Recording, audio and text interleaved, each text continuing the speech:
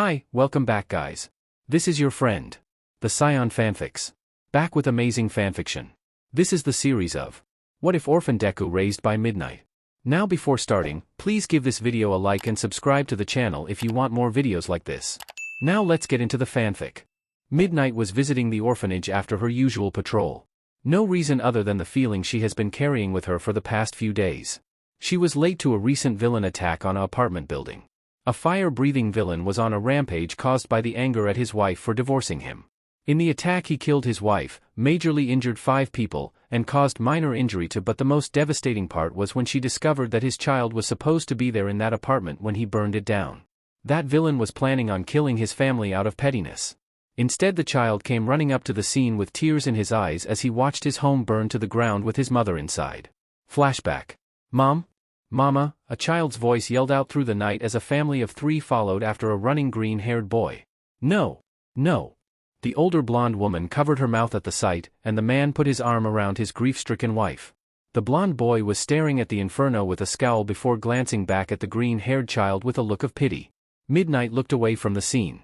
It broke her heart to see this. She had just recently graduated, but she wasn't expecting to be greeted with this sort of tragedy so early in her hero job. She was preparing for it to happen, she just didn't want it to be this soon. Poor child. She looked back at the boy with emerald green eyes, large tears strkng down his face. The fire illuminating an orange hue to his grief-stricken face as he watched the building that he lived in, his home, being destroyed by the flames of his father. I'm sorry. I couldn't save her in time. Midnight thought to herself as she looked at the boy's sad expression. If only I was sooner to the scene, I could have saved her. Midnight thought as she silently said a prayer and apology to the woman lost in the fire. Flashback over. The villain was apprehended, but the damage was already done. The building had to be rebuilt, and the residents were homeless for a few months. The residents were granted the ability to stay in one of the apartment buildings that the heroes made in cases of situations like these. She felt so bad for the small boy, and she felt even worse when he had to be put into the foster system. Namuri caught wind that one of the mother's friends tried to take him in, but social workers wouldn't allow it since they weren't named legal guardians over the boy. From what she knows, the blonde woman put up quite a fight to keep her friend's child with her. So she took it into her own hands to see how the child was doing after being in the system for less than a week. She went in with her civilian clothes in order to not be recognized by anyone there. She wore a dark blue blazer and pencil skirt with a ruffled white dress shirt underneath. She wore small black heels with a dark purple pantyhose made out of ultra-thin material. She carried a small red clutch in her hand for her necessities. Namuri adjusted her glasses before opening the door to the orphanage. Hello. I am Namuri Kayama, I called ahead to meet with Midoriya Izuku. She said to the lady behind the rickety wooden desk. The kind lady nodded and said, the children are all playing outside in the backyard. Follow me, Miss Kayama. Midnight was guided to the backyard where the children were playing. The backyard had a playground with swings, slides, and a big playhouse. There were many toys and balls that were scattered all over the grass. Midnight looked over to the groups of children playing and didn't see the green hair she saw that night. Until Namuri looked over by the tree and saw a small green-haired boy just sitting against the tree looking at the flowers sprouting from the ground. Flashback. Midnight hated the police station. She didn't hate the police officers or detectives, but she hated the vibe of dreariness that always seemed to be in the offices. Namuri was there because she wanted to see about the child of the mother. The file said his name was Midoriya Izuku. His mother was killed by his father in the huge attack. Midoriya Hizashi is currently in prison for the attack and murder of his wife. Then, Midnight was given news that Izuku and the Bakugo family that was watching over him were currently being interrogated. She headed over right away to check the case out with her friend Aizawa. Aizawa Shoto aka Eraserhead took down the kid's father as the other heroes on scene saved as much people as they could. The only death was Midoriya Inko. Midnight and Aizawa went into each interrogation room with each person there to finish off their reports. The husband Bakugo Masaru was a quiet person and answered each question calmly. His wife, Bakugo Mitsuki, answered each question, but kept asking where her son and Izuku were. Their son, Bakugo Katsuki, knew next to nothing on the incident, only talking about how Deku was only at their place for a few hours before they heard about the incident. Midnight and Aizawa both noticed how he said Deku instead of Izuku. The most interesting was Izuku. He didn't cry as much as when he did at the time of the incident. He replied to the answers given truthfully. But Midnight felt a maternal instinct crawl up into her through when the interrogator asked Izuku why he was so calm. Mama knew what my dad was going to do. His statement had everyone on the other side of the mirror in silence. What do you mean by that? The interrogator questioned, writing down some notes on a piece of paper. Izuku explained, when she packed me up for the sleepover, she packed extra clothes and toys that were my favorite. My mom gave me a small bag of her stuff and a picture album in my school bag with my books. She also gave me a few envelopes with letters inside. My mom also made sure to write down her katsudon recipe in one of my notebooks. Didn't you find her behavior strange? The interrogator asked. He clicked his pen twice. A little. But she was my mom and I didn't know what it meant. When my mom said goodbye, she made it longer than usual. She said that she loved me, she would miss me, and... Izuku started to trail off, his eyes becoming misty. The interrogator prompted, what else did she say, Izuku? That she was sorry. The police discovered that the envelopes he mentioned was her will and a multitude of letters she has written him. Each letter was made for him as gifts for the rest of his birthdays until his 100th. He said that she had been writing them for a long time, almost 2 weeks entirely. Which made them sick to the stomach since she must have known that as soon as she declared the divorce that something bad would happen to her. The will she had written gave everything she had left behind to her son and only him, no one could take it away from him. He was allowed to access it all when he turned the will didn't list any guardians. But the heroes noticed how rushed it was, like the mother knew what was going to happen and just wanted the best for him. She finished the last line with an apology to her son and saying how much she loved him. Midnight was the one who noticed the tear stains at the bottom of the page with her signature. Midnight strolled casually over to the boy at the tree and started some conversation. Hey there, she said gently with a grin. Izuku raised his head to look at the woman. Hello. So, do you like heroes? Namiri asked softly. She didn't really know where to keep a conversation rolling. Yeah. I like All Might and Eraserhead the most. Izuku said as he peered up at the woman and her wavy black hair held back in a ponytail. He couldn't help but remember her from somewhere. Oh yeah. Those two are totally my favorites too. Namiri said, trying to be cool in her DLVRY. What the hell was that? She reprimanded herself inside her mind. Yeah. But don't worry, Izuku said as he remembered where exactly he saw those blue eyes from. I like you too, Midnight-san. Oh, that's wonderful. Wait, what? Midnight asked as she realized what the child had just said. Izuku giggles at seeing her expression. I remember you. That's why I knew who you were. Midnight giggled stiffly at being found out even though she was in her civilian disguise. Was she that noticeable? Should she get a different outfit for these kinds of things? Izuku interrupted her by asking about her quirk. So your quirk. Can it work if you put something like your sweat in little smoke bombs, or does it just work with skin? Midnight answered his question, only to receive more questions with his eyes sparkling from excitement. She smiled back before settling down in the grass beside him.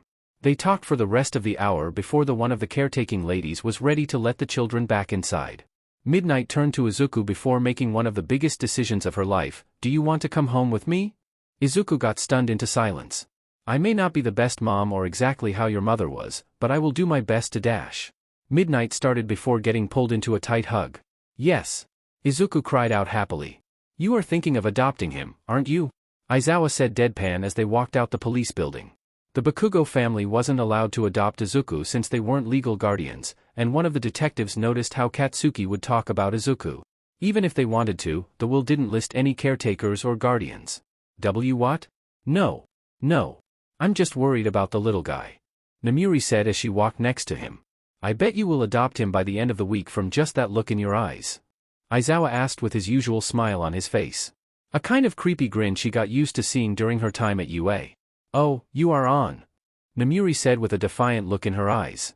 Yet here she was 3 days later, signing paperwork to quickly adopt Izuku after fostering him for a few months. She thought, damn it. Looked like Aizawa won the bet. But when she looked at Izuku holding her hand while his luggage was being moved to her car with the help of one of the younger ladies, she felt like she didn't lose anything. Izuku looked up like her, felt her looking at him and smiled up at her happily. She felt like won the best prize ever. Midnight thought a nice outing with Izuku to her office would be a good idea. He loved heroes and she worked as one. Perfect idea, right? She could introduce him to new ones on the scene and have some of his favorites autograph his belongings. She was fairly new, but she knew at least one of his favorites is one of her friends. She might have lost the bet, but Eraserhead will soon find out he can't handle the cuteness that the freckled boy radiates. So she brought Izuku to her office to do exactly that last Sunday. She introduced him to her best friend, Hizashi Yamada, who he knew best as Present Mike. Izuku gushed over how not only was he bilingual, but he also did a radio show.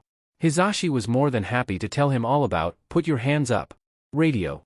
Izuku was so excited when she introduced him to Ida Tensei, also known as Ingenium.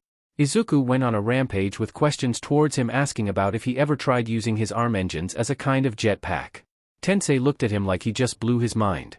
He wisely answered, "No, but that is a good idea."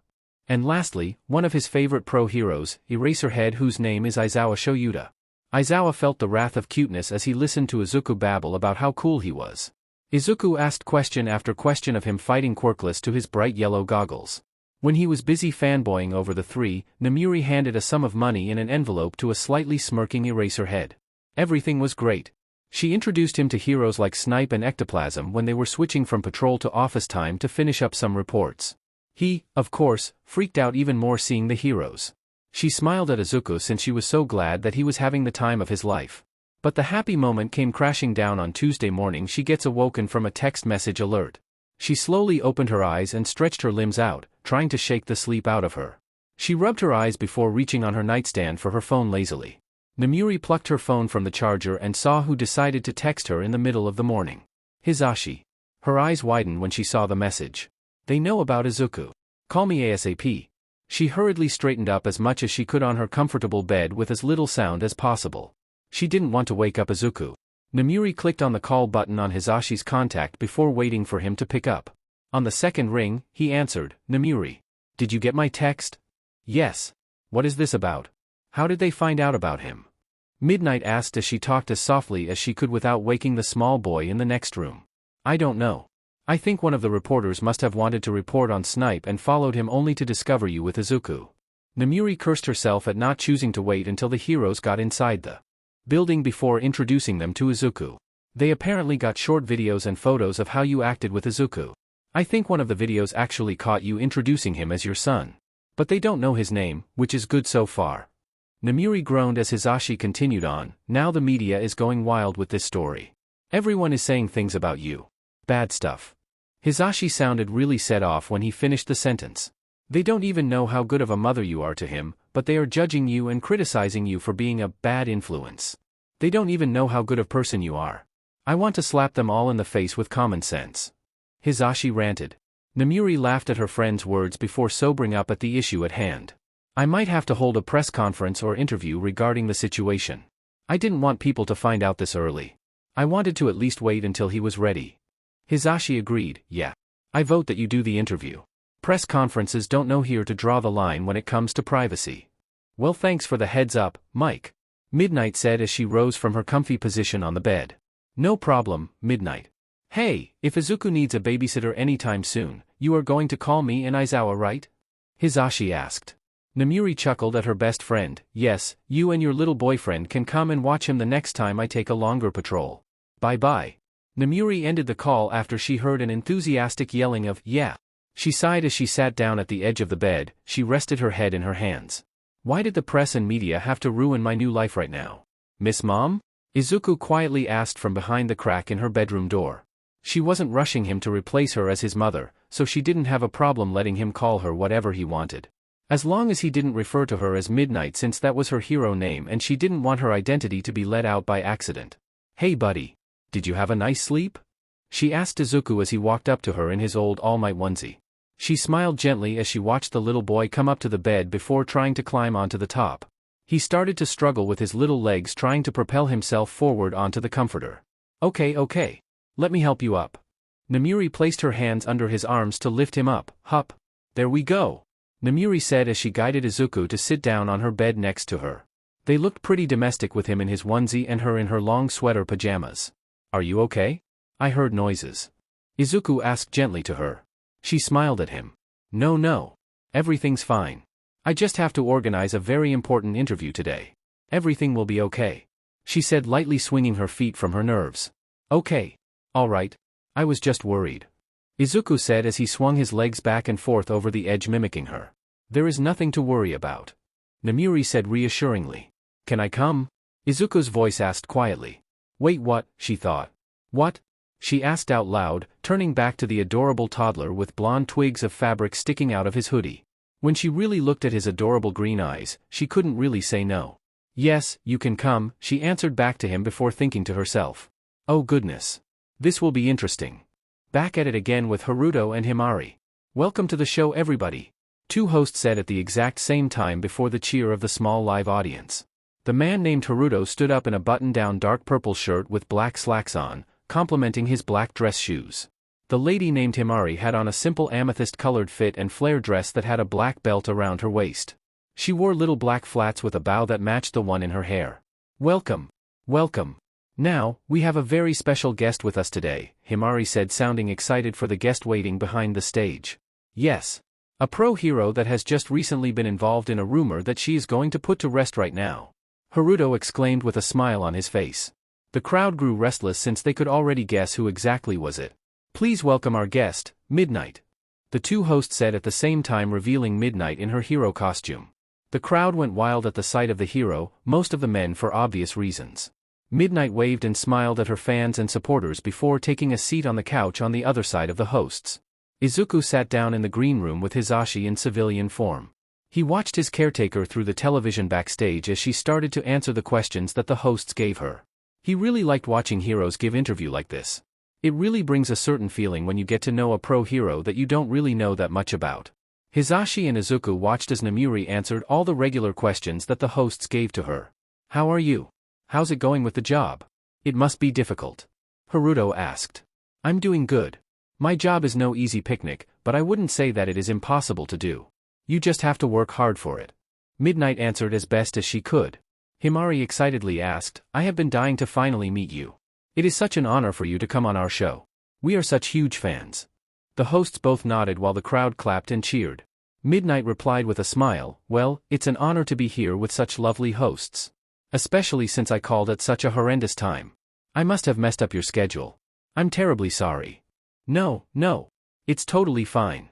We weren't planning on doing any guests today, so you offering to do an interview with us is no problem. Haruto said, trying to reassure the female pro hero. He felt bad for what they were both going to ask her about since they were genuinely big fans of hers. So, Himari started, there is a rumor going about that you have become a mom? Do you want to comment on that?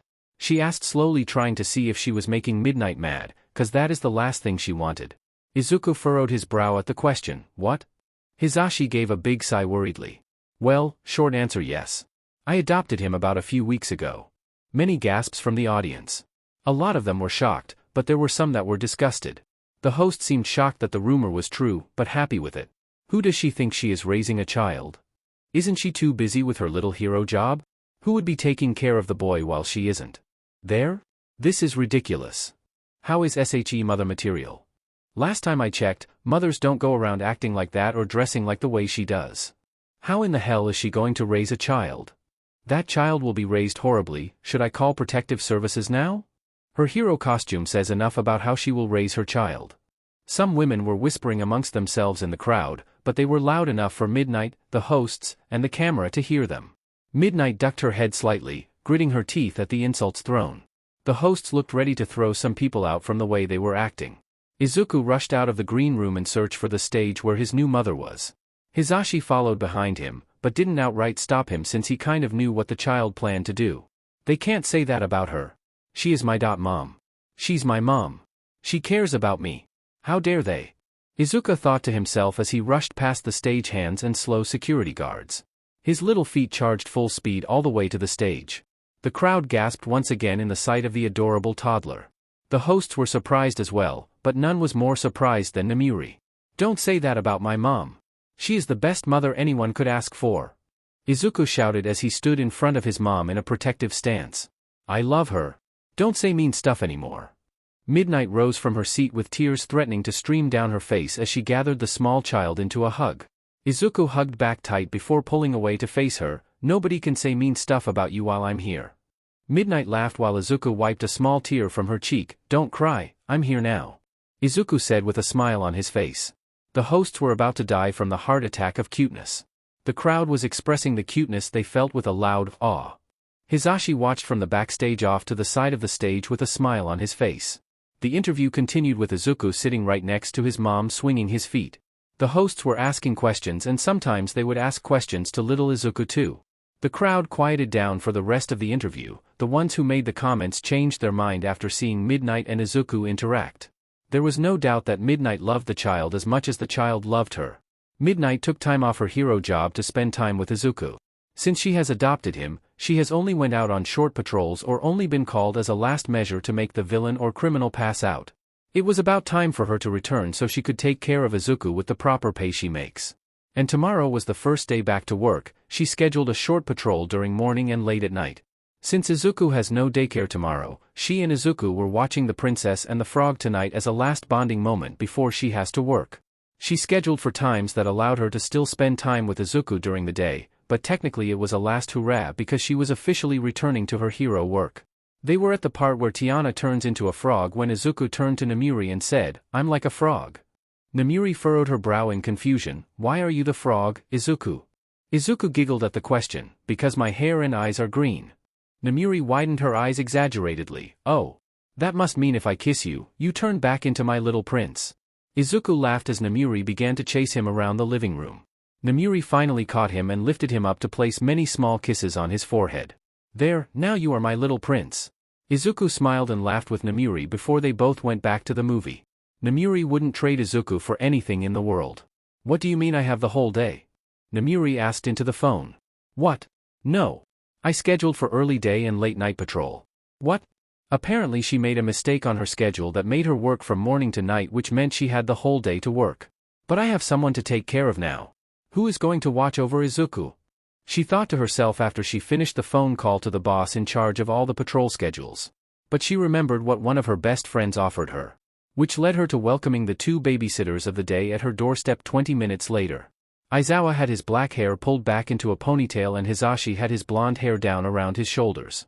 They were both dressed casually in civilian clothes behind her apartment door. "Hey guys. Thanks for helping me on such short notice." Namiri thanked her friends as they walked in to see where the little child was. Their answer was that he was on the couch swinging his feet in an all-might onesie.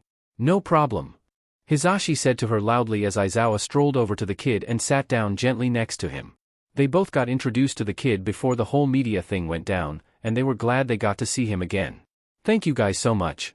I'll be back late," she said to the two before turning her attention to the calm toddler waiting on the couch. "I'll be back later tonight. I won't be gone forever. Make sure you behave for these two, they are my closest trusted friends. I love you, Izuku," Namiri said to Izuku. Izuku peered up into her eyes. "I love you, mommy. I'll miss you." "I'll miss you too," Namiri said, placing her mask on to finish her hero costume that she has been dressed in for the last 10 minutes. She ordered a change of outfit from her first, so she could quite some rumors that people have been spreading. And now with the revamped ultra-thin material, she could control her quirk better than before. Her son helped her with that. "I'll see you fellas tonight. Be good," she called out when exiting her door, waving to her friends and son. They all waved back at her fading figure when she left. "Hey buddy."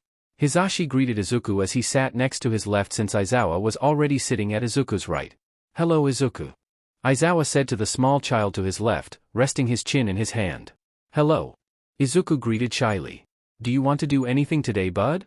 Hizashi asked Izuku as the child swung his feet back and forth. "I don't know," Izuku said quietly, thinking about his mom. "I vote we stay at home," Aizawa piped up from Izuku's other side. "No, Shoyuta. This is the time to give the little listener a day at the aquarium or the zoo," Hizashi argued to Aizawa as Izuku took interest into what he said. "Zoo?" Izuku asked softly. Hizashi smiled as Aizawa groaned at the happily curious face Izuku made. "Why did you have to do this to me, Mike?" Aizawa asked with his black ponytail and a leopard print hat that Hizashi got from the gift shop after they enjoyed their lunch. Hizashi was wearing a cockatoo hat with a fellow feather sticking out from the back. "Come on. Look at how much fun Izuku is having," Hizashi replied to the miserable-looking boyfriend he had. Izuku was definitely having fun with a frog hat covering the top of his curls. Hizashi also gifted him with a rainbow panda plush backpack that Hizashi was carrying in a bag. Izuku didn't ask for anything, but when Hizashi saw those eyes drift towards the panda, he knew what to do. Izuku was currently in front of them heading toward the elephant exhibit. Aizawa was tired from all the walking despite Hizashi trying to cheer him up. So far, they had seen the birds, amphibians, reptiles, and all the other animals. They just needed to see the elephant before they head back home. Izuku was having a really great time with his uncles. He saw so many awesome animals. He ran ahead of his uncles to get to the big exhibit of the large gray elephants. Aizawa and Hizashi came up from behind him as he stood in awe at the mother and child elephant eating together. They smiled softly, Hizashi more than Aizawa, at the sight of the small child looking so excited at the elephants.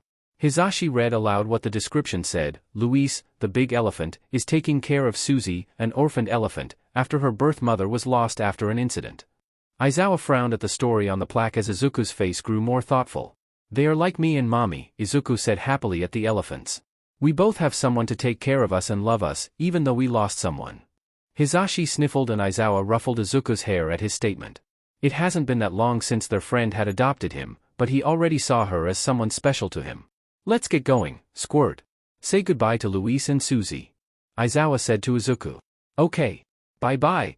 Izuku called out, receiving a trumpet from Susie. He laughed at the sound and waved to the small elephant before following behind his uncles. Safe to say, Hizashi bought a big and small plush elephant pair for Izuku on their way out, much to Izuku's surprised delight. Midnight was so tired from her patrol. She carried her hero costume in a gym bag as she went towards her door in her casual civilian clothes, which was a simple dark blue dress in black flats. Somehow, it seemed that all the criminals knew she was working again and just showed up out of nowhere at so many different places just to make her day terrible. She sighed and unlocked her apartment door. She smiled softly as she remembers the little prince she was doing this all for. She knew that he was the token to bring her smile back. She swung open the door to find Hizashi and Izuku napping on the couch with Aizawa placing a blanket over the two. You don't mind if we sleep over, right? Aizawa asked as he gestured to his knocked-out boyfriend on the couch with Izuku lying on his chest. The TV was playing the Jungle Book credits, illuminating their sleeping form. No problem at all. I'm sure I have 2 futons in my closet. Namiri said quietly as she walked over to the closet. So what happened? Did you 3 have fun? They did. I can't say so for my headache from making sure these 2 didn't get into trouble though. Aizawa replied as he unrolled a futon that his friend handed to him. So? We spent a good day at the zoo. Aizawa mumbled slightly to her. Great. I was so worried, but it seems Izuku had fun today. So I'm happy. She said at the toddler happily snoozing away on the chest of one of her best guy friends. And hey, now I know, Aizawa said as he snuggled up in the futon. Know what? Namiri asked tiredly as she laid down in a separate futon. The reason you fell for him and wanted to take care of him. Aizawa mumbled as he started to doze off. He thought as he drifted off, the little kid has potential to be something great in the future. Hizashi is probably going to bug me and getting a child of our own soon. By the way, he is spoiling Izuku, he thought when he went to sleep. Midnight sat in silence with Izuku crying his eyes out into her shoulder at home. They just got back from him being diagnosed as Quirkless. Apparently the X-ray was a bit blurry, but the doctor concluded from the blurry screen that he will be Quirkless. Izuku has been sad ever since, so she called up some friends to help him cheer up. The doorbell rings and Namiri goes to answer it, gently coaxing Izuku to lay back down. She opens the door to Hizashi and Aizawa in their normal clothes. Is the little listener okay? Hizashi questioned in a worried quiver to his voice. Those doctors don't really know how to do their jobs correctly. I never liked them. Where is he? Aizawa asked politely but with a tense tone. He has been crying ever since the appointment. I think he is really disappointed that he was told he couldn't be a hero by that doctor. He hasn't talked since we left even when we got home. He is in his room, right now. Hopefully he will cheer up with you guys here. Namiri responded, guiding them to Izuku's room. Izuku's room was right across from her own bedroom. His ceiling adorned with glow-in-the-dark stars. He had basic light wood furniture like a writing desk, a clothing dresser, and bookshelves that filled the wall next to his bed. His bed was a simple light red comforter covering a dark blue sheet. There Izuku was crying his eyes out into a teddy bear that she gifted him a few weeks after she adopted him. The giant elephant plush from the zoo visit laid above his head of curls. Hey, buddy. We heard about what happened. You can talk to us if you need to. Hizashi said, resting his hand on Izuku's back. He rubbed it as Izuku sniffled back his tears. Listen, kid, I'm not good with words. But I just want you to know what that doctor said was complete crap. Aizawa piped up next to Izuku's side. He heard a giggle from the child amongst the tearful gasps. It's true. You know, how my quirk works, right? Aizawa asked, gaining a slow nod from the sad boy. Aizawa continued, my quirk isn't flashy and it doesn't really help with combat. That means I fight my battles mostly quirkless. So does Hizashi. His quirk is meant for long distance, but when he encounters a villain short distance, he will resort to martial arts. Do you see where I'm getting at? Izuku looked a bit confused with his tear-filled eyes turned to look at him from where he laid. It means that you can be a hero. No matter if you have a quirk or not, you can become a hero. You might need a little training, and the three of us are all ready to help you achieve it. Aizawa explained. Izuku smiled despite his red face and said, "Thank you, Uncle Zawa." Aizawa's cheeks reddened before Namiri and Hizashi dived bomb Izuku into a hug, forcing him to fall into it. Izuku's giggles were accompanied by attempts to make him smile, no matter what they talked about. But the end of the day, Izuku was back to his usual self again. And he knew that he would become a hero. So he could save people just like his mama. Bakugo was kind of happy for Deku. He was worried that he wouldn't get to see him again when he went to the foster home, but he got adopted by a pro-hero that helped apprehend the villain. He felt bad that not only did he lose his awesome auntie, but also Izuku lost his mom in that attack. So seeing him again, made him want to be a bit nicer. If he wanted to be a hero, he would have to stop acting like a villain. A type of villain that killed his mother, he never wanted to become like that. So when Izuku came back to the daycare, Bakugo made sure that Izuku was okay and stuff. It had only been less than a year since the accident. And Bakugo was excited to see what quirk Izuku had. That way they could be heroes together. "I'm Quirkless," Izuku replied to him when he came in that day. "What? No. That crap doesn't make sense." Bakugo responded in disbelief. "Does that mean you don't want to be heroes with me, Deku?" "Of course I do," Izuku said, furrowing his brow at his friend. Bakugo blinked then nodded. "Okay, then we become heroes, simple as that." "Do you really mean it?" Izuku asked with a grateful smile. Katsuki shrugged. "Yeah. Sure. Why? You playing heroes with me or not?" "Yes, Kaken." Izuku agreed with a grin which Kaken returned with a smirk. The two began to play heroes before Bakugo's fake friend sauntered up to them. "Hey Bakugo. Why are you hanging out with the loser?" The first one said, stopping right in front of Bakugo with a mocking pout. "Yeah, come play with us." The second mentioned right from behind the first. "Screw you guys. Can't you see we're playing here? Get your own spot." Katsuki yelled out in anger and annoyance to the extras. A third appeared from behind Bakugo and pushed Izuku to the ground. Katsuki turned back to see his friend on the ground. He saw red and called on his explosive quirk. "Don't mess with me, extra." Izuku weakly opened his eyes from the ground to see a blurry version of Kaken going to attack the boy who pushed him. Everything seemed to happen in slow motion. Izuku reached out his hand toward Kaken and whispered, "Wait. Stop, Kaken." The explosion that was aimed toward the bully's face was bent toward the sky at the last second. The flame shot out and set a small ember sailing to a blade of grass in front of Izuku's face. Several things happened at once. The friends ran away from the heated Bakugo. Katsuki looked at his hands and back toward where the explosion was aimed. He realized where he aimed wasn't where it shot, and was wondering what the hell just happened. Meanwhile, Izuku freaked out at the sight of the burning blade of grass. The heat of it felt like the heat that night that he dreaded. The sight of it reminded him of when his father, the villain who killed his mother, his home, fire ablaze, fire-breathing quirk, fire, mama, fire caused it to happen. Fire was the reason his mom perished. Fire is bad. Fire is bad. Get away. Bad. Don't hurt me. Stay away. Izuku's mind faded to blackness as his quirk began to unleash around him. Bakugo looked from his hands back up to see the bench a few feet away from him floating in the air. Then the rocks. Then the giant trees. After that, a giant boulder that he used to climb on as a kid. The screams of people finally registered in his mind when he saw multiple people running out of the park. A villain must be nearby, he thought, turning to Izuku to get him out of there. Only to see his friend floating in midair with his hair turned white and his eyes glowing a radioactive green. "Oh, crap," Katsuki said at the state his friend was in. "We have a major situation call. All pro heroes near site report in." Midnight picked up the phone as soon as the message came through. Present Mike and Eraserhead did the same. They all nodded to each other and started heading in the direction of the incident. Eraserhead asked into the intercom, silently cursing whatever it was that caused an interruption between a coffee break. "What is the situation? A boy seems to be about 4 or 5 just activated their quirk. What is the big problem?" Hizashi asked, staring down at his intercom before getting nudged by Namiri. "That," she exclaimed while pointing at the area of the park, or what used to be. The trees were all uprooted from their spots, rocks and boulders were floating and bumping into each other. Benches were sailing over the heads of civilians while parked cars hovered sideways around the mess. "What is causing this?" Eraserhead asked, getting agitated by the amount of work he had to do. "This kid has got one serious quirk to deal with." "Not what? Who?" Hizashi asked, getting a good look at which child was at the center of it all. Aizawa furrowed his brow at him before focusing more clearly on what troublemaker was causing this. His face paled at the realization. No. Namuri stared right at the floating boy and yelled out in anguish the name she knew him by. The name she got so used to saying. The title of a person she grew to care deeply about. A boy she loved with all her heart. Her son suspended amongst the wreckage that looked to be in utter pain at the amount of weight he is putting his newly found Quirk under. Izuku.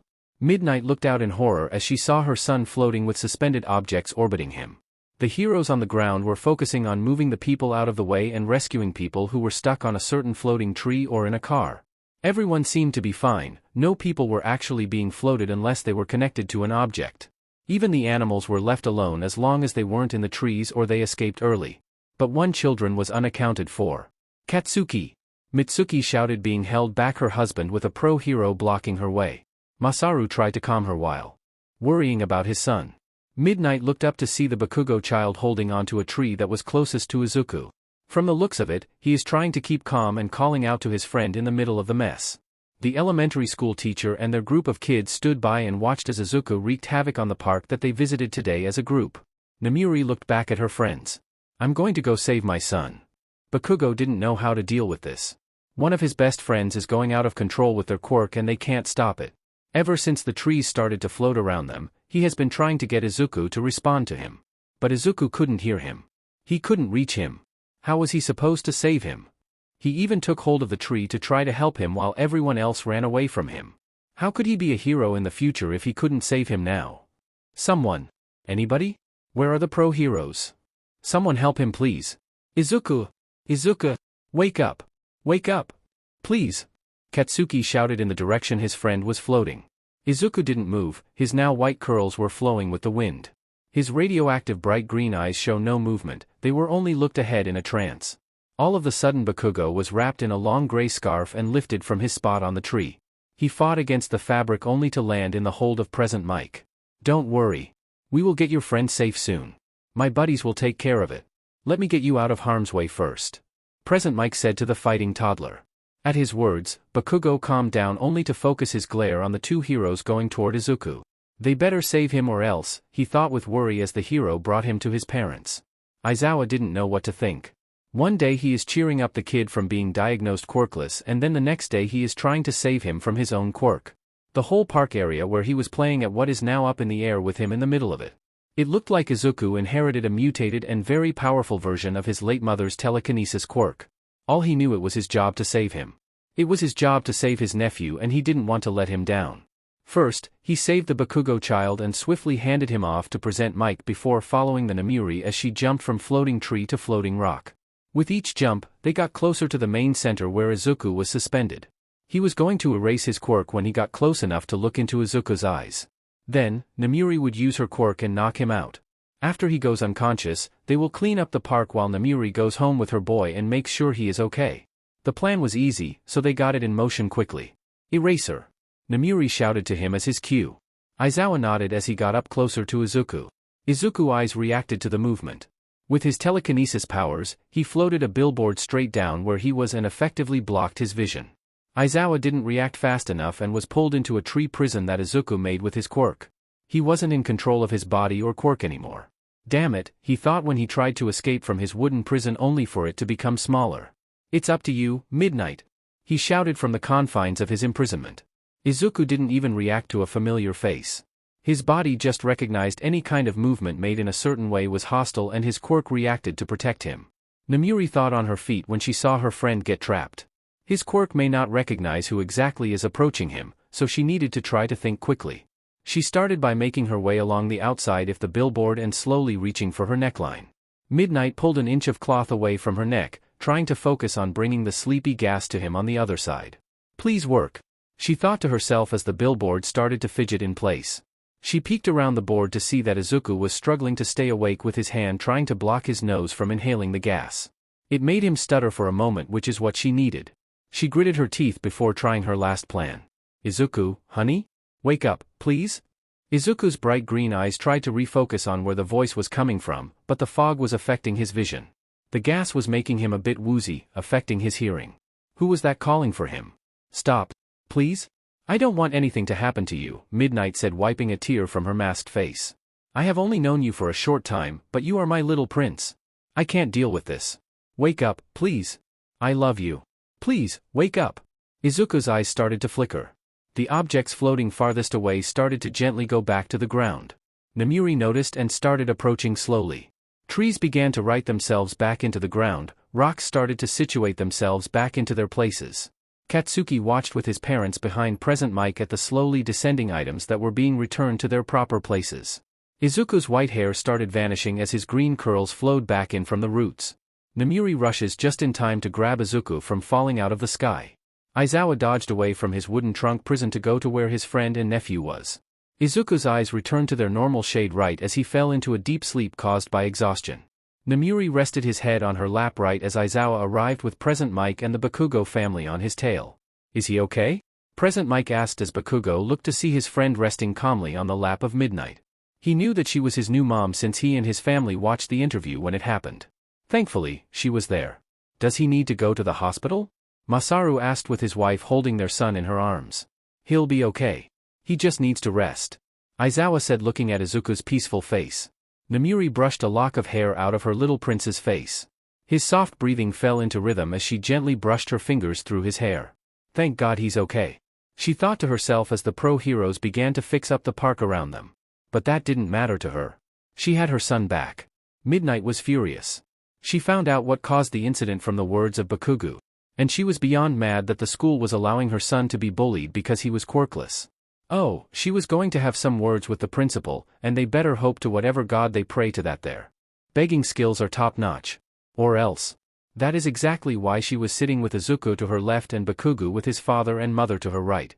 After the whole incident, the Bakugo family exchanged contact with her to set up more hangout times for the children. Namuri was thankful that young Katsuki had changed his attitude since she last saw him. She noticed how Katsuki was protective of Izuku and how he was desperately trying to reach him while the whole crisis was going on. Namuri sat with the Bakugo family while Izuku was getting checked on by Recovery Girl. Katsuki was considerably upset at not being able to save his friend, but Namuri banished his thoughts. You did well trying to save Izuku. I'm looking forward to seeing you become a hero yourself with Izuku. Make sure to keep your attitude of protection while moving on from now until the future. The intent to save is more important than the intent to win. She explained to Bakugo who was sitting next to her, angrily wiping at his tears. When Izuku was cleared from Recovery Girl to just some well-needed rest, everyone sighed in relief. Bakugo automatically went to his side and clung onto him with tears in both their faces. Namuri smiled at the side before being tapped by Mitsuki. She turned to receive a note card with everyone's contact. When she asked why, Mitsuki responded with a gentle smile of her own matching her husband. Inko was a good friend of mine. I blame myself for not noticing what was going on. I was devastated when I couldn't protect him myself by adopting him into my home. And I would appreciate it if we were able to see Izuku now and then. Mitsuki explained carefully with her husband's hand on her shoulder reassuringly. Namuri nodded and smiled as the three parents watched as the two children hugged onto each other. I won't use my explosions to hurt anymore. I will only use them to save, Bakugo thought to himself while clinging onto the shoulders of his best friend. Namuri received news from Recovery Girl that Izuku will need some time to recover his strength to use his quirk again if he wished. And when Izuku is better, they will need to get his quirk registered. Nedzu was informed of the doctor that made the wrong diagnosis and saw to it his medical license was suspended until they went back over their necessary quirk education again. But after their license was revoked, they disappeared from the public eye. Nobody has seen him. Midoriya, Izuku and Midnight-san, please come in. Midnight nodded to the Bakugas before guiding Izuku to the office. She sat down as soon as she entered with Izuku sitting in the other chair to her right. So what seems to be the problem? The principal asked from his desk. I have received word from my son and his friend that bullies were the cause of his distressing quirk awakening, Namuri answered with a mean glare directed at him. I see. The principal answered meekly as a sweat drop ran down from his forehead to his neck. So, would you mind explaining how on earth that any bullies were allowed to initiate that kind of behavior? We never have seen any kind of bullying toward young Dash, the principal tried to excuse himself. Oh really? Because Bakugo has been telling me very different stories. Of how the teachers would turn a blind eye, and allow it to happen because they picked favorites. Midnight declared very loudly. The principal tried to counter, well. Or the fact that no matter if the children used their quirk on my son, they wouldn't report the kids or do anything to send Izuku to the nurse's office. Or the fact that they contributed in the bullying by saying anything that would make the other kids hate him for some reason. Midnight ranted as she glared daggers at the worried principal. But I didn't come here to tell you what you are doing right or wrong. No. Midnight smiled sweetly, plopping down a stack of papers on his desk. You can use any excuse your little mind comes up with in court. Nedzu helped me make this lawsuit actually, so be prepared for anything. The principal freaked out at the things piling against him and his school. Quirk discrimination being the main one listed on top of all the other offenses. He looked up with freaked out eyes to see the rated 18 pro hero with Izuku in her arms walking out the door. Izuku giggled in her arms with a bright smile on his face as the door closed shut behind them. The court saw the elementary school and the principal guilty. Everyone on faculty was replaced with new teachers that didn't encourage any sort of misbehavior. The principal was a woman that Nedzu appointed from Tokyo that was an excellent leader and worked very well with kids. Bakugo was happy to know that Izuku and anyone like him wouldn't be hurt in the new school, but he was sad. Izuku was getting moved to a more private school. Somei Elementary School. Namuri, Izuku's mom, wanted to transfer him to a more private school. Not only because of his past treatment, but also because the public knew who Izuku was. So to make up for the lost time between the two, the parents went to the park to let their kids spend time with each other. So the two friends were sitting by their favorite stream while their parents enjoyed a calm picnic. Mitsuki was informing Midnight about all the memories she had of Izuku and Bakugo's play dates from the past. We are still going to hang out, right? Katsuki asked Izuku as they swung their feet. Aha! I'm not going to be far, Kaken. And we can always hang out during the weekends. Izuku responded with a gentle smile on his face. Yeah. And we will become heroes together. The best hero duo ever. Bakugo said with an excited grin. Izuku replied, yay. The two giggled as the parents watched them play another game. In only a few days until Izuku will be entering into a new school. And the two made the most of it during the weekend by playing an adventure game together. It was a day before Izuku was supposed to go to his new school. Namuri was headed toward the kitchen for a snack of chocolate chip cookies that were hidden in the jar above the fridge. But to her surprise, the jar was no longer on the fridge but instead on the counter, turned over on its side.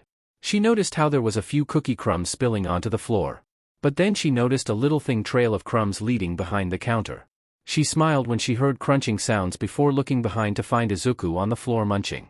Hey, champ! Namuri greeted with a soft smile aimed at his curly head. Izuku froze and swallowed whatever was in his mouth. Yes? What are you doing? Namuri asked with a hand on her hip.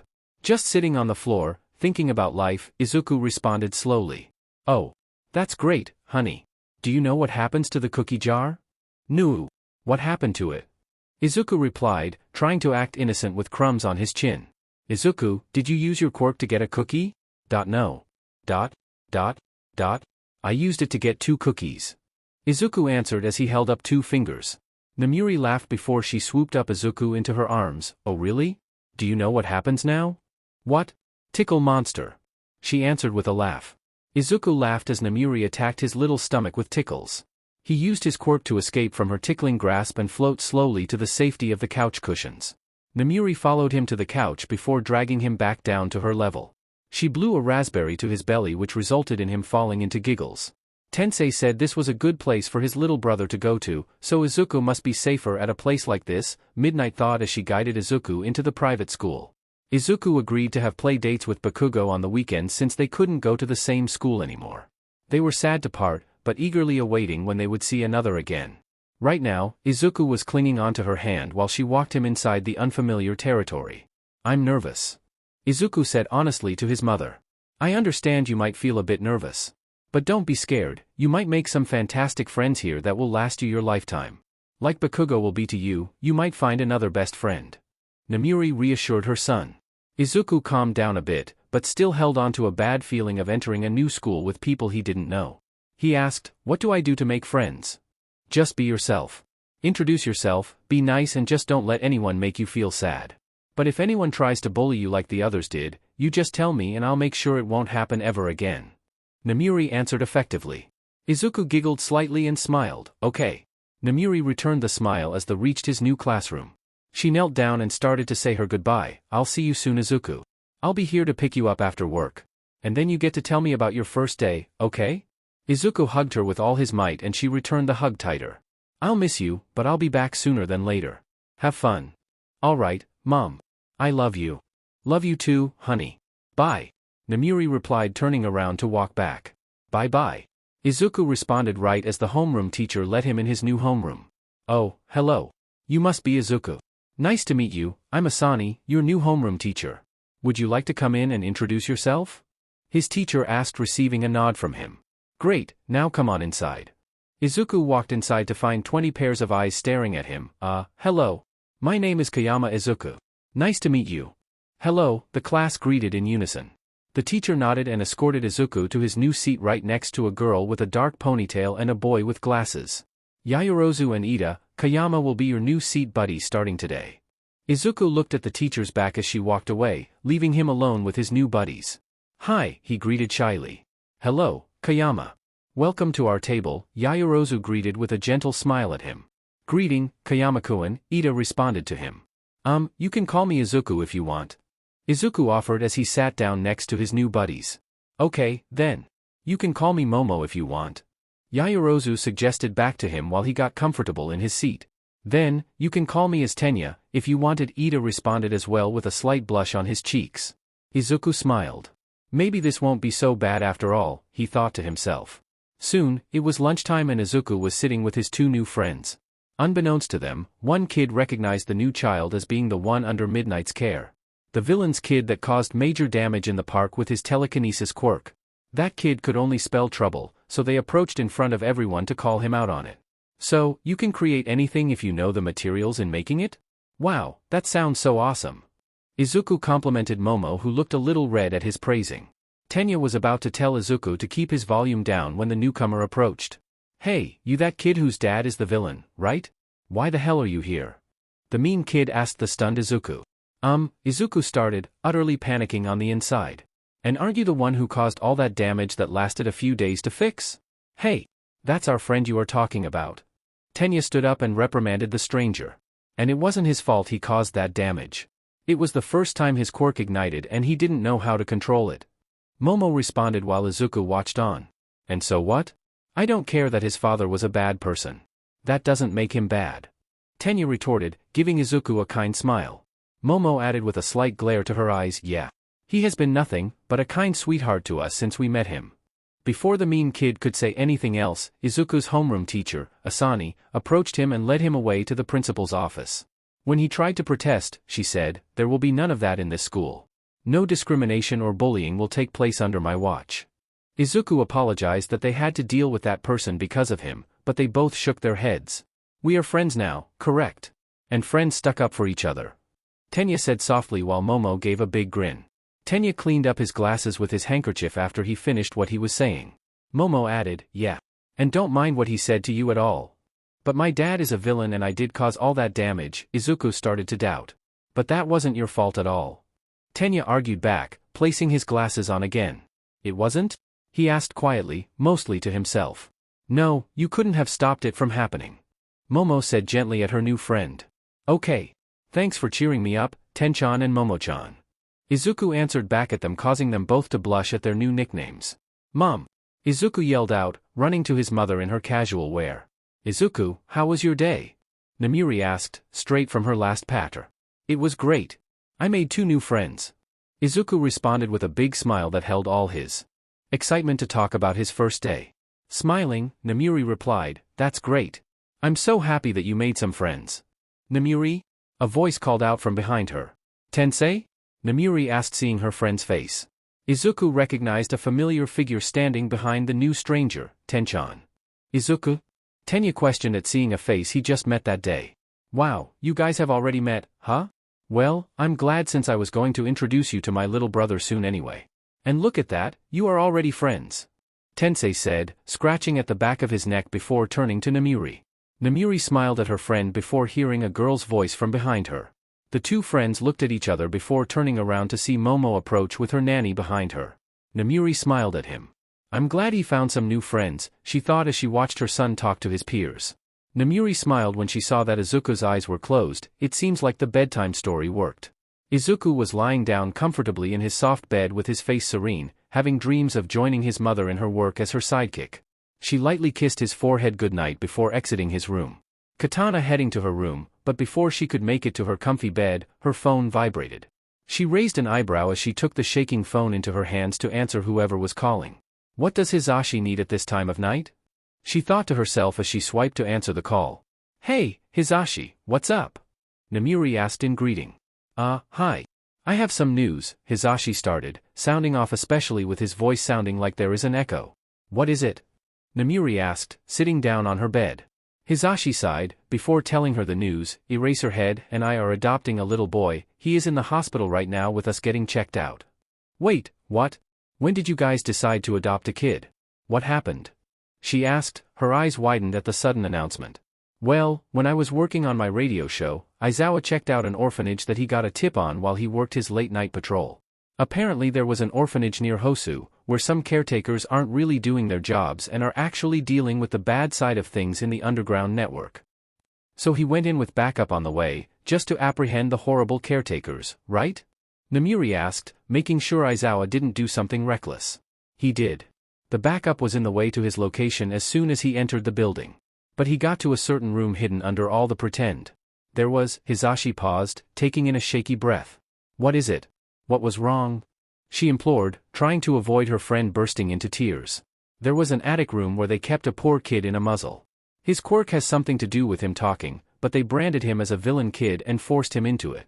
They never allowed him to take it off unless he was sleeping, eating, or bathing. They never allowed him to live his life happily without it, Hizashi sniffled, trying to compose himself. Oh no. Namiri raised a hand up to her mouth. He rescued the kid and apparently the little listener knew who he was. I think it was adorable when Aizawa told me. He blushed and everything. Hizashi chuckled, remembering Shoto's reddened face when he told him about that little scene. She furrowed her brows. Well, what happened to the other children there?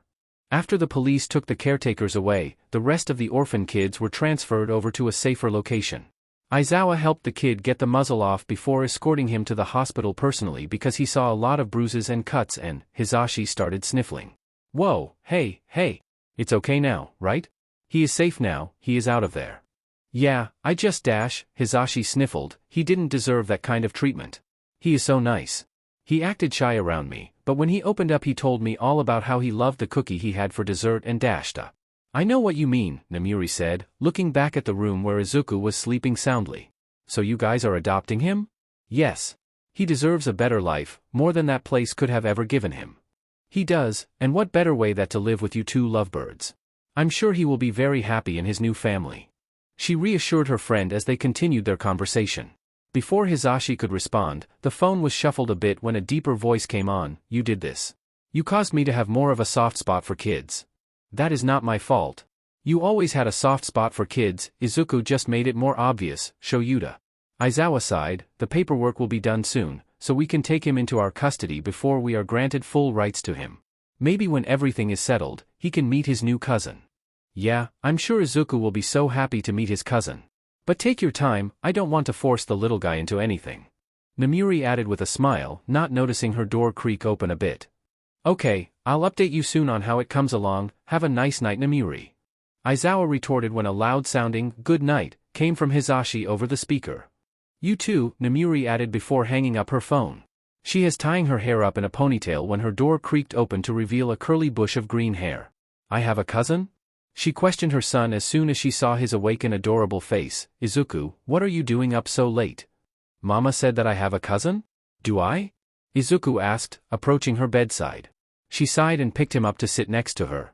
She directed the next words at him. Yes, but it might take a while for you to meet them. They have to get over some obstacles in their life right now. Okay, but when they finally come over, I'll make sure we are best buds. Izuku promised with a determined look on his face. Yeah, you go and do that. After you go back to bed. Namiri urged her son. Can I sleep here? Izuku pleaded shyly, twisting the bottom of his shirt in his hands. She rolled her eyes fondly at her son. Okay, my little prince. Yay! Izuku cheered as he snuggled up to the many comfortable throw pillows she had stacked on her bed. After a month, Hitoshi was finally comfortable enough to see who his cousin was. Namiri got constant updates from Hizashi that consisted of what his favorite color was and what he liked to eat. The updates with his adoption, healing and rehabilitation process was relayed to her shortly by Aizawa when he had the time to detail her in. Everything was apparently going great with taking care of Hitoshi. Hitoshi was at first shy with them and was surprised he had a room all to himself that was nothing like the dark and scary one he lived in before. It took a long time for him to be fully comfortable to be able to hold a conversation with them, but now he talks to them each day. And thank goodness everything worked out. Hitoshi was coming to her apartment to meet his cousin with Hizashi and Aizawa in tow. So Yamada Aizawa Hitoshi was coming here to meet his cousin who he has never met before. A knock at the door proved that maybe she should have been paying more attention to time than she was. She silently cursed before heading to the door to allow her guests in. Aizawa stood there hand in hand with Hizashi. Both of their hair was down. Hizashi long straight blonde hair cascading down his back while Aizawa's wavy black hair came down right under his shoulders. Hitoshi stood there in the middle of both of them with his purple hair poofed up. Hi there, Nem. Hitoshi, this is our friend Nemuri. Nemuri, this is our son, and your nephew, Hitoshi, Hizashi introduced. Hi. Nice to finally meet you. I've been friends with your dads for a long time. Nemuri greeted with a kind smile. Hitoshi nodded, looking up at her with a hint of hesitancy in his eyes. Nemuri thought of an idea to make him more open to her. She smirked, don't worry. I'll tell you all their secret stories with them making fools of themselves. There was this one time. Okay, that's enough. Aizawa stopped her from continuing, but she had already gained what she had been looking for. A small smile from the child that held in a fit of laughter, his eyes more welcoming to her presence. I'll tell you later, she whispered to him as the three entered her home. Hitoshi nodded with an excited look on his face. Hitoshi entered the living room, but shrunk back at the sight of Izuku watching hero fights in television. Izuku looked up to see his cousin standing there. He brightened up with a smile that confused the heck out of Hitoshi. Hi. I'm Izuku. I'm your cousin. Izuku greeted his cousin who stepped back as the excited child approached him. Hello. I'm Hitoshi. Hitoshi shyly answered as his cousin looked very happy at his presence. He was very surprised that he was acting this way. He never expected that anyone would actually be this happy to see him. Yay! I'm so glad I get to meet you. I've never had a cousin before, so I want to make sure I'm the bestest cousin ever. Do you want to play heroes? We can be the heroes who defeat the bad guy. Izuku replied, his eyes twinkling with enthusiasm. You aren't going to make me be the villain? Hitoshi questioned with surprise very evident in his voice. No. We can be the heroes, I'll be Midnight and you can be Eraserhead, and we can defeat the villain named Hammerhead. Izuku responded with a smile as he picked up the action figures. Oh, okay, Hitoshi said hesitantly, taking his favorite hero action figure in his hands to play with his new cousin. He had hoped that Izuku is actually different from the rest and will treat him like he always wished someone would. Since he got away from that dark place, his parents showed him that people can actually be nice. Izuku swiped down with his Midnight doll at the upright villain doll that stood upright on the living room table while Hitoshi messed with the yellow glasses of his figure. The three friends watched as the two got along. They seemed to be doing just fine. Aizawa commented before taking a sip of his coffee that Midnight brewed just for him.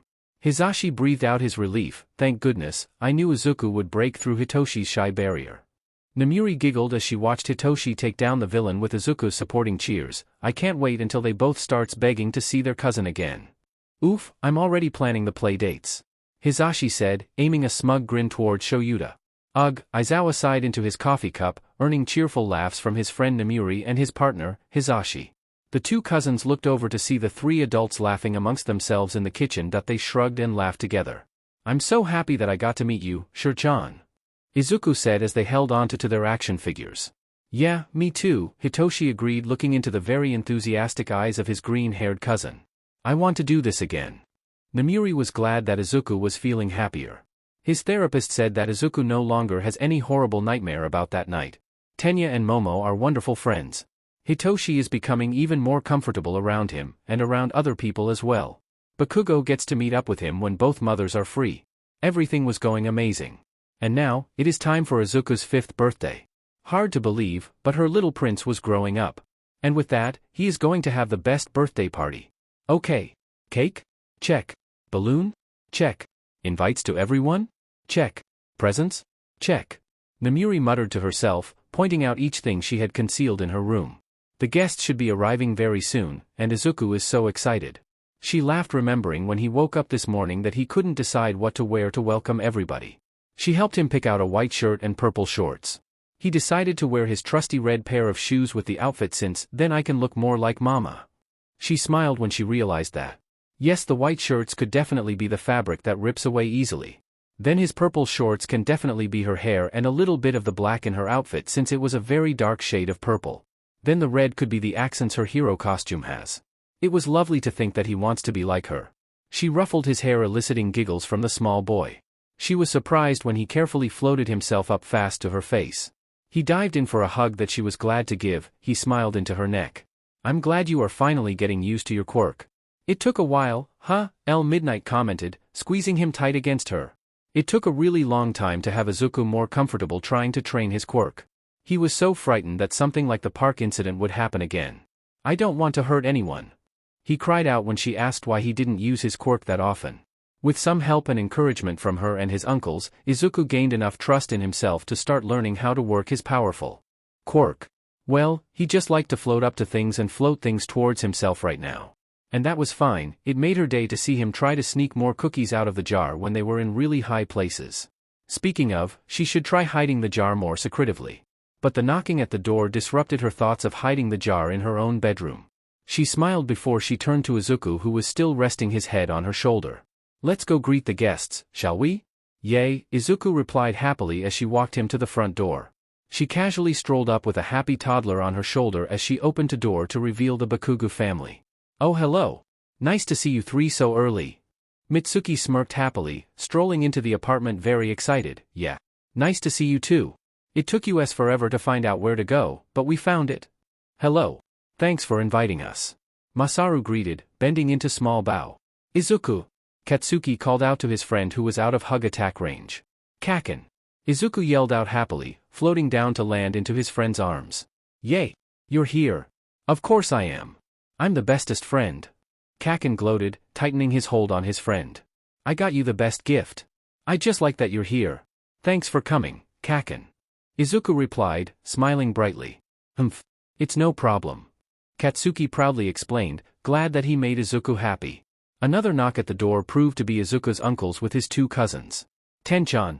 Sure-chan. Izuku yelled out. Izuku. Tenya rushed forward straight into a hug with his friend. Izu. Hitoshi called out shyly, walking forward after the fast blue-haired toddler. His purple hair a mess of waves. He waited patiently until he received his own hug. What no hug for the uncles? Hizashi teasingly complained, holding out his arms for Izuku. Uncle Zawa. Uncle Mike. Uncle Ten. Izuku shouted before focusing his quirk to float fast into their arms for big uncle hug. Yay! Almost everybody is here. Yes, Momo should be here soon, the traffic is running a little long. Her nanny texted me ahead of time they might be a little longer. Namuri explained, messing with her long hair to put it into a messy bun. Well, let's begin the party. Namuri said, making all the small children cheer in joy. First up on the party list was a game of chutes and ladders. And after Hitoshi had won, the next was Candyland. Izuku was just a fan of looking at the background of the make-believe land made of candy. I wish it were real, Izuku mumbled, especially looking at the cotton candy. Me too. Katsuki muttered angrily, mad that it doesn't exist. Tenya and Hitoshi nodded in agreement. Namuri silently watched with her friend and Bakugo's parents until she heard a knock at the door. She excused herself from the adult guests to answer it. The door opened to Momo dressed in a really flowery sundress with her nanny carrying two big boxes labeled for Izuku. Hello. Momo greeted excitedly with a smile. Her Annie bowed slightly, letting Namuri take the presents from her arms to place them with the rest of the presents in his room. Hello, Miss Yayorozu, Namuri greeted, holding the presents in her arms. It's okay. You can call me Momo. Momo exclaimed, walking into the apartment. Okay, Momo. Izuku is in the living room playing some games with his friends. Go ahead and join in for the next round of Connect 4. Namuri said, allowing the nanny to walk in and gestured a seat in the living room where the other adults were sitting. The small friends played more games until Namuri announced it was time for cake. Izuku and his friends gathered around the kitchen table to see a large container of vanilla ice cream next to a chocolate and vanilla two-tier cake. It was a small two-tier cake with green and white icing and decorated with small depiction of heroes. Izuku was so ecstatic he just started swaying in a happy dance. Momo giggles at the happy dance, following behind the others. Bakugo went for the chocolate cake with Hitoshi while Izuku went for the vanilla cake with Tenya and Momo. Safe to say, they were fully stuffed with the cake and the additional ice cream scoop given. Okay, present time. Namuri announced, her friends watching her with a smile. Mitsuki went to help her with bringing the gifts out into the living room for Izuku to unwrap. Izuku clapped as Mitsuki placed the first small present down in front of him. Those one is from Uncle Masaru. Izuku smiled as he ripped open the package to show a handmade patchwork cape and mask to play heroes with. The cape has so many small scraps of fabric all sewn together in an elegant cape made for a hero. The mask matched the cape with its perfectly sewn stitches. I hope you like it, Masaru responded with a gentle smile. In return, Izuku went to hug him by floating as fast he could into his warm arms. Izuku gladly put on the patchwork cape of many patterns, but saved the mask until later. With the gift to start, he eagerly opened the other gifts to have similar reactions of hugging to each person respectfully. Mitsuki gave him several small action figures of some of his favorite heroes. She was so ready to give him his tight hug when he floated over to her. Katsuki proudly walked up with his own gift with a red blush across his cheeks in anticipation. He moved the gift out to Izuku, which was gently taken from his hands to be ripped open in a similar fashion. Izuku almost started crying happy tears when he saw that not only All Might, but also Midnight onesies were inside. Tenya gifted him several books that he loved to read and hoped that Izuku would love as much as him. Izuku was very excited about a picture book on the recent top 10 heroes. Tenya was giggling when Izuku gave up on the floating to rush his cousin into a surprisingly soft bear hug. Tensei got him a giant coloring book with one of those large boxes of crayons with the sharpener at the back. Izuku had never been so excited to color in his life. Tensei laughed as he got a big hug from a smiling Izuku. Shoto gifted him a similar scarf to his own that was long and dragged on the ground. When Namuri questioned, he pointed out that Izuku's quirk would benefit greatly from the support item. Plus, it is soft, so I think he will like it, Shoto said, gesturing to a sparkly-eyed Izuku who put it on immediately over the patchwork cape. Hizashi got him 4 hoodies for each of his favorite family members who were heroes. Present Mike, Midnight, and Ingenium hoodies were pulled out to show off their beautiful color scheme and pattern. An Eraserhead hoodie was a custom order that was a surprise on the bottom. Izuku made sure to hug him tightly enough for Hizashi to slightly choke on air, which made Shoto laugh. Hitoshi shyly handed over his small gift for Izuku to open. He had gotten him a very soft blanket with a hood that had many cats patterned on it. Hitoshi giggles when Izuku put it on over his cape and scarf and hugged him. It was a very warm hug between cousins. Momo was very excited to show him the mountain of tea she had gotten for him. It all came with a tea set with his mother, Midnight depicted on the teapot, and he was on the teacup. Namuri loved the gift since her and her son's little drawings were very cute since they were chibi. Izuku was very glad to hug her in a very tight friend embrace that caused her to laugh. Namuri gave her his last present, which was from her. It was weird since it had holes on the top, but he didn't judge it. He smiled as he took off the top only to receive a large ball of fur jumping up to his face. A puppy! Izuku yelled out, picking up the tiny dog into his arms, laughing as the small dog liked the freckles on his face. The rest of the kids awed in shock as they saw an adorable puppy with a red collar around their fluffy light brown fur. It's a golden doodle, Namuri remarked to her surprised guests. She was so sweet. I couldn't help it. Plus, she can watch over him. The guests watched as Izuku was full of smiles as the little puppy danced around him on the floor. Namuri smiled, watching her son smile. She asked, "What's her name?" Izuku paused, keeping a grin on his face as he looked at his new fluffy friend, Miku. Izuku was sitting beside Tenya and Momo while they all got out their packed lunch. Izuku had his leftovers from last night, a bottle of water and a little pastry. Tenya had a sandwich, orange juice, and hard caramel candy. Momo had a double-layer bento filled with rice, sushi, and veggies with a small thermos filled with apple juice. The math test was harder today than usual. Izuku brought up to his friends. Tenya chuckled, "I have to admit it was more difficult than it has been the last few times." He took a refreshing sip of orange juice from his lunch. "Do you guys need help? I would love to help out my friends. You can come to my house whenever the nest's text is and I can tutor you both." Momo excitedly offered. Stars almost seemed to float around her as she smiled brightly. Tenya's face lightened up. "That sounds like a wonderful idea. Awesome. We can hang out with apple snacks," Izuku said in total support of the idea. "Yes." Momo celebrated, fist pumping into the air before returning back down to her bento. On to another topic, what are you guys planning to do this weekend? Izuku asked, twisting open the cap off his bottle to take a sip from. Tenya grew excited about his upcoming plans. "Oh, I'm planning to go with my brother and mother to check out a new exhibit on heroes in a museum I have been dying to see." Momo replied, "I'm going to visit a tea garden with my mother and father." "How about you, Izuku?" "I'm going to have a playdate with Kaken on Saturday. I think we are going to the mall with our moms. I have a feeling it's going to be unforgettable." Izuku ended his answer with a huge smile before digging into the leftover katsudon his mom made for dinner last night. "I'm so glad we had time today to let our sons have a playdate. This way we get to chat a little bit more," Mitsuki said, walking with Namuri. Mitsuki was dressed in her usual cardigan against a white shirt, but she had on her favorite pair of jeans just for today. "Oh yes. It is so nice to have a day off from work." Namiri replied back, adjusting her long black hair into a bun. She was dressed casually in a dark purple sleeveless turtleneck and a pair of dark denim jeans. Mitsuki groaned, "You're telling me? This one client I had wanted this beehive in less than 20 minutes. How the hell was I supposed to do that in such a short time? Big beehive styles take at least an hour to do." "So what did you do?" Namiri asked curiously. "I did it even with the huge time crunch." Mitsuki shrugged. "It took a lot of teasing, but I could get it to a stable height in the amount of time she wanted. It wasn't as high as she liked it to be, but I told her to her face that if she wanted a bigger height she should have come in earlier or at least given me more time to work with." Namiri nodded her head. "I agree. Every time I have an appointment like that I always show up at least 20 minutes before just in case." "Smart," Mitsuki commented, giving a nod of approval. "Also, great choice on picking them all." "Well, I needed to get some shopping done for Izuku and the house, so might as well kill two birds with one stone," Namiri commented. "What? Not the birdies?" Izuku whispered, fearing for the little birds. Katsuki rolled his eyes. "It's a figure of speech. Nothing will happen to any birds." "Promise?" Izuku looked at his best friend with sad eyes. Katsuki nodded with a smirk. "I promise. Now hurry up, I heard the hero store has a new stuff." "Yay! I wonder if Mama's stuff is in there." Izuku mumbled as Katsuki ran slightly ahead of him. Kayak smiled down at her son fondly. "Honey, you don't need to buy many of my stuff here, I can just get you that if you really want it." "Really?" Izuku asked, completely forgetting that she could. "Yeah." Namiri nodded. Izuku smiled in response. "Okay. Yay. Come on, Zuku." Katsuki called back over his shoulder. Izuku sped up to his blonde friend, coming, Kaken. Kaken and Izuku chased after one another under the watchful eyes of their mothers.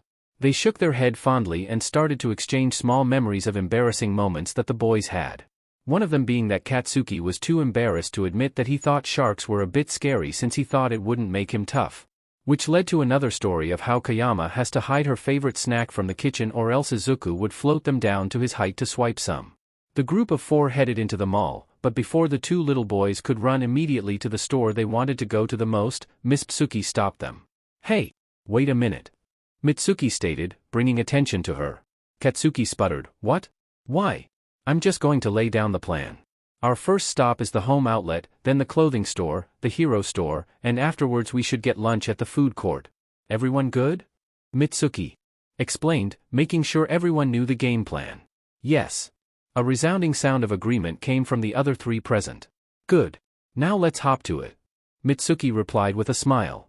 Against better judgment, Izuku took little hops before Katsuki corrected him to say that it was another figure of speech. With that, the first stop was the home outlet that sold all kinds of decor and antiques that Namiri found very interesting. Izuku followed after the two mothers while Katsuki got a little bored of all the looking around, but never picking anything up. After what seemed like hours in little Katsuki's brain, the two mothers picked out some lovely decor for their homes. Mitsuki bought for an intricate red and bronze stitched rug and Namiri bought a dark blue flower painting for her room. While the group of four was walking out of the store, there was a huge commotion of people traveling from one side to the other and vice versa. It was chaotic how many people were passing by. The two friends stuck to their mothers' backs, but with the endless amount of people pushing their way, Izuku got tripped over. "Ow! Zuku!" Katsuki called out, taking his eyes off his mother's fading back to drag his friend up on his feet. "Wait! Where did they go?" "Huh?" Izuku asked, turning back to see that he lost sight of his mom. "Mama? Mama!" But it was no use, the overwhelming sound of chatter from all around him blocked his voice from his mother. "It's fine. Everything is going to be okay. Let's just get out of this mess of people, so I can finally see where the hell we are," Katsuki said, taking Izuku's hand. The two friends helped each other expertly move out of the way of people's way. Well, more like Izuku dragging Katsuki away before he blew sparks at people's ankles. "What now?" Izuku asked his friend. "All right.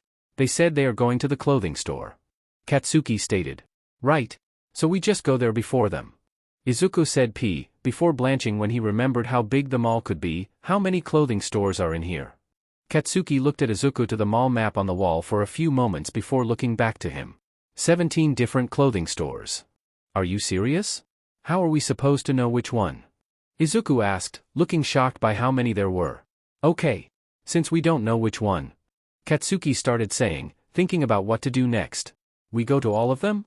Izuku questioned curiously, knowing surely that couldn't be the answer. Katsuki explained, "No. That would waste so much time. We go to the final stop that they planned and wait there for them to show up. Simple as that. We go to the hero store and wait for them? Izuku questioned, trying to confirm the plan. Yep. Now let's go. Katsuki nodded in confirmation. He made sure to take Izuku's hand in a tight grip to not lose him. Man, there was a lot of people trying to push past us. Namiri smiled to her friend. Yeah, geez, at least we got out of there. Mitsuki returned the smile with a smirk. Yeah. Right, Izuku? Izuku? Namiri's smile dropped as she noticed her little ball of sunshine was nowhere to be seen. Brat? Katsuki?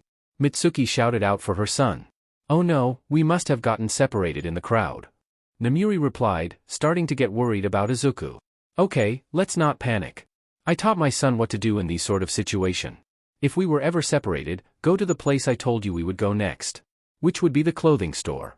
Mitsuki replied, trying to calm her friend. Right. Got it. Let's go. Namiri said, following Mitsuki's lead on this. Izuku and Katsuki had been waiting in the Hero Mercy store for about 30 minutes now. They did spend some time looking around, hoping that their mothers would come at any second. At least they had some fun looking at the new additions of heroes that came onto the scene. But still, even Katsuki was started to get worried, and he never got worried. What are we going to do? Katsuki whispered before he saw Izuku rush out of the shop. What? Izuku. Uncle Zawa. Izuku shouted, hugging the leg of the underground hero who was dressed in sweats. Izuku? What are you doing here? Aizawa questioned, looking shocked to see his nephew come out of nowhere.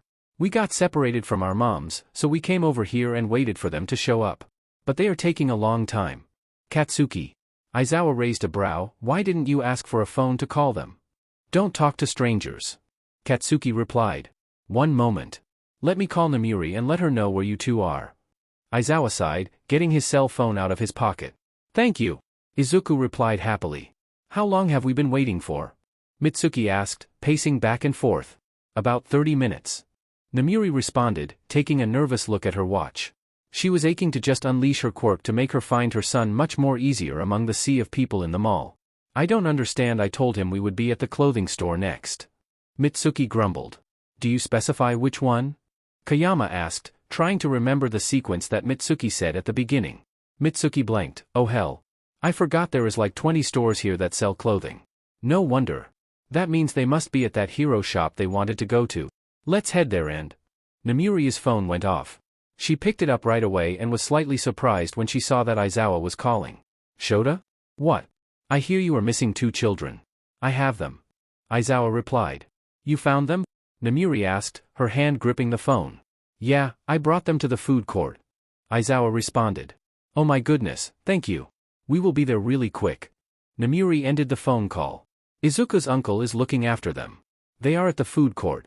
Mitsuki nodded before following Namiri out the store. Mama! Izuku shouted out, getting out of his seat easily to run to his mother. Izuku! Namiri greeted, welcoming the green-haired boy into her arms. Oh my, don't scare me like that. I was almost going to making everyone fall asleep to find you faster. Brat! Mitsuki yelled out, scooping her son into a tight hug before he could respond. Thanks, Shota. Namiri said to her friend who sat at the table watching the encounter. No problem, but maybe consider a little starter phone for him just to make calls just in case something like this happen again.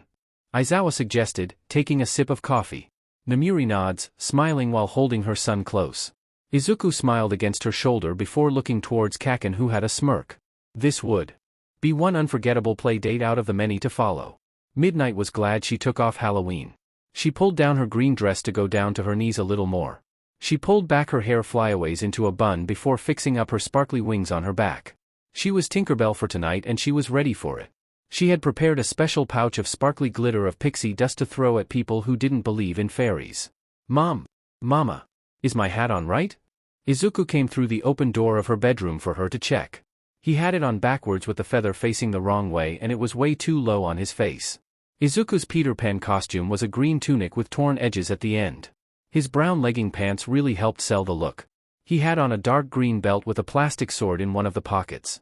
He had little brown shoes on that were great for running around in. But the thing that smelled the youthful character the most was his bright smile. Namiri hid her laugh behind her hand as she fixed his hat.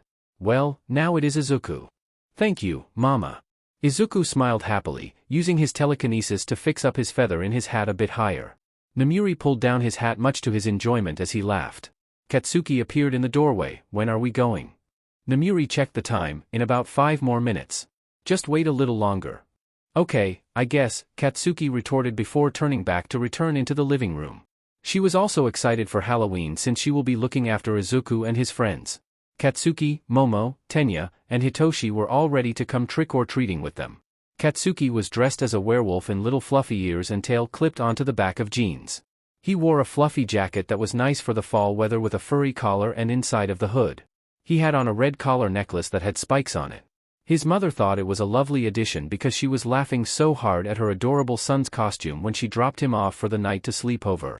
Momo was dressed in a doctor's scrubs with a long white doctor coat and a stethoscope she made herself. Her white lab coat sort of dragged on the ground with the long sleeves almost engulfing her hands. Tenya was Frankenstein with 2 large foam bolts on his neck and a big screw through his head. He took a more artistic view on Frankenstein with a few more details than the classic. He had stitches painted on his skin and in certain places his skin was painted blue and purple. Hitoshi was a zombie covered in painted scars and stitches. His jeans were torn at the knees to really sell the looks, especially with the plaid patches near the end of the legs. His dark t-shirt looked on purposely dirty sell the look, but thankfully it wasn't realistic with the smell of the undead. He even had a little face mask that had embroidered sharp teeth smile to paint a picture of a hungry zombie. Miku was ready to celebrate as well with her best nanny costume from Peter Pan. She had a little bonnet tied around her fluffy head. A light blue lacy bow around her collar to further illustrate her character. Can we go yet? Bakugo ummed, throwing his head back to look at the ceiling. Are you excited? Goodness, I surely can't. Momo exclaimed, happily clutching her stethoscope between her hands. A glimmer in her eyes as she looked into the distance while smiling. Yeah, Hitoshi said quietly. He's fluffed up his hair right before Tenya came up to the two of them. Hello, Auntie. Tenya said, looking up to find his aunt and cousin coming out from the bedroom. Namiri asked, giving the kids their pumpkin head candy baskets. Everyone ready? Yes. Yes. Is it time to go now? Bakugo yelled, asking in excitement. Namiri nods, yep, let's head out everybody. The kids cheered as Namiri ushered them out the front door to start their night of trick-or-treating. Namiri thought it was best to do heroes that the kids might not know, but that didn't stop Izuku from recognizing almost everyone. But the pro-heroes they were taking them to were placed around in separate places. Instead of walking the neighborhood, Namiri got them all in her car to drive them around the late afternoon to their houses and companies. Backdraft's house was decorated mostly with toilet as some BGMI mummy wrappings. He gave out lollipops to the children while dressed as the mummy-wrapped pharaoh when he opened the door. Ryukyu's house had red lanterns decorating the outside, but she had many jack-o'-lanterns placed all around her front porch. She was dressed in a dragon onesie while giving the kids some gummy worms. Air Jet's house was simply decorated with some spooky inflatables in his yard. Hitoshi really loved Black Cat with the multicolored witch's hat near the front steps. He came out dressed as an astronaut to give the children one of those huge popcorn balls that are pretty hard to bite into. Enigma's company lobby was decorated more alien than creepy monster. It was filled with light holographic alien green-colored UFOs and antennas. His costume was a pair of alien antennas sticking up from his head. He reached into his bowl which was leaking out the smoke from dry ice as he handed out taffy to the costume troublemakers. When they got to Gunhead's company, he was wearing a martial arts master uniform. He tiptoed over to his candy bowl to hand out popular chocolate sticks to the kids who were very appreciative. Ms. Joke opened the door of her company wide with a very loud laugh. Her laugh was contagious to the other kids even though her clown costume was pretty lame. She gave out fun-size candy bars to all the kids. Midnight got out of their fire. She started asking about Eraserhead. Selkie's company lobby was decorated with pirate skeletons and mermaid skeletons are positioned in certain ways to portray a story. There was a fake treasure chest filled with chocolate gold coins. He traveled over with his pirate captain costume complete with an eye patch over his eye to give them a scary cute face.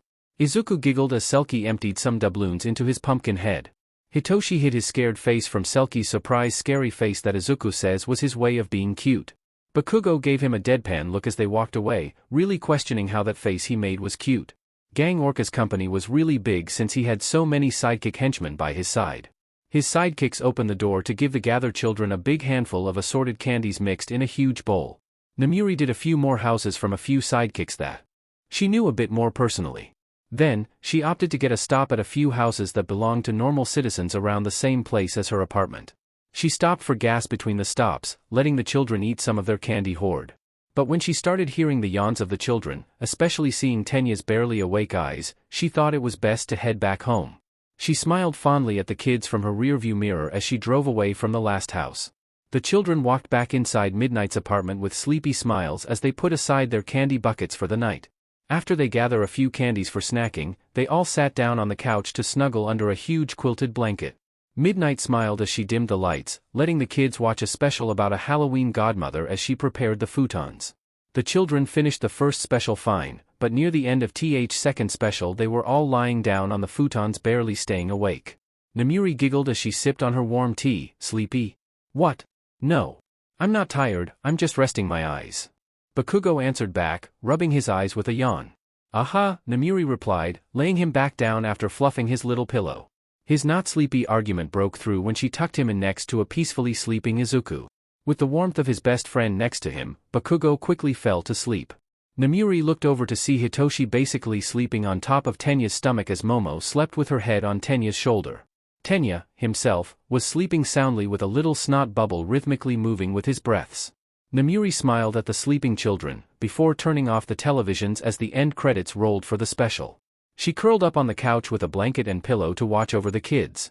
She still couldn't believe that her life became like this. She always thought she was just going to stay single, but now here she was with a son. And she had little nephews and a niece to be part of her family. Namiri quickly fell asleep with the image of Izuku standing next to her with his friends by his side as they saved the world as heroes. Aizawa watched the children off to the side as they ran around a duck pond in the park. He remembers the exact moment he had offered to train the kids at an easy pace to let them grow into well-respected heroes. It was only 2 weeks ago when they were all having a playdate at Midnight's apartment and he was there to watch over Hitoshi. Aizawa noticed how each of the children looked so excited to be heroes, so he offered to give them a hand in their training. They had all agreed, and their guardians were okay with it as long as the kids were safe. And Aizawa made sure to keep the kids at a nice pace since they were still very young. The only thing they would be training would just be basic exercises that the children would get in a regular physical exercise class until they are old enough to advance their training.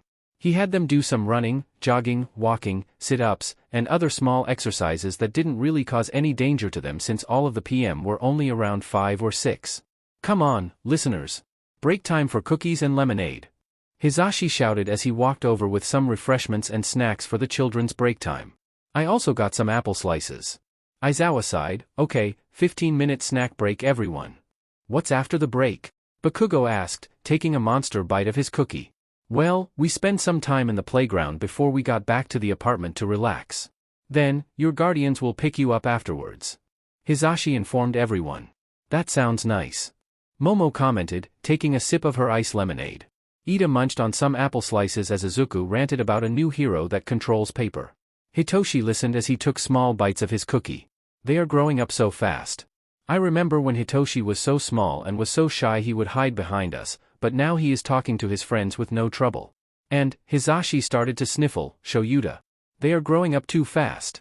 Leaving the nest. Quiet down, Hizashi. Aizawa interrupted before looking at all the children as they ate their snacks together. He chuckled when he saw Bakugo offering up an apple slice in exchange for Izuku's cookie. They are growing up, but it is not the end of the world. It is only the beginning of the rest of their lives. Midnight was finishing up something in her office to get ready to leave. She only had to organize some reports to give to the police to add to their databases. She was in the middle of manila folders when her agent came in politely. Her agent smiled as their long hair was pulled back into a high ponytail. Hello, Miss Kayama. How are you doing? I'm doing fine. How are you? Midnight returned the greeting. Her agent answered back while shifting a clipboard in her hands. My day has been going well, Miss Midnight. I have an offer for you to read at a children's hospital. I have been informed by Ingenium's agent that he has already signed up to be there and he is bringing his brother along with him. Midnight raised a brow before looking at her desk calendar. Do I have anything planned for that day? I don't want to have a packed day. Her agent opened up her agenda. You only have about a 2-hour patrol after the time and a short 20-minute interview before the time slot. Not too crowded at all. The hospital has offered to babysit your son, Izuku, and Ingenium's little brother while you two read to the other children if you would like. You don't have to bring Izuku if you didn't want to. No. This sounds like a nice opportunity. Plus, I would get to read to little children with one of my best friends. And my son can hang out with one of his friends as well. There seems to be no downside to this. Sign me up. Midnight replied. Got it. Right away, Mississippi, her agent did a little bow before exiting the door. You know you can call me Namuri. Midnight shouted as the door closed behind her agent. She rolled her eyes before packing up some of her stuff to go pick up her son from her friend's apartment. It took about an hour to get there from her agency because of the traffic, but she finally made it. Hey, Nem.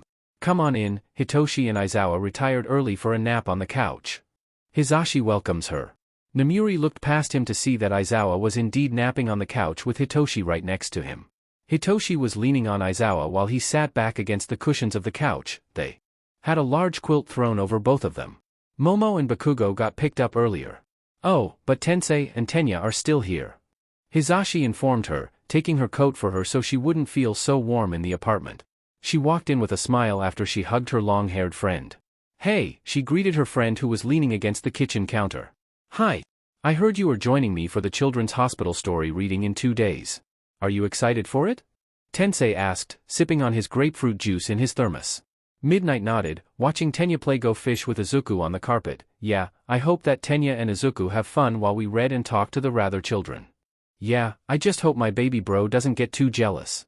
Tensei said, raising his voice a little to grab his brother's attention. I won't, I'll be well behaved. I promise. Tenya promised from off to the side with Izuku giggling. Ooh, got any threes? Go Fish, Izuku replied back, quieting his giggles. Wait, does this mean I can come? Yay. Of course you can. You two can play together the whole time, Midnight responded with Tensei's calming chuckle beside her. Tenya groaned slightly when Izuku won the game only to cheer up when Izuku pounced onto him into a hug. Midnight and Ingeniums arrived at the hospital about 15 minutes early to make sure that Izuku and Tenya were taken care of while they set up for the reading. We can set them up with our new intern, Tsubaki. He is very helpful and caring, and he will make sure the boys will stay safe. The intern greeted the boys with a slight wave and an easygoing smile. The two friends returned the wave while their guardians filled out check-in forms. The room is just upstairs, you may use the elevator. Tsubaki can show you the way there while he watches the children. The receptionist explained before pointing them in the right direction. After the elevator traveled up one floor, Tsubaki took the lead to show the adults where the room was. Just in here. The children should be waiting inside already. I'll keep an eye on the boys while you two do your thing. We should be in the room right at the end of the hall, it's a waiting room of sorts. I can put on a movie and set them up with some coloring books while they wait for you two to finish. Tsubaki informed them, allowing them to say their quick goodbyes. Midnight grabbed Izuku's hands into her own. Behave for Mr. Tsubaki, alright? Okay.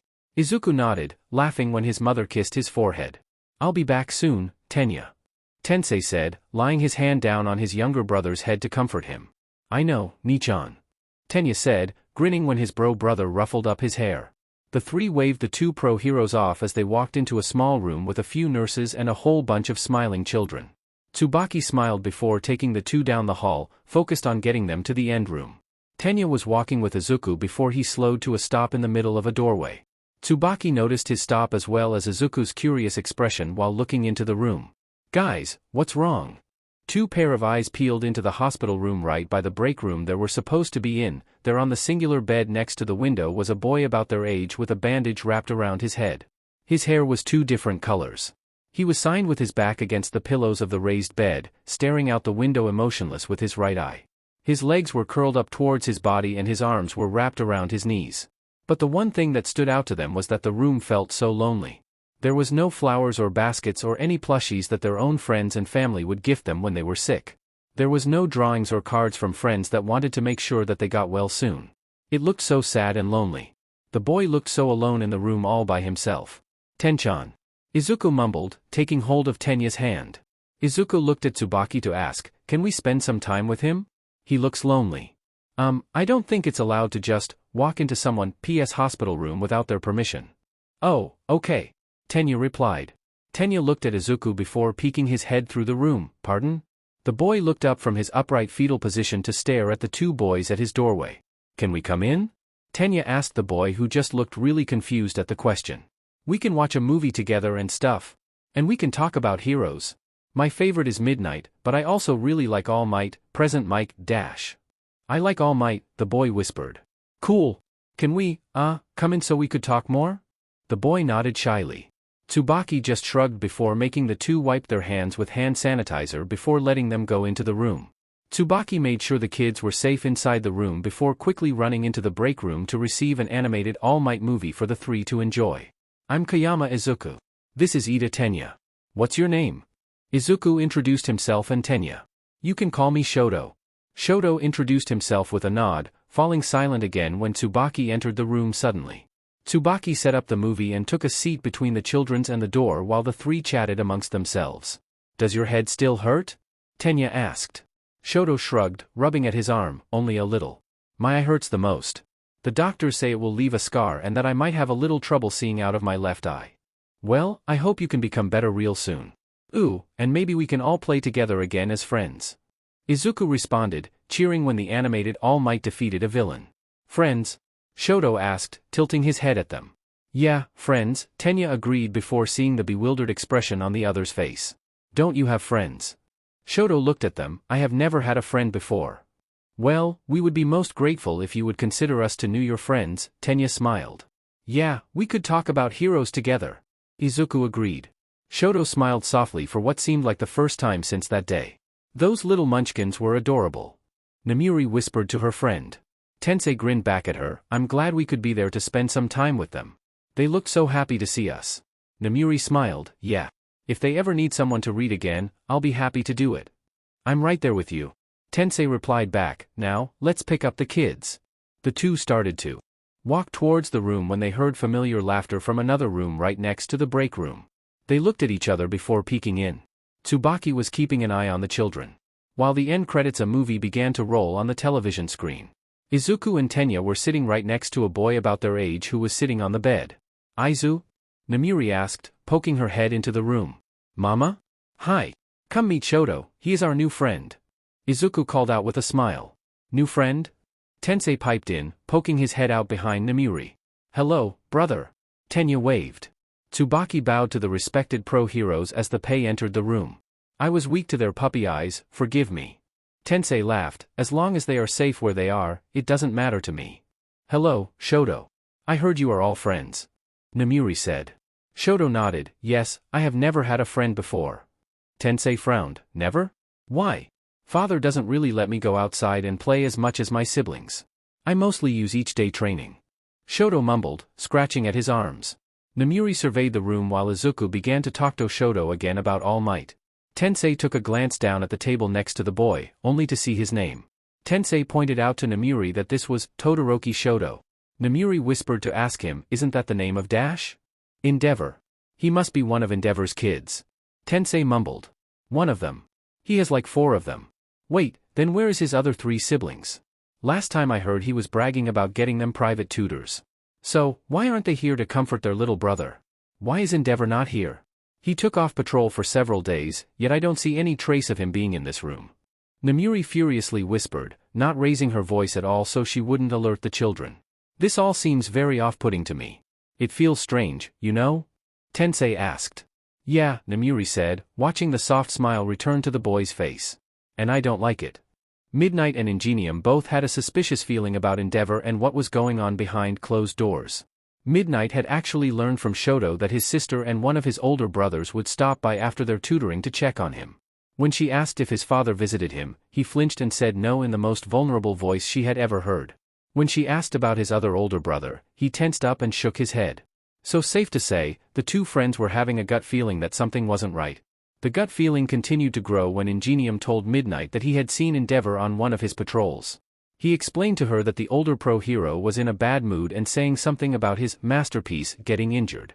Now, Midnight knows pet names. She called Izuku her little prince, her cute little frog, or the cute little frog prince. She wasn't that creative with nicknames. But masterpiece? That rubbed her the wrong way. It didn't sound like an affectionate nickname, it sounded like a title of an art project. It didn't sound like he was referring to his son at all. So the two met with their old friend Eraserhead to discuss what their next move hound be. Do you have any evidence that something troubling might be going on? Aizawa asked his friend. Namiri shook her head slightly, not concrete proof, but we have suspicions.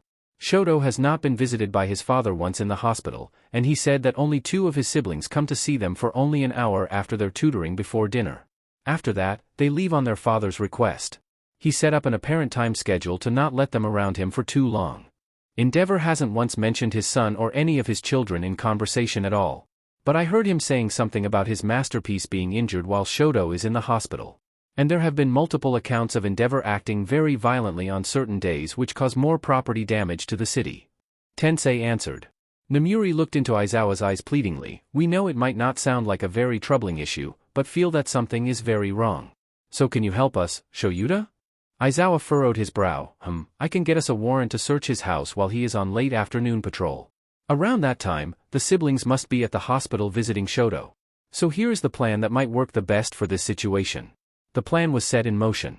Midnight was to distract the siblings at the hospital while their father was out on patrol. Tensei and Aizawa would investigate the Todoroki house with the search warrant with a bit of backup just in case.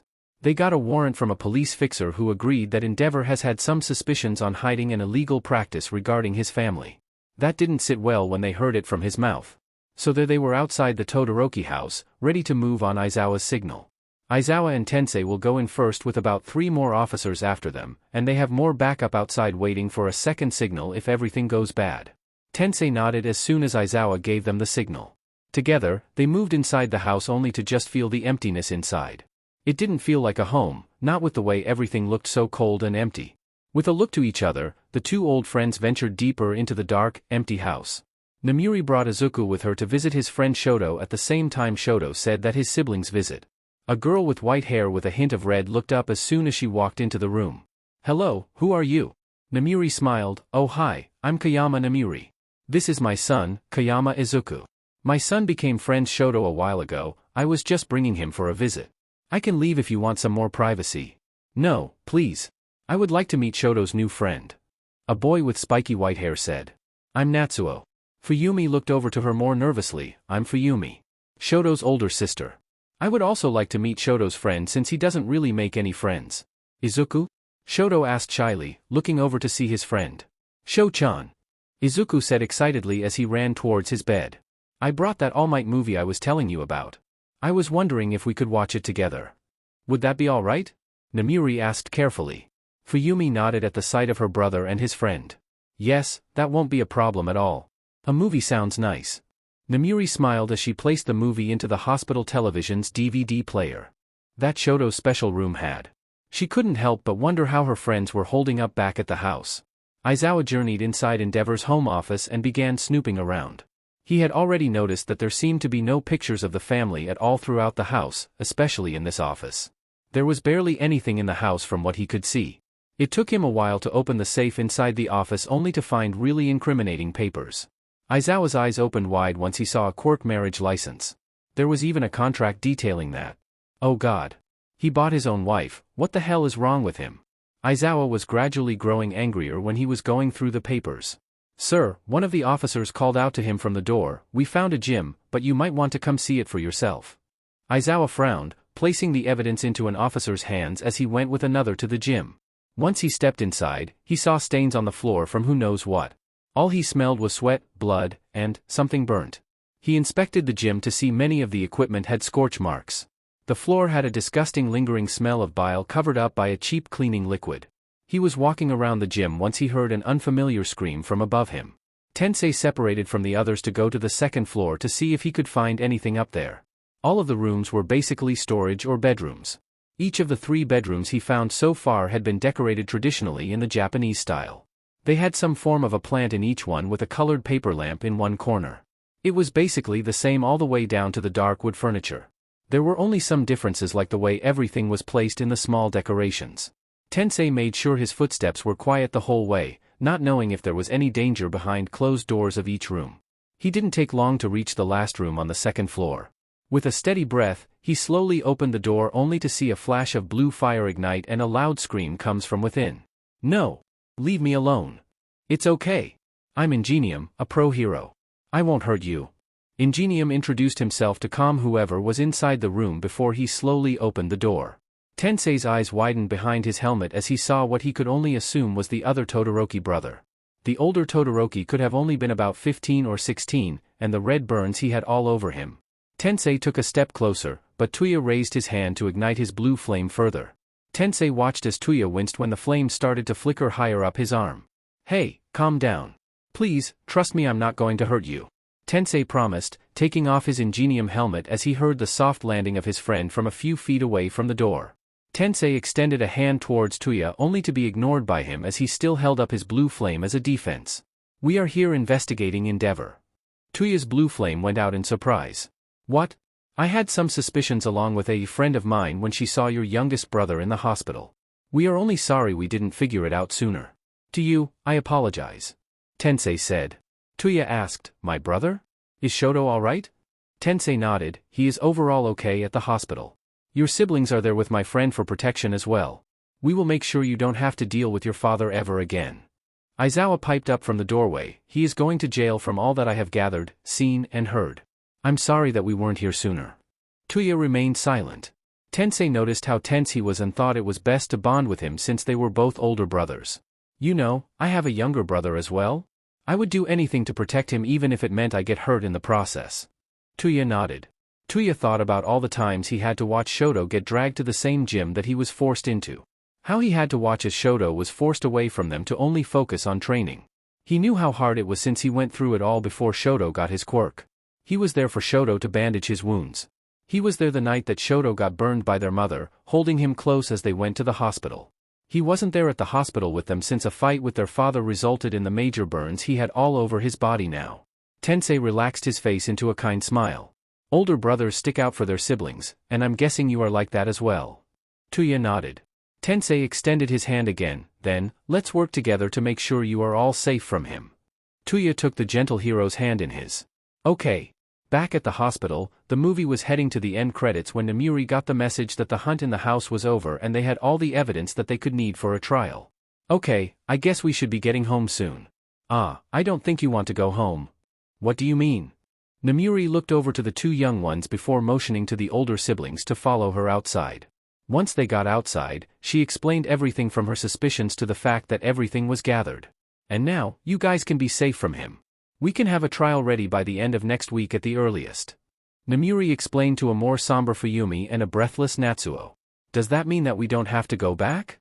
Natsuo asked, having grateful tears in his eyes when Namuri nodded. Fuyumi pursed her lips, "Does this truly mean we are safe?" Namuri nodded.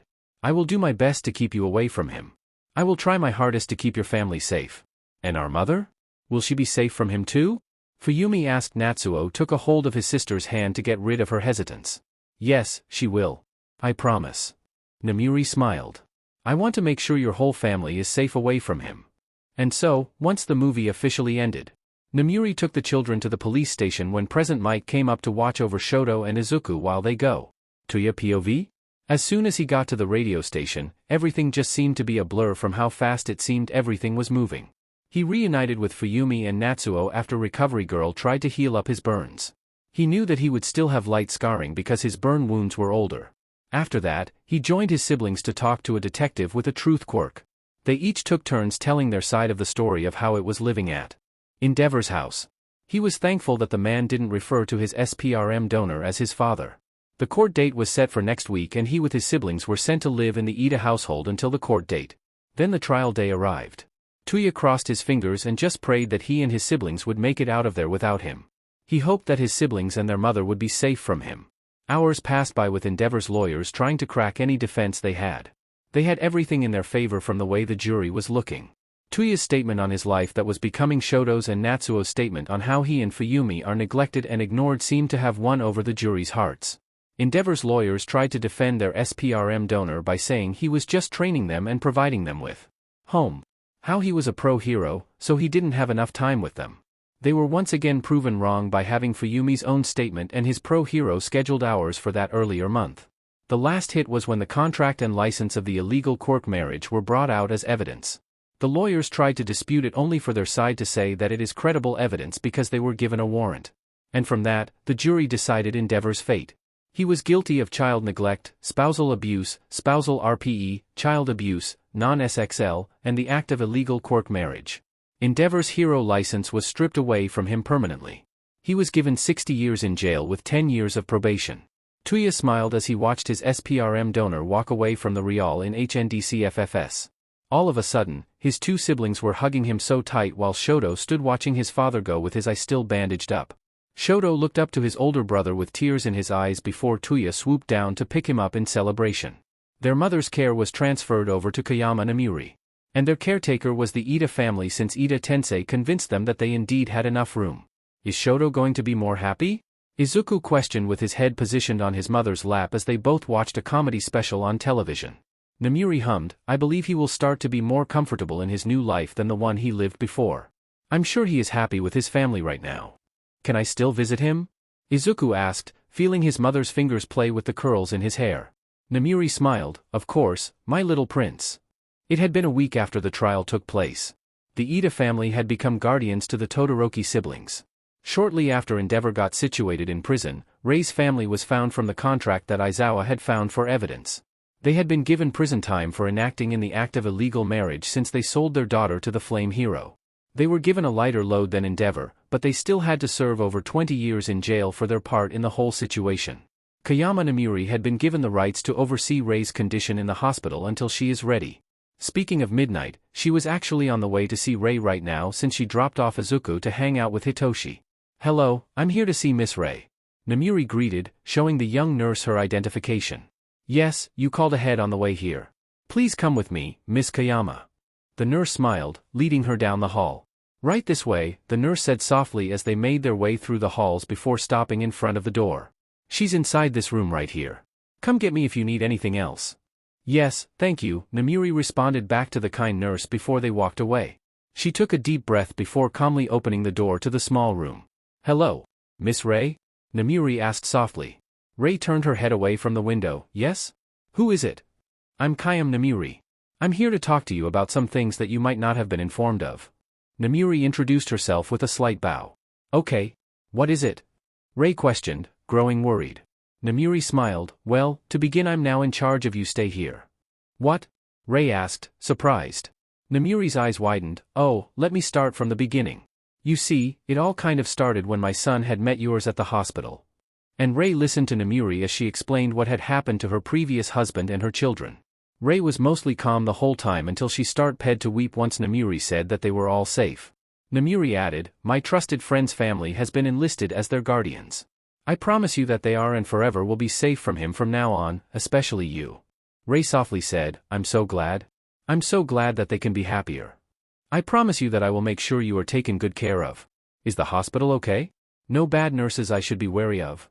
Namiri asked. Rei smiled softly, wiping her tears with the tissues that Namiri handed her. No, everyone has been so kind to me. I hope that one day when I trust myself enough, I can visit my children again. I can always bring them here to visit you if you are ready. Namiri nodded with a smile. I brought some letters from your children, I brought some books for you to read, and I also brought you some activity books to pass time with. Why thank you. Rei smiled, laughing a bit as she saw the amount of stuff that the young lady had pulled out of her bag. Rei smiled as Namiri talked to her about everything under the sun while keeping her company for about 2 hours. She heard many stories of the young woman's son that seemed to make friends quickly. Ever since their father went to jail, all of the siblings still was recovering from the fact that he was gone, he wouldn't be there to hurt them anymore. Tuya's burn scars have lessened from recovery girls help even though they were still a dull shade of red that was almost pink compared to his pale skin. He kept complaining about his red hair that Mrs. Ida went ahead to get him some black hair dye to make him more comfortable. With his new black hair, his kind eyes stood out even more than before. Shoto's scar healed up after some more time to recover. He always waited to hear news about his mother from Izuku's mom. He was relieved to hear that his mother was worried about him and that she didn't hate him like he originally thought. Now, he always makes drawings for his mother from crayons that Izuku had given him. Tenya always came by his room to either just talk about things or to have fun. Tenya. Izuku and him would go on play dates often. He even met a boy named Katsuki, another shy boy named Hitoshi, and a girl from the Yaoyorozu family named Momo. They were so nice to him, already claiming him to be a new friend. Natsuo might be young, but he knew that he didn't like the way their father had been treating them.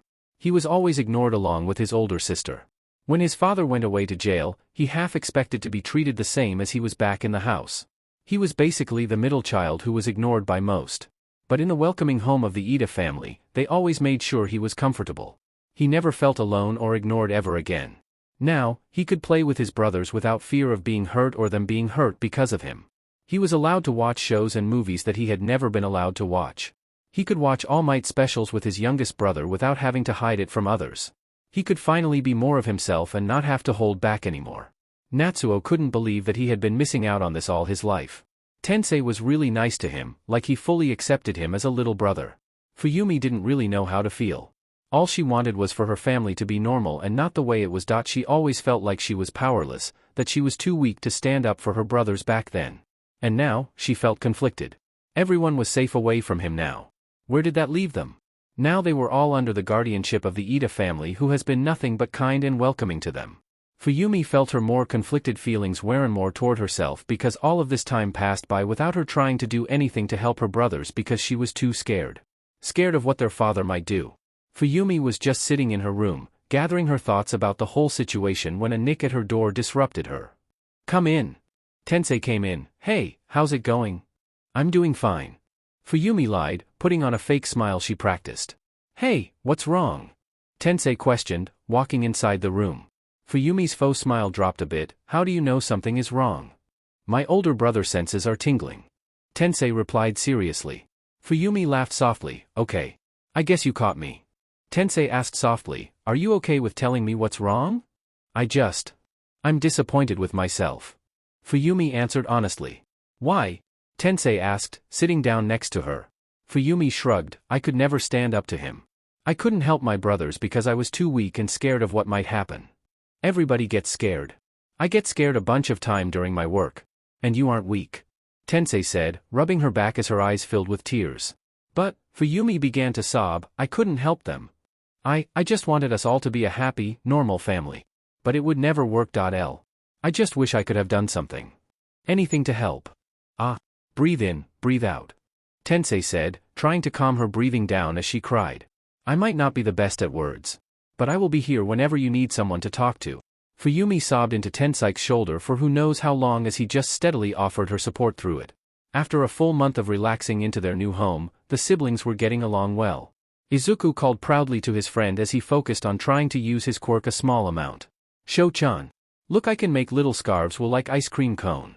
"Whoa," Shoto remarked as he watched the different colored scarves dance in the air by swirling around each other. Izuku had been slowly learning how to control his quirk little by little with his another and his uncles. Uncle Aizawa helped him out the most by giving tips to him like starting smaller before working his way to something bigger. Right now, he could just float himself along with small items that were about the same size as him. Scarves were easy to use with his telekinesis. "Wow. Cool."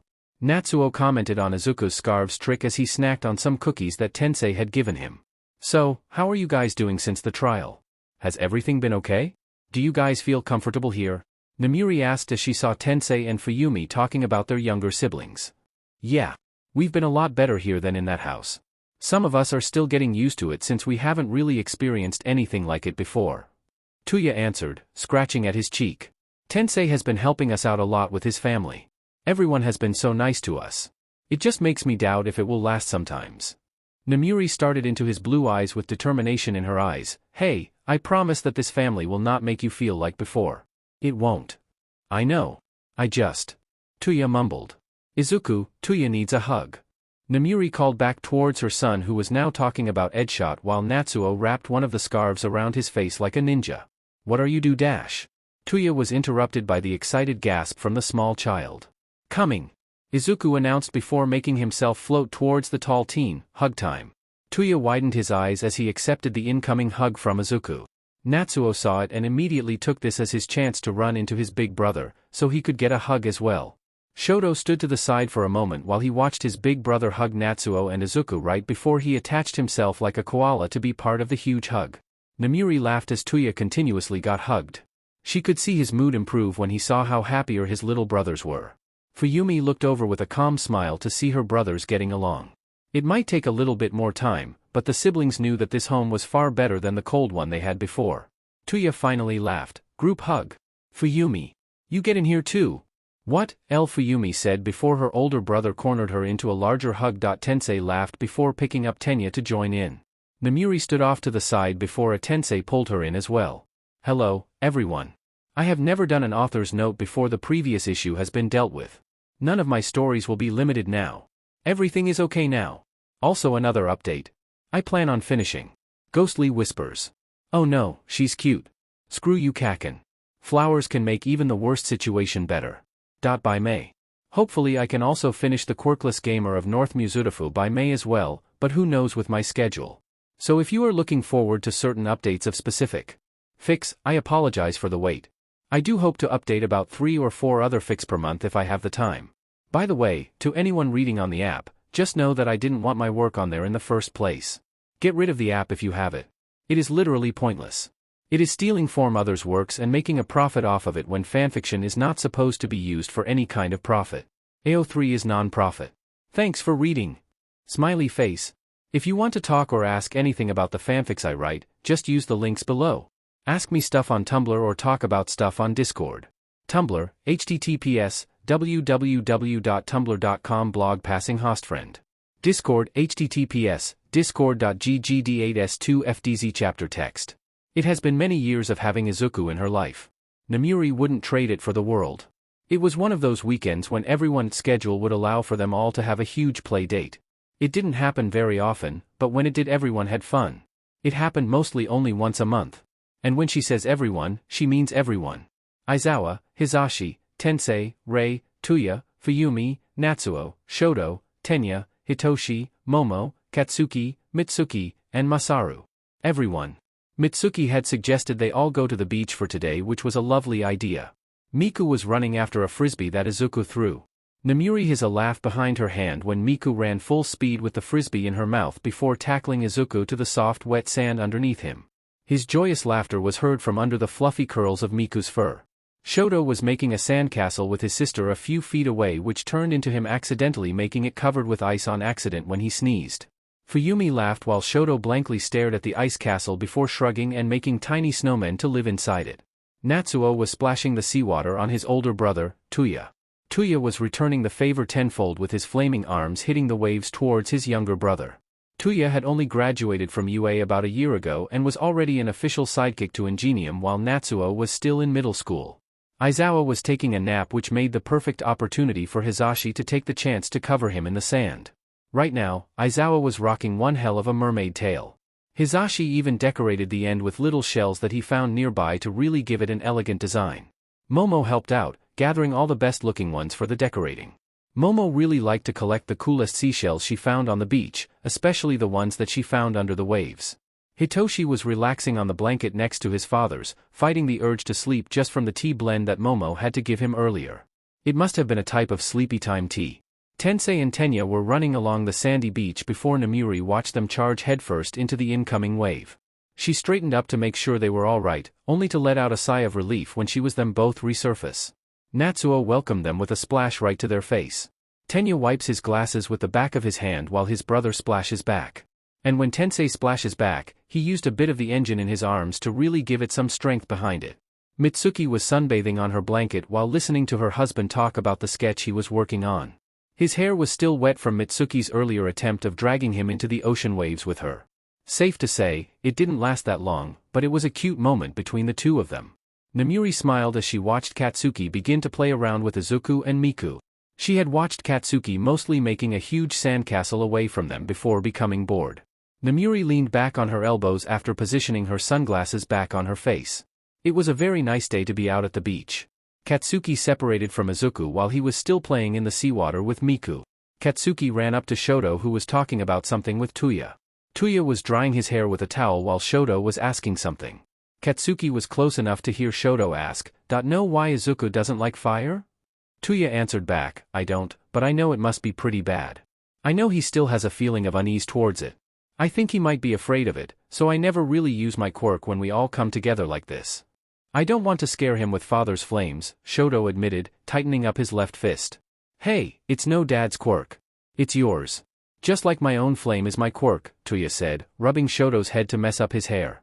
Katsuki thought back to the time after Izuku's quirk awakened. How his explosion was redirected and then all of a sudden the whole park around them was floating. He remembered how he felt responsible because he might have mistakenly triggered the memory from that night. He felt guilty about not being able to save his best friend from the overpowered trance he was in. After that, he was afraid to use any large explosions while Izuku was around. When Izuku asked to see his quirk, he would only make small compact sparks that stayed on his hands, so Izuku wouldn't freak out as much. He was there to see Izuku flinch at a bonfire, stare amazingly at his sparks and to ignore a large candle. He really didn't know how large Izuku's fear was, but he knew that Izuku's fear was real. Katsuki spoke up, I think we should talk to Auntie about this. Izuku's fear isn't really my place to guess, so Aunt Nem can help us out. Tuya shrugged, holding out his hand for the young Shoto to hold as they followed Bakugo back to Namuri's blanket nestled into the sand. Namuri looked up at them and mailed. Slushed her sunglasses onto her head to look at them fully. Hi, you three. Are you having fun? Do you guys need anything? We are all good, Aunt Nem, but Shoto had a question, Bakugo piped up. Namuri looked to Shoto, what is it? Does Izuku hate fire? Shoto questioned, holding onto Tuya's leg. It's a bit more complicated than that. He doesn't necessarily hate fire entirely, he just has a certain fear to it that I can't quite pinpoint, Namuri explained. Izuku's mother passed away in an incident that his father caused. I adopted him as my own shortly after the situation to provide him a happy home. After all these years, his mother's death still affects him. He still has a big fear of fire, especially when it is too close around him. Shoto's eyes widened slightly. Is my fire bothering him? Am I bothering him? No, Shoto-kun. It's just that he is afraid of fire. He isn't afraid of any of you. You three are his friends, he knows that you wouldn't hurt anyone. Namuri answered back. But he still is hesitant about our quirks, right? I wouldn't blame him if that were the case. Fire can get pretty intense, I should know, Tuya said while Izuku listened. Katsuki looked to see Izuku with a contemplative expression on his face. Zuku, Bakugo greeted, making the others look back at Izuku. Izuku replied, I don't want you guys to be scared of upsetting me. I might be afraid of fire, but I'm not scared of any of you. And I don't want you to be scared to use your quirk around me either. Izuku. It's okay. If you are uncomfortable, you can just tell us and stuff. We just won't use our quirks around you that much if you are scared of it, Tuya suggested. That's just it. Izuku took a deep breath, I don't want to be scared of it anymore. I want to be a hero. I want to save others.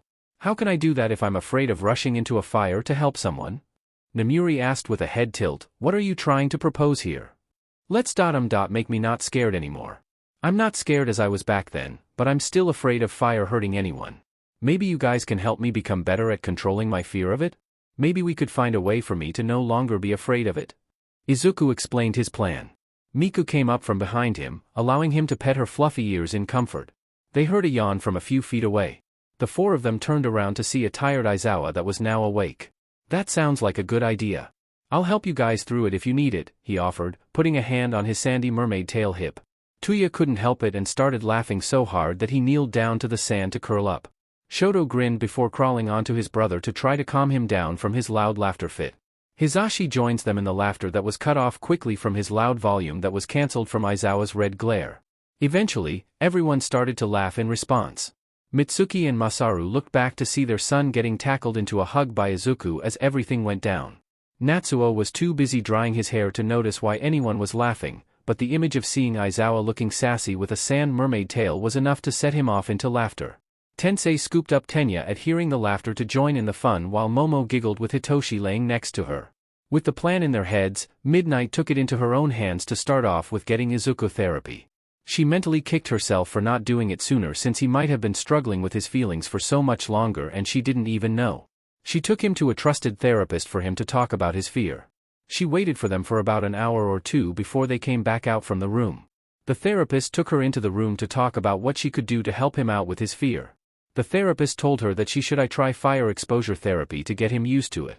If he shows no improvement, then she should come back and see if there is a need of another treatment. She nodded her head at the information, taking any pamphlet that the therapist gave her. When it was all done, Namuri took him for ice cream at the new place that just opened. Apparently they rolled ice cream there and it sounded pretty fun to try. And so, everyone had started to help out with Izuku's fear of fire. Uncle Hizashi took him back to their apartment one weekend to start off slow before he got more exposure with the three. Aizawa showed him some cool videos talking about the science behind fire. Hizashi showed him a video with a dancer that twirled around fire ribbons. Hitoshi was right next to him during the experience while they were both covered with a warm weighted blanket that calmed him down. His two friends, Momo and Tenya, helped him a bit while they were having a study session. Momo just simply allowed him to watch as she made herself a pot of tea for simple exposure. She then talked about how she loved the specific tea that they were both having. Tenya was next to them the whole time, enjoying the peaceful tea time. He even chipped in with some facts that he learned from the fire that would be able to spark Izuku's interests. Like how s'mores taste differently over a campfire than they do with a regular stove flame. Izuku had training with Tuya first. Tuya started off with having a little wisp of blue fire from his fingertips before he threw them up into the air. He repeated the motion until Izuku looked more comfortable watching the wisps disappear into the air.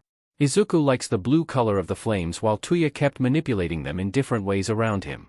With the blue color, he grew to dissociate it with the red fire often burning buildings that night. Tuya looked over to Izuku. Now what do you think of fire as of now? What? You heard me. Just answer so I know where to start, Tuya replied. Izuku responded with a shrug. I don't know. I can't really feel the head from over here and I like the blue color of your flames. It seems so calming when you make them face like that in the air.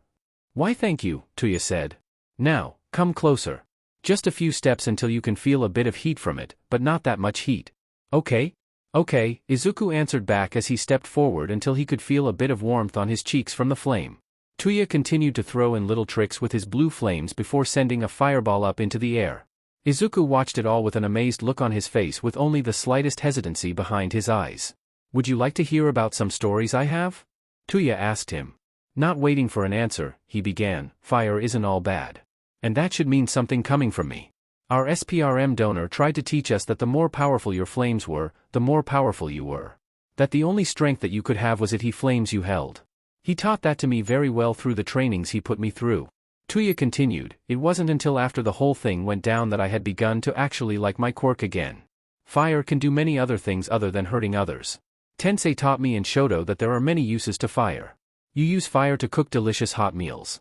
You use the heat to warm your homes in winter. It provides the light when you are stuck in darkness. Fire can be destructive, but it's up to you to see how it can be used creatively. Tuya finished off by launching a large fireball towards a pile of sand behind him. Izuku shut his eyes when a puff of sand came flying from the impact point only to open his eyes once it cleared.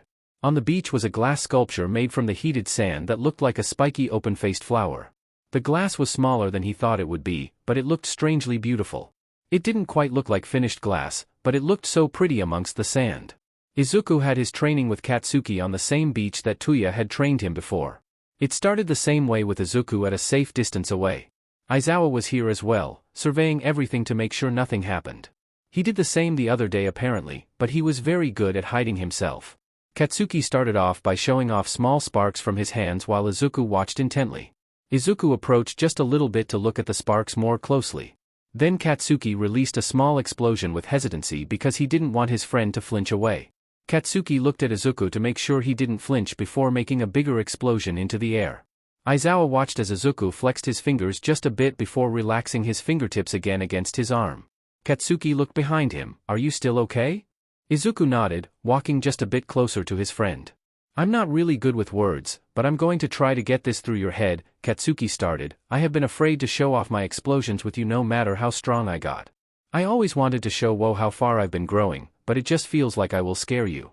The last time I did a full explosion was when that thing in the park happened. And when that happened, I could do anything, I felt so weak.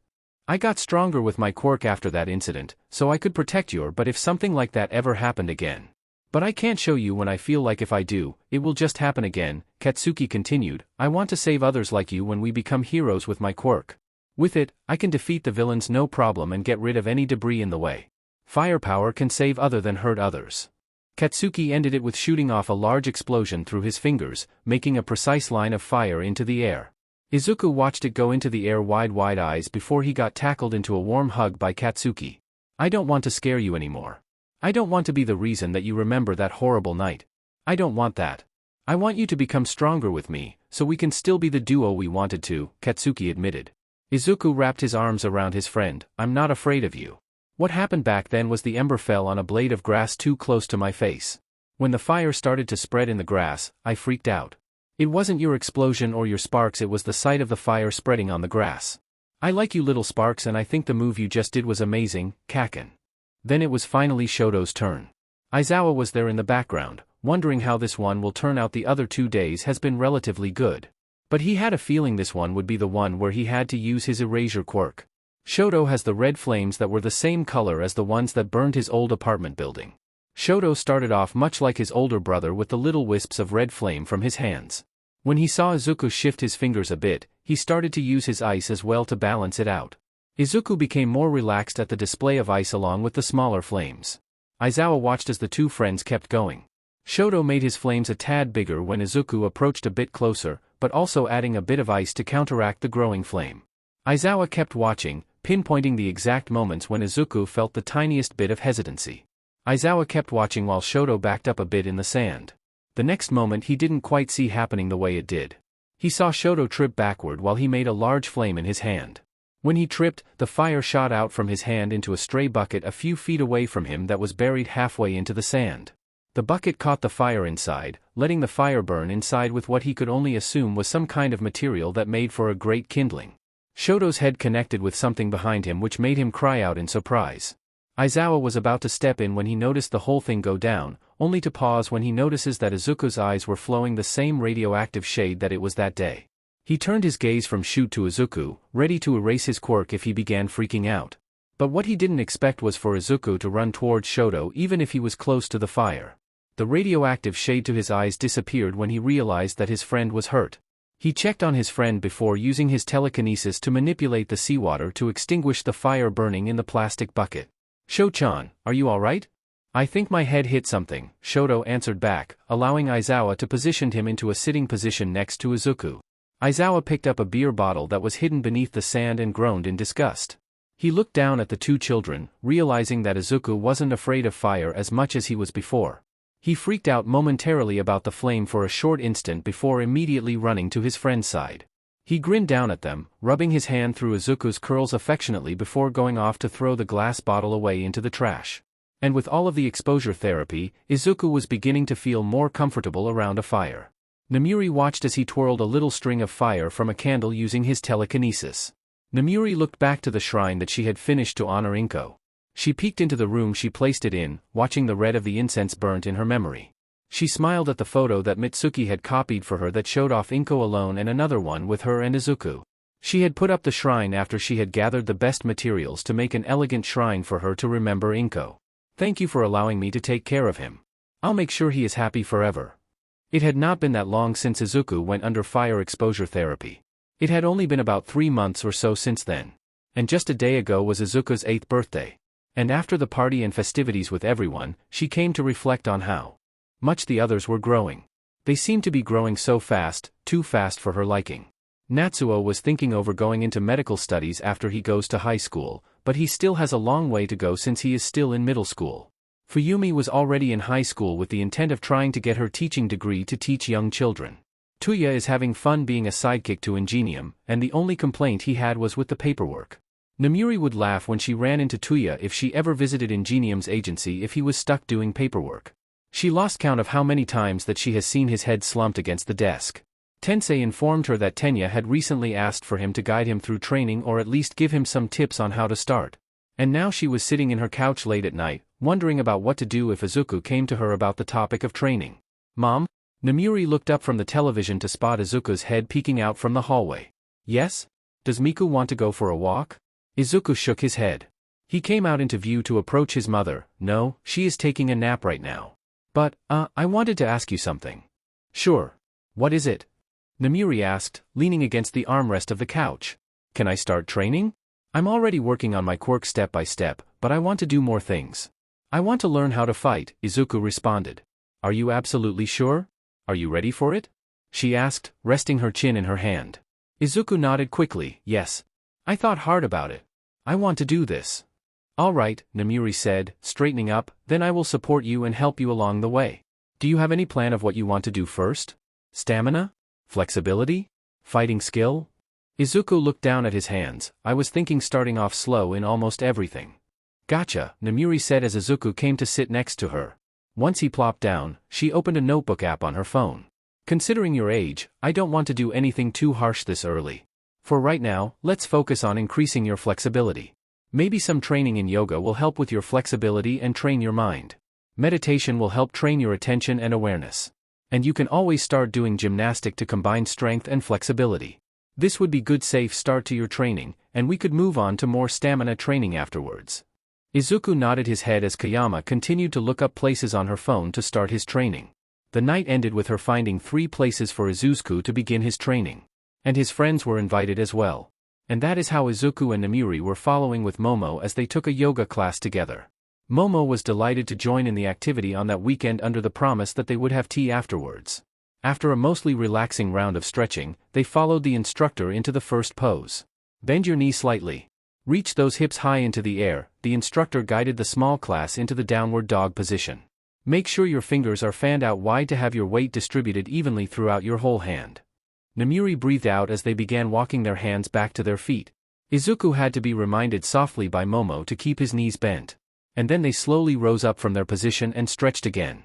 And now all the way down, the instructor said while bringing their hands back down to the mat. Go down on hand and knees into a tabletop position. Reach your right arm up to ceiling, take a deep breath, and thread your right arm under your left until you rest with your right shoulder in the ground. Ooh, I'm feeling something, Namiri whispered. I might need to stretch a bit more. This position is awkward, Izuku admitted with his face plastered to his own mat with his bottom half raised up. Agreed, but it is quite relaxing, Momo replied as the instructor told them to do the same with their left arm. Izuku looked over to Momo, pissed. What kind of tea are we going to have after this? I was thinking of a citrus morning blend to relax. Momo glanced over her shoulder to face him. I also prepared scones ahead of time with some lemon jelly and whipped butter. Does that sound good? That sounds so nice, Izuku replied quickly as he stretched all the way down to the floor again. Izuku fell into a foam pit the next day when he started doing gymnastics. Are you okay? I'm fine, Izuku called back, popping his head out of the foam cubes in the pit. Actually, it's hard to get out of here. Harder than you may think. Hitoshi snorted while he jumped on the trampolines to get to him. Once he got there, he extended a hand out for his cousin only for Izuku to drag him into the pit as well. Hitoshi let out a short yelp before he fell down into the soft cubes of foam. Izuku laughed, trying to escape the pit as Hitoshi slowly went after him. Aizawa pinched the space between his brows in mild annoyance as he approached the pit. Hitoshi had successfully reached Izuku just as he almost made his way outside the pit, dragging him back. Enough playing in the pit. Let's try balancing next, Aizawa said, extending his hands to grab both of their hands to guide them out of the pit. Aizawa guided Kayama and Shinso all the way to the balance beams to help them along.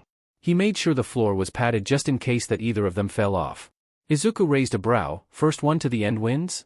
Don't take a bet that you will lose, Hitoshi smiled as they both climbed up on the balance beam. Hey, no rushing. Take your time on the beam or else you will fall off, Aizawa warned as the two of them steadied themselves. Yes, sensei, they said in unison as the two of them started to walk across the beam in wide stances. Izuku felt Aizawa's eyes on him to see if he might use his telekinesis to speed up the process. Both of them had their arms out on their sides to help with their balance. Don't fall. Don't fall. Don't fall, Izuku softly chanted as he tried to keep pace with Hitoshi. But it didn't work because he looked up to see that his cousin beat him by 2 steps.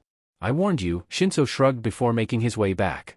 Izuku pouted before following his cousin back across the beam with his uncle's eyes on both of them to catch them if they misstepped. After the balance beam, the three started to work on standard stretches on the padded floor. Namiri walked in to see both boys struggling to get all the way down into the splits.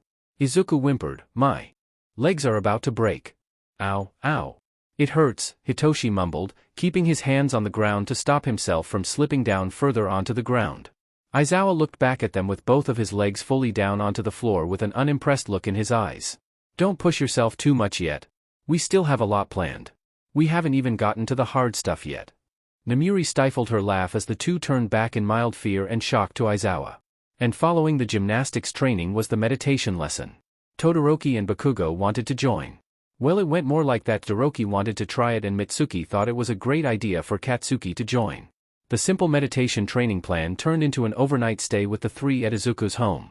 So now, Izuku and Todoroki were trying to relax with Bakugo, which went about as well as Izuku expected it to. This is stupid, Bakugo grumbled, opening his eyes. How is this supposed to help? It helps you focus and be more aware of your surroundings, Todoroki explained calmly, not opening his eyes.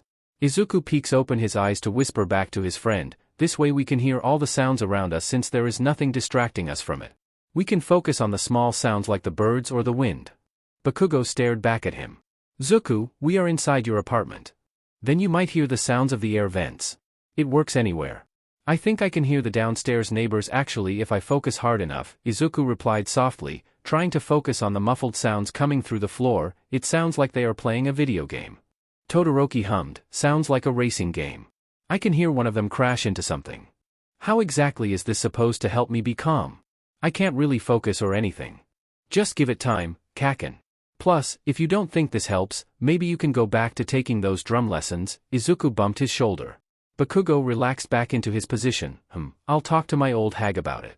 The race ended, Todoroki announced before they heard something crash from downstairs. Todoroki hummed again as they all started to hear muffled voices coming from below. Todoroki opened his mismatched eyes to announce, and looks like someone has game rage. After that, Izuku managed to convince Bakugo to try again so he can be the best as it. And that's how Namuri found three nearly silent boys with their eyes closed and their legs crossed in a small circle on the floor of her son's room. Sorry to break concentration. But do you three want something to eat? I was about to order in, Namuri offered, pushing her glasses up her nose.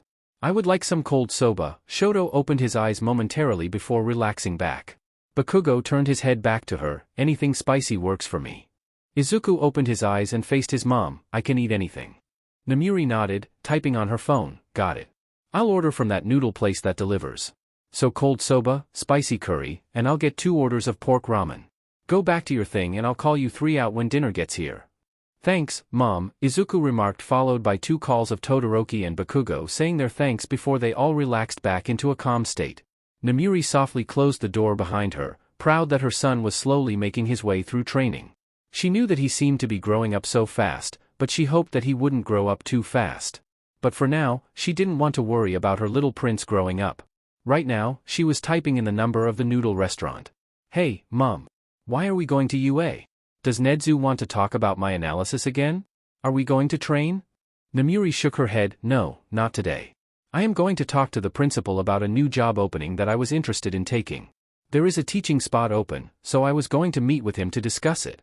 You're going to work at UA? Izuku asked as the 2 entered the front doors of the school. If the meeting goes well, I will be roaming these halls of UA as a new teacher. I heard it either had some to do with history or art, Namuri said as she walked with him down the familiar walls of UA. And while the meeting goes on, I want you to go to Recovery Girl's office for her to watch over you. Izuku nods back at her. Okay. Got it. Ooh, maybe I can ask for some candy since she always has some to spare, Izuku thought to himself as he rushed in the direction of Recovery Girl's office. Izuku practically skipped down the hall towards the nurse's office. Once he arrived, he rested his hands on the door to push it open. Tashinori, this is getting ridiculous. You are way too reckless, especially after facing you-know-who not too long ago. You have to rest. Izuku stiffens up when he hears the familiar voice of Recovery Girl coming from outside her office doors, which are closed. He stands outside the door, careful not to make a sound because he doesn't want to intrude on the conversation. But from the can see through the window, it looked like the number 1 hero was talking to the nurse from the familiar booming voice that sounded more quiet.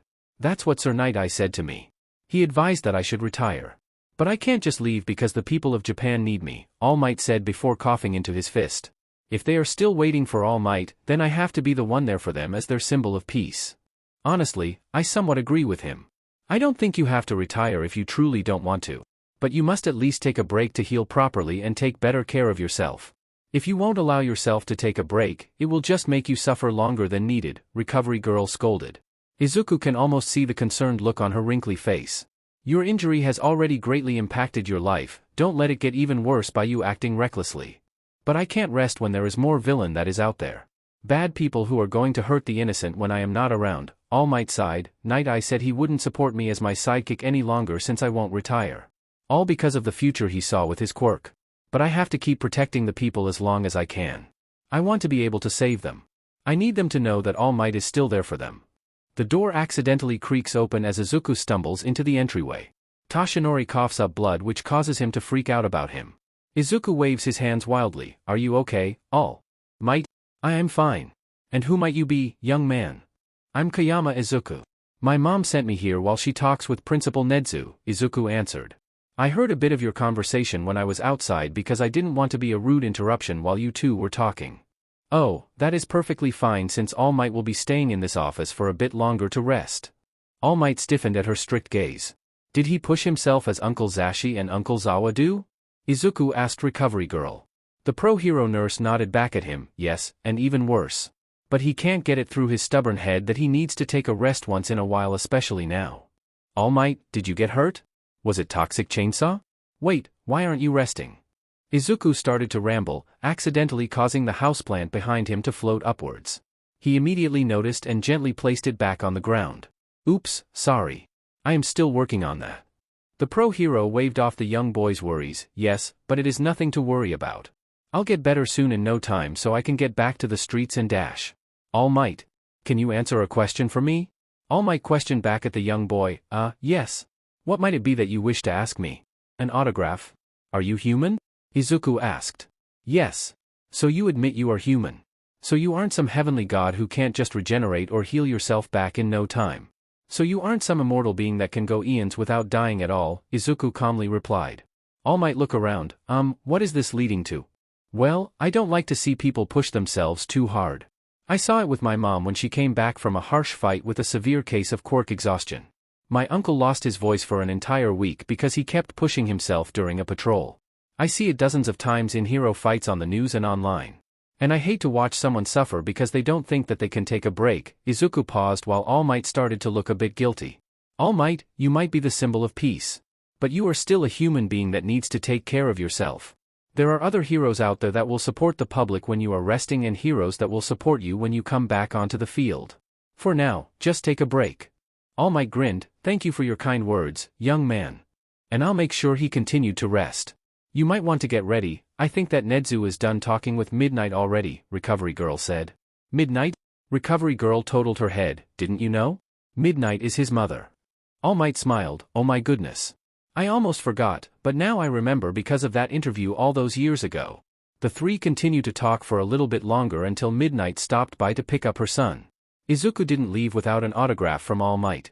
All Might also say something to Midnight about how she has raised such a kind boy. After the interview, Namiri took Izuku with her to the zoo to meet up with his uncle and his cousin.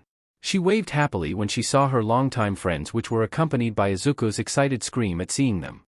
Uncle Zashi. Uncle Zawa. Hito-chan. Izuku cried out, almost dragging Namiri by their joined hands to run to them. After deeming it safe, she let go for Izuku to run into the long-awaiting arms of Hizashi. Hizashi picked Izuku up off the ground to swing him around once before setting him back down on the ground. Izuku laughed before latching onto his other uncle who returned his embrace. Little listener. How have you been? I heard you protected your mom when she went to talk to Nezu today. Yeah. And I met All Might. Izuku replied before attacking Hitoshi into a softer hug. Wow, Hitoshi commented while he patted Izuku's back. He pushed his cousin back a small bit to look at his face to get more details from him. What happened? Why was he there? Hizashi asked, confused as to why the number one hero was at UA. He was meeting with Recovery Girl to talk about something, Namiri said before leaning in to whisper. I think Izuku melted his defenses a little bit. Let me guess. Like any other reckless hero, he was pushing himself too much, and then Izuku helped him out, Aizawa stated without any hesitance in his tone. When Namiri nodded, he sighed. Of course. That makes sense, Hitoshi responded with a nod. Namiri tilted her head towards the awaiting ticket center at the front. Shouldn't we start heading in? Yeah. Man, it's been a while since we've come here. And now we are all here together bonding. Hizashi exclaimed, ruffling Hitoshi and Izuku's hair. Yeah, I wanted to see the insectarium, but then I remember that Papa is a scaredy cat around bugs, Hitoshi commented to his cousin. Hizashi pouted, I'm not a scaredy cat. I have faced against some of the worst villains out there. And yet, as soon as you saw a cockroach, you are running for the hills while I'm the one who was to get rid of it, Aizawa said back to him while Namiri nodded. Shoyuta, they are terrifying. Bugs are terrifying. Have you seen their little itty-bitty faces with their fangs? They could kill me with one bite or sting. They could kill you. Hizashi argued loudly. This is a rational fear. Aizawa sighed, okay, Hizashi. Let's just get in here fast before even more people decide that today is the perfect day to visit the zoo. I don't want to be surrounded by so many screaming children. But thankfully, the loud children around them didn't bother Aizawa as much as it would seem since there weren't many children around the time. Most of them were already heading home when they went inside. The group decided to just do a loop around the zoo to visit all of the exhibits. When they went to the reptile section, Hitoshi had a long staring contest with a snake until Hitoshi finally blinked to relieve his eyes. Hizashi ended up jumping when he saw a bug inside one of the reptile's habitats only to jump again when the snake leaped out to eat the bug. Aizawa dragged him away by his jacket for him not to get freaked out again since he doesn't want to erase his quirk each time.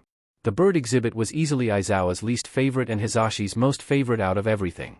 Izuku started to laugh when the bird started to mock the same sounds that Hizashi was making. Namuri liked the seals in the water habitat because of the way they just flopped around on land. And Izuku liked the penguins because it reminded him of Shoto's quirk and how Ida would act sometimes. When he saw a penguin flap their wing, he was instantly reminded of his friend. Until they finally came to the last spot that they all wanted to see. Izuku cheered, "The elephants." "Yep, I wonder if Suzy is around," Aizawa commented underneath his scarf. Hizashi looked around the exhibit before pointing. "Oh, there she is. Wow, she sure grew a lot. Wow. Hito-chan. Look, it's Suzy the elephant." Izuku pointed out happily to his cousin who was staring at the huge animals. "She looks so big," Hitoshi commented. And it was true. Suzy had grown over the last years since Izuku had first seen her. It was like the elephant grew with him almost. They had both lost their mothers, but they both grew up with the love of their new family. Namuri looked at the plaque in front of the exhibit to see who was who. She had quickly spotted Luis, who was making sure Suzy had taken some of the hay that they were given. And that was the end of their zoo trip altogether. Well, almost. Izuku had dragged Hitoshi towards the gift shop, which made the three adults follow after them. They ended up following the two, with Izuku excitedly pointing out the stuffed animals inside to his cousin. Hizashi watched as Hitoshi picks up a purple cat with a lion mane the same color as his hair. Hizashi ended up smiling while wrapping a long snake plush around Hitoshi's shoulders, which he enjoyed very much. Izuku gets a smaller elephant plush to match the one he got the last time he visited the zoo with his uncles. Namuri got herself a little keychain of a panther to add to her keys. Hizashi ended up with a bright bird plushie perched on his shoulder while holding a Grim Reaper plushie for Aizawa in his hands. They all paid for the little gifts from the shop before finally exiting the zoo. "What do you guys feel like for dinner?" "I got it covered," Namuri offered while fiddling with her keychain ring. Midnight was called on a quirk trafficking ring case dealing with mutation quirks with Eraserhead. So she wasn't able to watch over Izuku during the case since it was very important and time-sensitive. To remedy this, Present Mike agreed to watch over him mostly, and his friends had separate days that they could hang out with him during the afternoon leading into a sleepover. Thankfully, Sumai declared a long weekend because of a quirk incident that happened nearby with a villain. So the school has to get fumigated because of the gas that covered the school before any of the students can return.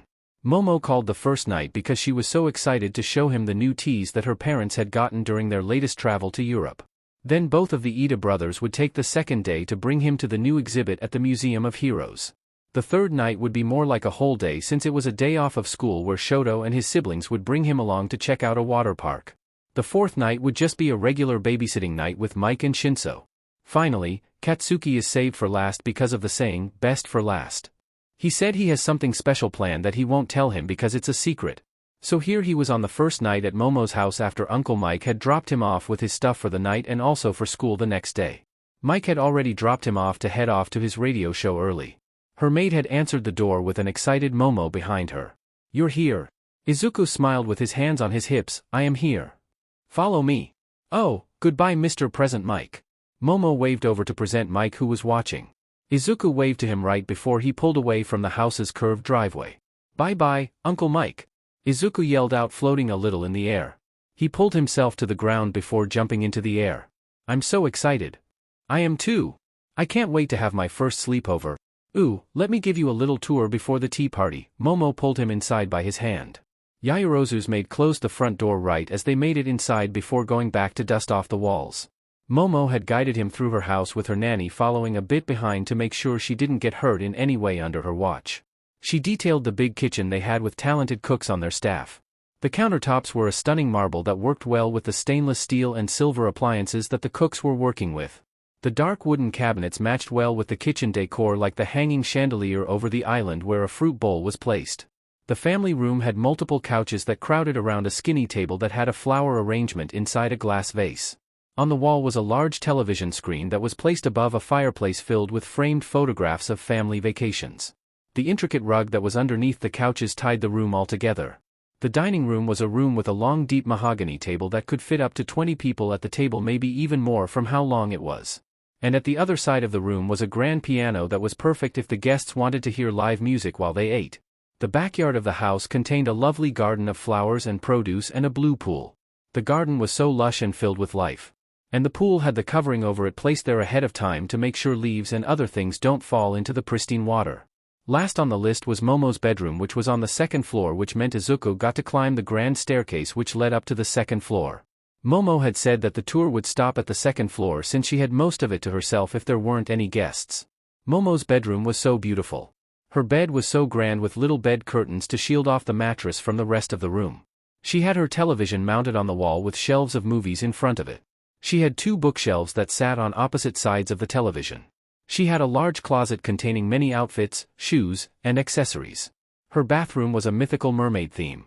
I asked the cook to make some sandwiches and pastries for our tea party, Momo said, gesturing over to the well-made tray table in her room placed near the abdomen in front of her bed. The tray was decorated with many colors of pastries with a separate tray table of small teapots, teacups with matching saucers.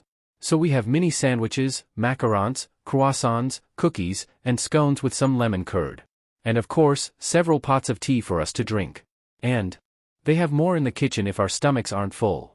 Whoa, so cool, Izuku whispered as he ventured over with her to the abdomen for both of them to take a seat there. Yaoyorozu's nanny was outside nearby if they needed anything. And at that moment, their tea party began. Momo introduced him to fancy teas that her mother had purchased in Paris. And looser tea leaves that her father had bought in the Netherlands. There were about 5 teas that were prepared just for them to enjoy during their tea party with sugar cubes in a little bowl with a tiny scoop if they wanted any in their cup. Izuku ate the sandwiches while Momo went for the scones and lemon curd at first while they drank the teas from their cups with exaggerated sips. What do other girls do at sleepover parties? Momo questioned. You don't know? Izuku tilted his head in confusion. He remembers how well Momo got along with others in their class. A lot of their classmates looked at her and talked to her a lot when Ida and he weren't around. I thought you had more girlfriends at school. Well, many girls at school only ask how much I have, which makes me doubt that they care when I talk about things I like. Momo tightened her hands in the fabric of her skirt. She looked down at the dark liquid of her teacup with a sad expression. That's why I only spend time with all of you guys. You care when I talk about the new things I learn about, don't you? Of course. I liked when you talked about how rainbow sprinkles were made yesterday during lunch, Izuku answered honestly. Plus I always like when you talk about the new stuff that you made with your quirk. Like the Russian doll things that you made for us last week. I forgot the name of them. Matryoshka dolls. I watched a documentary about them last week about the history behind them and how they were made. They are so easy to make with my quirk. Momo explained to him. I do wish I could get some more friends like all of you that don't care about who my family is compared to who I am. After their talk, Izuku ended up talking a bit with the maid and nanny to learn what people do during sleepovers.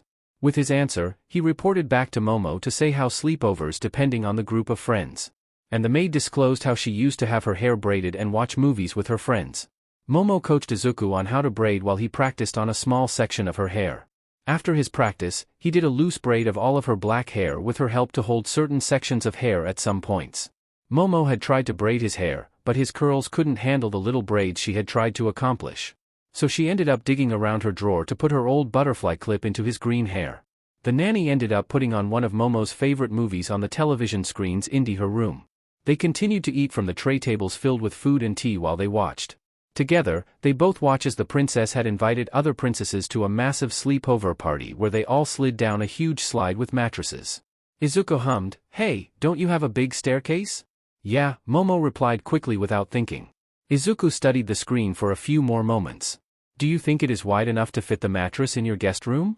"Oh, not the one in the guest room specifically." Momo looked back at the staircase in question. The carpeted wooden stairs were a few steps away from her bedroom door. "Although, our guest room does have 2 twin mattresses stuffed in the closet just in case we have more guests." They both look at each other with matching smiles. Momo's dark eyes glittering at the thought of reenacting the scene and pure excitement. Somehow the night transformed into making Momo's grand staircase into a slide for the mattresses. The nanny had made the slide stable because of Momo's help in making thin sheet metal. It took a bit of help from the staff to make a fully functioning slide that was safe to use on the stairs. "Don't worry, Ms. Merrywell. We have helmets on and I made them extra protective," Momo replied, knocking her hand onto the hard exterior of the helmet that her maid had made them wear. "And matching pads for our elbows and knees. We'll be okay." The maid nods serenely before slowly pushing the 2 on the mattress. Both of them squeal as they slide down the staircase with 2 workers at the bottom to make sure they don't end up tumbling. Safe to say, both of them weren't hurt at all. Both of them laughed when they made it to the bottom and continued to use the slide over and over again. Izuku and Momo had even convinced some of the staff to slide down the slide as well, which was fun to watch. The maid brought down a pillow with her to use as a cushion, just in case. But their night had finished early when Momo had yawned, which made Izuku yawn as well. The nanny guided them both upstairs back to Momo's grand bedroom. Izuku changed in the bathroom while Momo changed into her pajamas in her room. After everything was cleaned up, they both brushed their teeth and washed their faces to get ready for bed. And with the night stars shining down through Momo's window, they both wished good night to each other before falling asleep shortly after. It was the second day of their break and Tensei had picked him up from Momo's house to drive both him and Tenya to the Pro Hero Museum. Tenya had been telling him all week about a new exhibit that the museum had opened that featured international heroes. Tensei drove in his trusted car with both boys in the back seat. Izuku looked out the window to see the buildings passing by. He turned back around to see his friend swinging his feet while retelling what happened the other day on Tensei's patrol.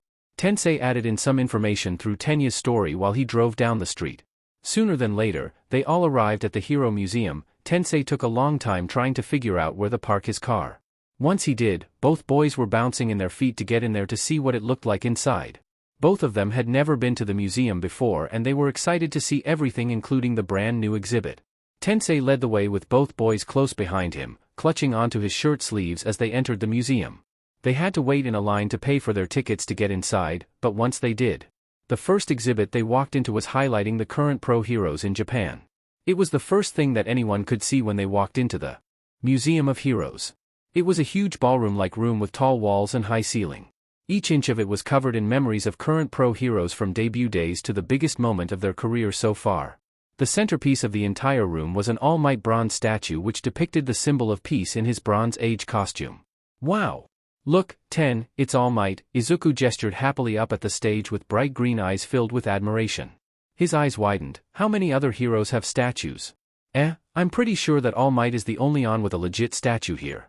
Pro heroes mostly have replicas of their debut hero costume in cases or framed pictures of events they participated in, Tensei explained, putting a hand to his chin and rubbing it in thought. He could feel a bit of stubble growing there. He continued in a more softer tone, I think they might have the first prototype of my Ingenium helmet here somewhere.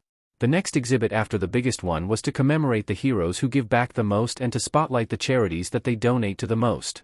Most heroes that were in the exhibit with picture frames specialized in more rescue than combat.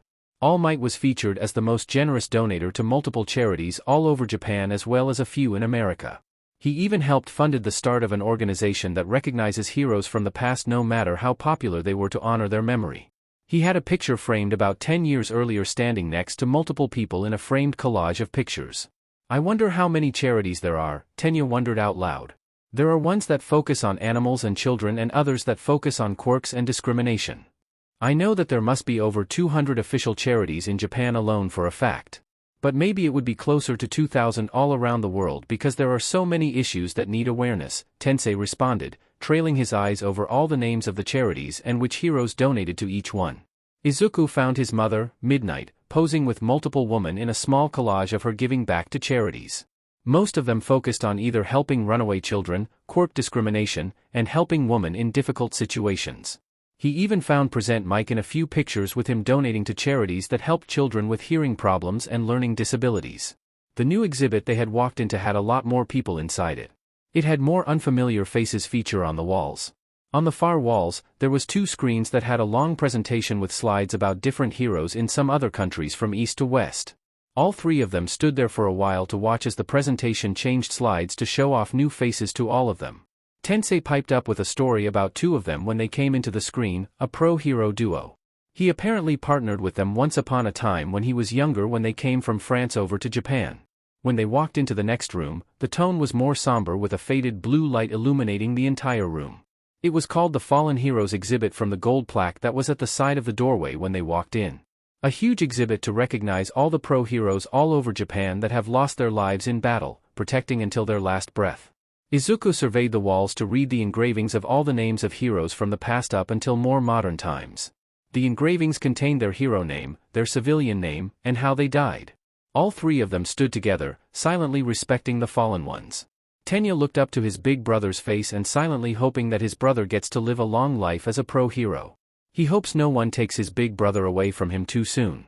The final exhibit was one that was a bit controversial to many when the museum announced it. But it was the most interesting exhibit in the museum. the illegal heroes exhibit that recognize that good things that vigilantes have done throughout the years in minor ways to major ways. It detailed how some illegal heroes have become underground heroes with new identities. It explored the true definition of a hero with quotes on the walls from both vigilantes and pro-heroes. The exhibit highlighted the morals and ideals of each vigilante that graced their wall with a shadowed version of their costume, hiding their faces. The pictures on the wall had painted them in silhouettes with their vigilante costume being the only color added to the well-done paintings. Tensei hummed, recognizing one that was wearing an All Might hoodie. Aizawa and I actually became worked with some vigilantes back when both of you were younger. Whoa! Izuku's eyes widened as Tensei looked back at the pictures with a reminiscing smile. Ida looked confused at his brother with a hint of betrayal. Brother, why have you not shared these stories? Huh. I can tell you both a few stories after we get out of here. Those were some wild times even if it was only a few years back, Tensei answered truthfully, scratching at the back of his neck. After a long time at the huge museum, all three of them got back inside the car to go to a nice place to eat to quench their hunger. Tensei ended up just picking up fast food for all of them to eat back at their home. Izuku laughed as Tensei started to serenade the entire car by singing along to whatever came on the radio. After Tenya and Tensei spent the day with him, the four fire and ice siblings wanted to have their turn since Shoto wanted to spend the entire day with his friend just like their other friends. So Ida's parents helped Fuyumi set up a getaway to a water park since it was a sunny day and they wanted to enjoy it. Under the guidance of the two older siblings, the three younger boys were ready to go and have fun with the water. Before they even got out of the car, Fuyumi warned Shoto and Natsuo to try not to use their ice quirks accidentally in the water. The two boys promised while Tuya looked mischievous in the front seat, something that Izuku noticed in the side mirror from the back seat. Natsuo ran off once they got inside straight towards the lazy river that looped around the park. Tuya goes after him to watch over him, leaving Fuyumi with the more well-behaved friends. Shoto and Izuku protect her from any catcallers or people trying to flirt by pulling her away quickly from any man that tries to talk with her. The three of them waited in line patiently for one of the water slides. Fuyumi sat on one side to balance both the boys' weight on the other side in the raft before the worker pushed them through the opening of the slide. Whoa!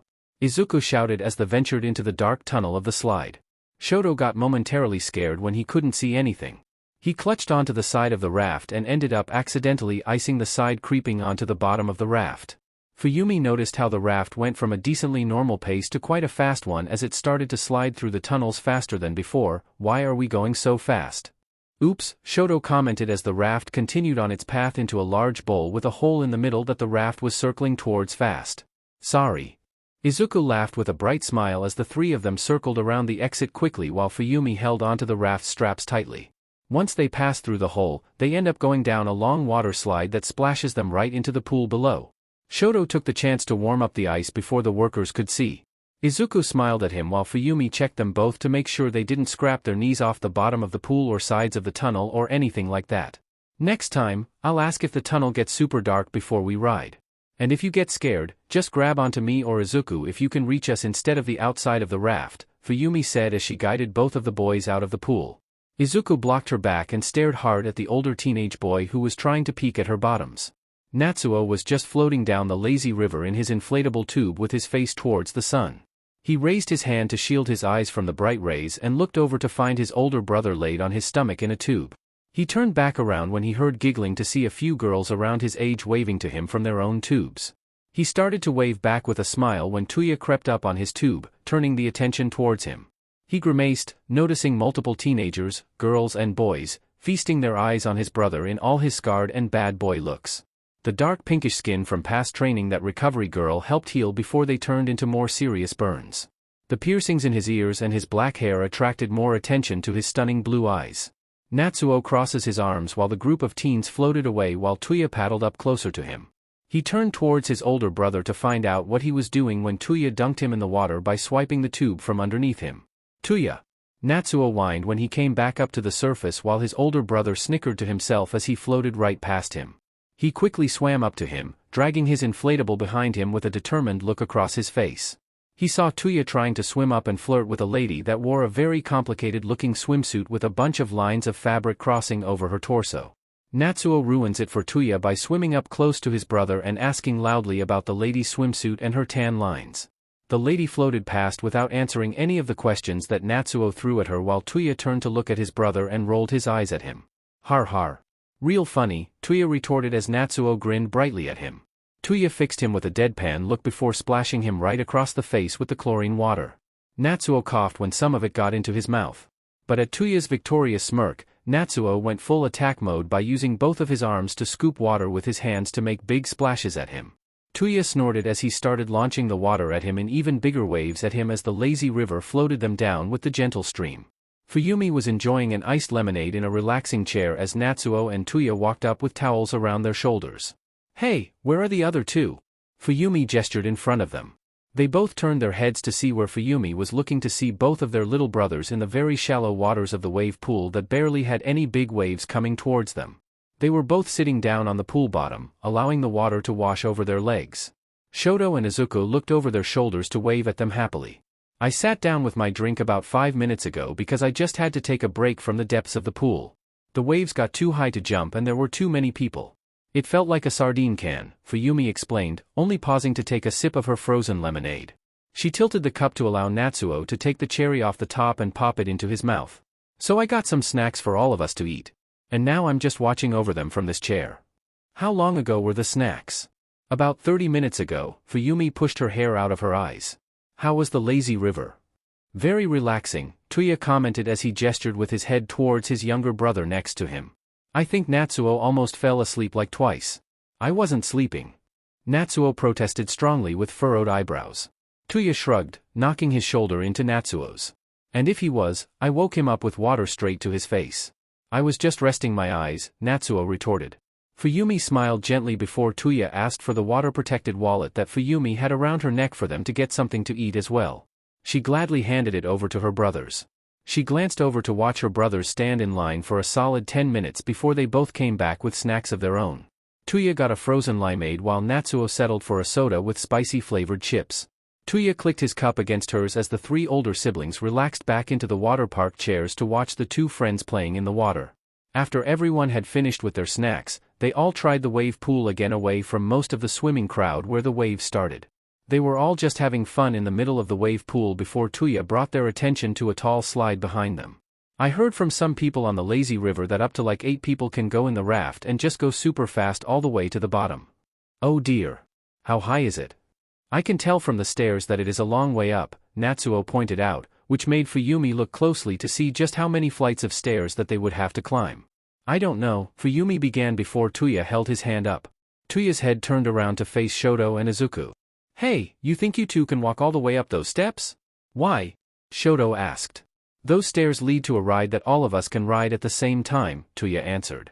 Izuku looked up and down at the tall slide before nodding to himself. "I can make it." Shoto glanced at Izuku and back at his siblings. He gave a short nod at Tuya which made Tuya look smug when he turned back to Fuyumi. And just like that, the 5 of them were getting out of the wave pool and walking all the way to the tallest slide in the water park. The stairs were the only obstacle standing in their way since it was taking forever to climb them. It took them forever to finally get to the top where the workers were placing small families into the large circular raft and sending them down the water slide. When it was their turn, Shoto and Izuku were situated first while Tuya sat opposite them. Fuyumi and Natsuo sat facing each other on opposite ends to keep the balance. With a short countdown, the workers pushed the raft which caused the raft slide effortlessly down. When the turns came, the raft moved up the side walls which caused Fuyumi to squeak in surprise and make Tuya laugh at her noise in return. Natsuo hooped as the 5 of them kept spinning slowly around as the raft continued going down the slide. Izuku laughed cheerfully as Shoto clutched into the straps because he didn't want to repeat an accident like last time. Until finally, the 5 of them landed with a big splash at the bottom pool below the slide. Tuya accidentally tipped himself off the raft when they were trying to get to safety which made Shoto smile as the rest of his siblings were laughing joyfully. Izuku was giggling at him as well before it turned into a shriek when Tuya dragged him under the water as well. And afterwards, the group of 5 continued their way through the water park to see what else it had in store for them. After an eventful day at the big water park, Uncle Mike picked him up with Hitoshi and Miku in the back seat waiting for him. Most of the day was just filled with playing with Miku and his uncle's cats. Hitoshi watched some movies with him glued to his side with Miku laying across both of their legs on top of their shared blanket while the cats were lounging behind their heads on the back of the couch. For lunch, Uncle Mike picked up some takeout from the little restaurant down a few blocks from their apartment. The food was still warm when all of them dug into their tender beef and noodles. Miku managed to snag a noodle that escaped from Izuku's bowl while one of the cats jumped on the table and escaped with a piece of beef in their mouth. Hizashi wore little under-eye patches afterwards, which made both boys want to wear a pair under their eyes as well. So for 30 minutes while they watched a show, there were little gold patches under their eyes to cool them down. Hitoshi started to talk with Izuku about what happened the previous night since Hizashi took Hitoshi to the radio station with him during his show. "Did you get to choose some of the music?" Hitoshi laughed and nodded, "and I made him pick the weirdest ones I could find on the playlist they had. He made so many combinations of songs that they didn't fit each other's vibe." Hizashi nodded as he tried to remember the songs that Hitoshi played for the listeners. One moment it's a pop love song and the next it was talking about death. So the listeners were thrown for a loop. Some of them called in. There was this one guy, Hitoshi paused to snicker to himself. And he called in and just asked, "Dude, are you okay?" Izuku laughed while Hizashi groaned half-heartedly in protest. "I just said I was in my feelings since I couldn't really say I have my kid doing my job for me." So he just accepted that answer and hung up, Hizashi replied with a grin. "I checked my social media the next morning to see just how many people were majorly confused. The comments were hilarious." Hitoshi rolled his eyes. "He was my early alarm clock this morning." Hizashi shot awake from the vibrations coming from his shirt pocket.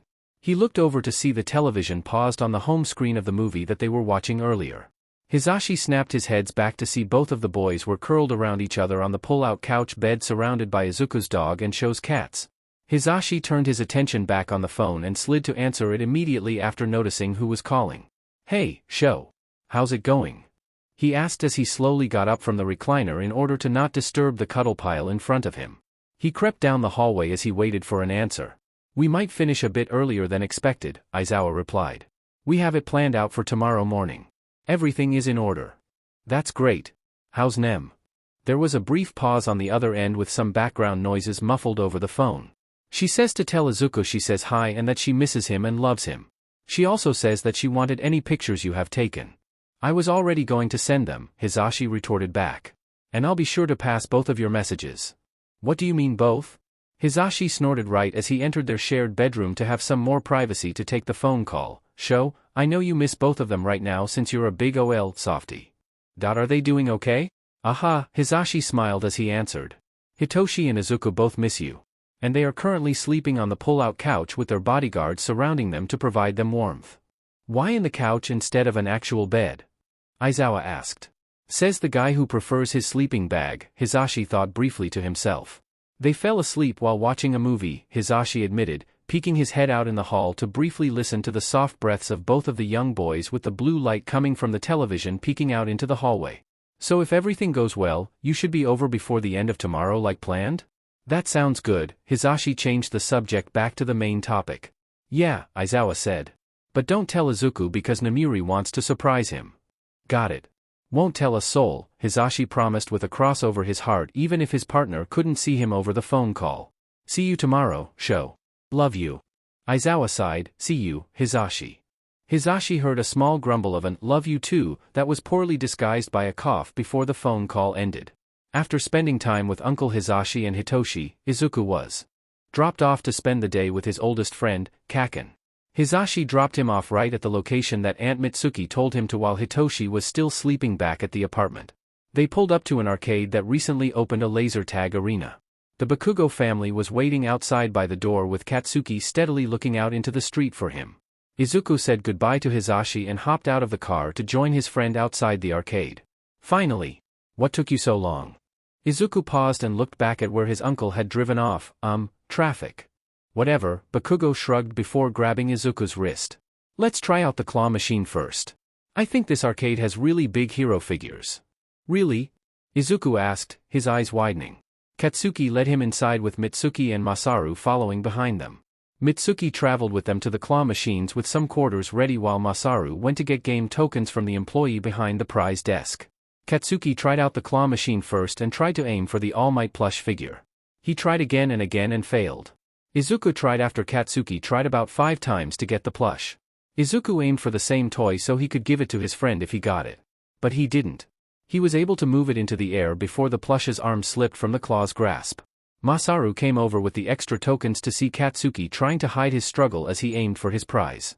"Can I try it out?" Masaru asked, pushing up his glasses on his nose. Katsuki shrugged. "Yeah. Go ahead, Pops. Masaru nodded gratefully to his son, who moved out of the way of the claw machine to allow his father to handle the controls. Izuku backed up so he could watch the older man have his turn at the machine. To their surprise, Masaru won the plush in only 2 more tries. When Katsuki asked how he did that so fast, Masaru smiled, "I have my ways." The next game the two friends tried was a dancing game with 4 squares on the ground that pointed in different directions. When Izuku put the coin in the slot, Katsuki went to work on finding a song to dance to. The first song they danced to was an All Might theme song from a short cartoon based on the hero.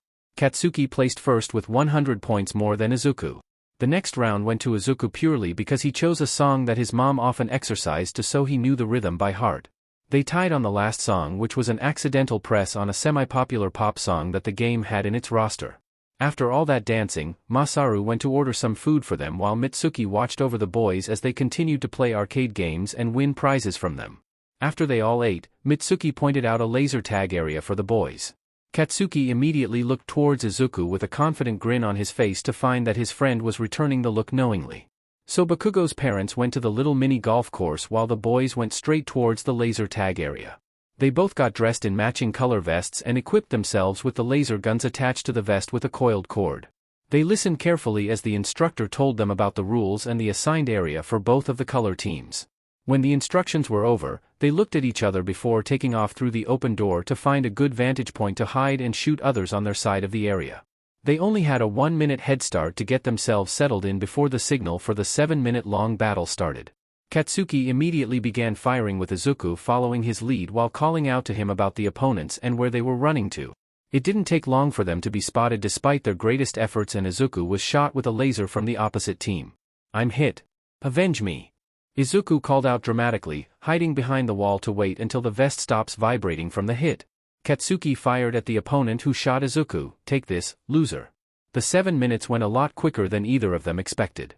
But the long battle was worth it when Izuku saw the smile on Katsuki's face when he realized that he got the most points out of the whole team. By the time their tickets ran out, Masaru was calling the two of them over so they could leave before it got dark. Katsuki groaned while Izuku just grabbed his hand to drag him back to the entrance where Aunt Mitsuki was waiting for them.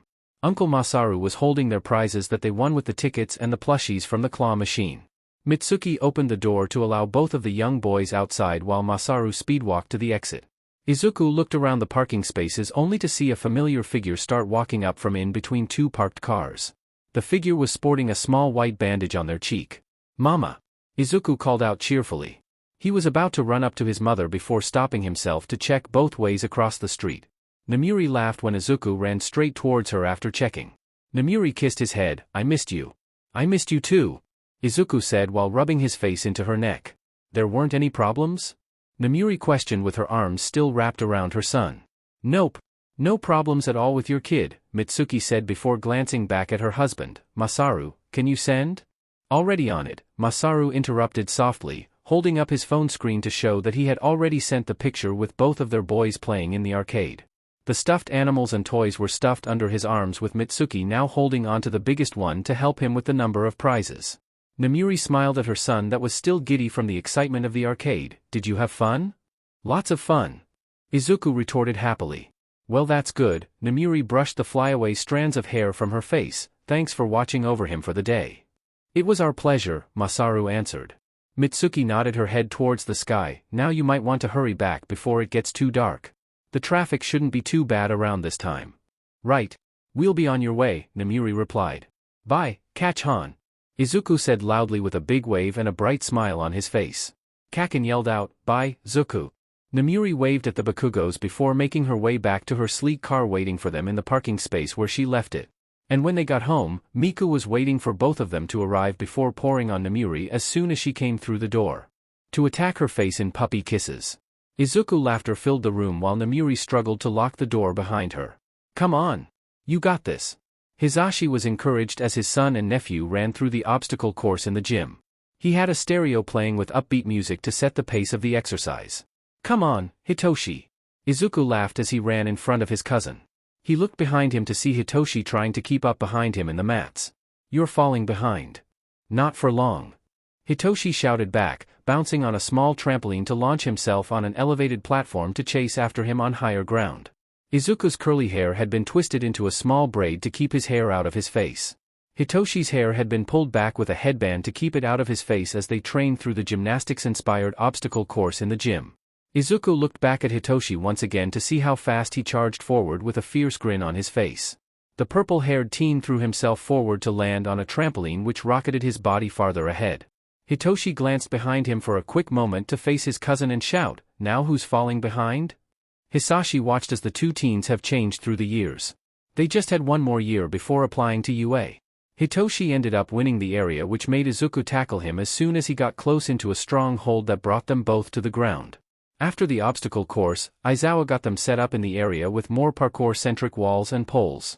Aizawa instructed them as they jumped onto walls to bounce off to land on the horizontal or vertical poles placed around. Izuku swung himself over the top of the tall wall to land on the tilted side of the other side while Hitoshi jumped over the stacked foam boxes.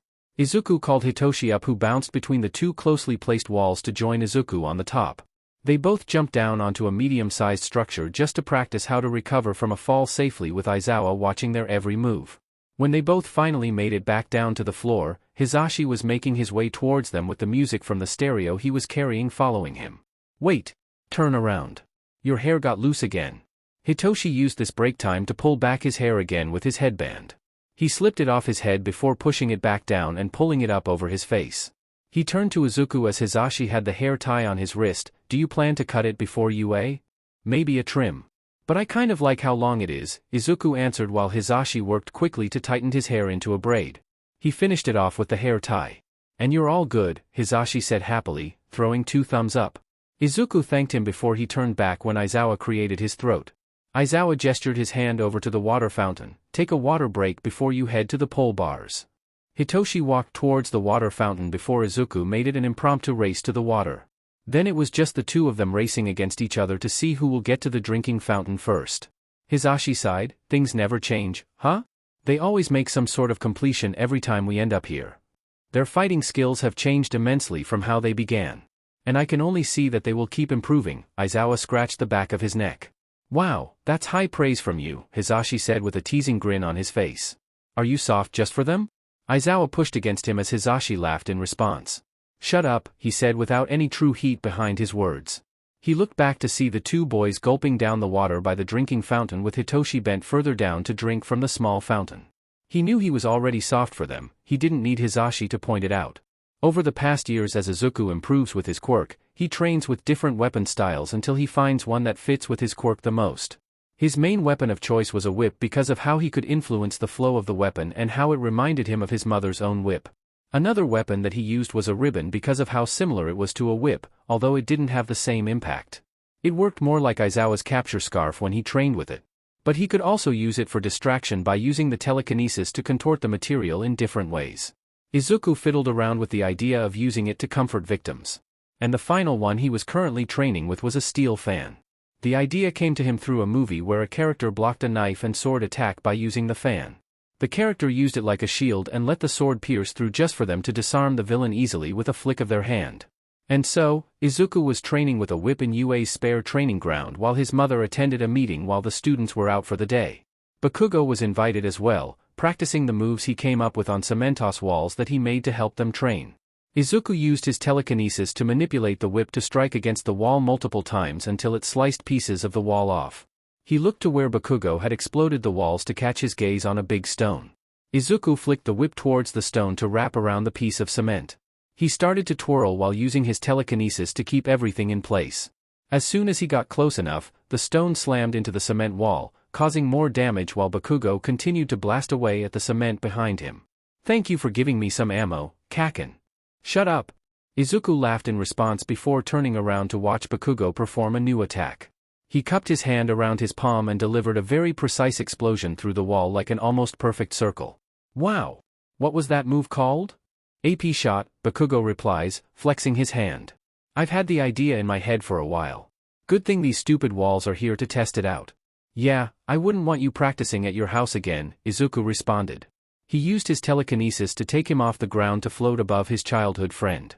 Bakugo had turned around quickly to hit him only to see that Izuku was already floating. He raised a singular eyebrow unimpressed before smirking. He used his hands to propel himself up using an explosion. Thought you could get away in the air? Nope. Nope.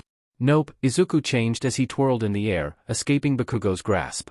He kept dodging Bakugo's quick explosions that were rocketing him towards Izuku. Bakugo chased after him through the air. Hold still, dumbass. You can't catch me, Kaken. Izuku yelled out to his friend, reminiscent of a childish taunt. He would come to regret those words when he was too slow to dodge and Bakugo's hand was gripping his shirt. Ah? Nowhere to run now. Midnight, who had just finished up the faculty meeting, walked outside to see her son flailing in the air as his childhood friend tried to fight him. She sighed, well, at least they haven't fallen to the ground yet. And yet she spoke too soon as she was strolling up to the area. She could see her son losing his concentration on his quirk just from his expression. All of a sudden the two boys fell through the air for a brief moment before Bakugo used his explosions to soften their landing. Dumbass, stop losing your focus, Bakugo groaned. Huh? Izuku raised his head up from the ground. Bakugo flicked his forehead in response and snickered when Izuku raised his hand to his forehead to protect the area from another small attack. Ow! Midnight chuckled, alright. Training's done for today. Ah, really? Well, we could go back home and you two can continue with your yoga lessons, Midnight grinned. Bakugo straightened up, I'm good. You can drop me off. Kaken, Izuku pouted at his friend. Bakugo rubbed the back of his neck, what? I have homework I need to do. Izuku pouted harder, staring right into Bakugo's unimpressed red eyes until he groaned again. Fine. Stupid yoga it is. While Bakugo was standing up, Izuku glanced back at his mom with a proud glint in his eyes. When Bakugo looked back at him, Izuku used his telekinesis to hurriedly pull himself up from the ground. After a long school day that week, Momo invited her three friends back to her house to do their homework. And now they were all outside in the grass with snacks to help their studies. And it didn't take long to finish their homework when all four of them were helping each other with the subjects they were struggling in. And when it was all finished, they ate their snacks and played around in the soft grass. Izuku used his telekinesis to move Momo in the air softly. Let me know if this is the feeling that all the princesses feel when they get lifted up by the male love interest. I feel more like I'm being carried to the main character by the intelligent wizard of the group, Momo admitted as she floated in the air. It does look more like that, Shoto commented from his spot in the tree's shade as he leaned back against the tree bark. That feels more accurate, Izuku replied before letting her down gently into the grass. By the way, how was the novel you were reading? The one with the aliens or the one about the girl taking over the world with machines? The Machine Queen, Izuku clarified. Right. Oh my goodness. Do you remember her new friend she made that I told you about? They betrayed her to the people in charge. Izuku made an exaggerated gasp. What? Shoto leaned forward from the tree trunk he was leaning against, the one who she actually trusted? Yes. Momo called out in frustration. Right as I thought I could believe that they were going to be best friends against the world, they disappointed me. But wait, what if they were forced into it? Ida piped up from where he was observing. He pushed his glasses up. It makes more sense since most of the book tropes do that with that kind of plot line. I don't think it's like that, Momo added with a spark in her eyes, thinking about the last chapter's dialogue. I'm going to keep reading and update you three about it. A bird flies down from the tree and starts to peck at the ground near Shoto, which makes him freeze up in order to not scare them away by any student movements. Please do. I'm on the edge of my seat, Shoto remarked blankly as the bird flew back up in the tree with a stick in its beak. I might have to read the book when I have enough time, Ida commented. Momo floated down with grace with Izuku's telekinesis helping her land softly. She smiled happily at Ida. I can give you my copy once I'm done with it. I can even stop myself from spoiling the ending, so I wouldn't ruin the reading experience for you. Izuku turned to Shoto with a mischievous smile on his face while his attention was drawn to the bird trying to make their nest. You're next. Whoa, Shoto remarked as he was dragged into the air by his feet. This isn't how I thought my day was going. Kayama Izuku. Age, 14. Quirk, telekinesis. Emotion-based quirk. Can move things with mind but strongly connected more with emotions. The stronger the feeling, the more powerful his reach of power is. And positive and negative emotions affect the output greatly. The power output of the quirk is affected by the user's physical and mental strength. So it stalls or decreases when the user loses focus concentration, is too tired, sleep deprived, or is ill. When young, the user could only carry a certain amount of weight according to their body weight and muscle strength. Depending on the current strength of the user, the quirk can lift up so much more, especially with the addition of the emotions helping fuel the power. Overuse of quirk will cause headaches, migraines, or nausea. The user must be concentrated, if not the telekinesis will stop working. If the user is not paying attention directly to the object they are using their quirk on, the object will stop floating or will start bouncing in air from Quirk stalling. Able to manipulate certain gases in the air like Midnight's Quirk. However, Quirk can only push gases away to a certain point, not get rid of them entirely. It works better with solid objects and sometimes liquid. With practice, telekinesis can manipulate a small flame such as a candle flame into a ribbon in the air. Strong possibility comes from the father's side. If the user undergoes extreme negative feelings such as fear, the Quirk will go out of control, chasing the user's hair and eyes to change into a lighter color.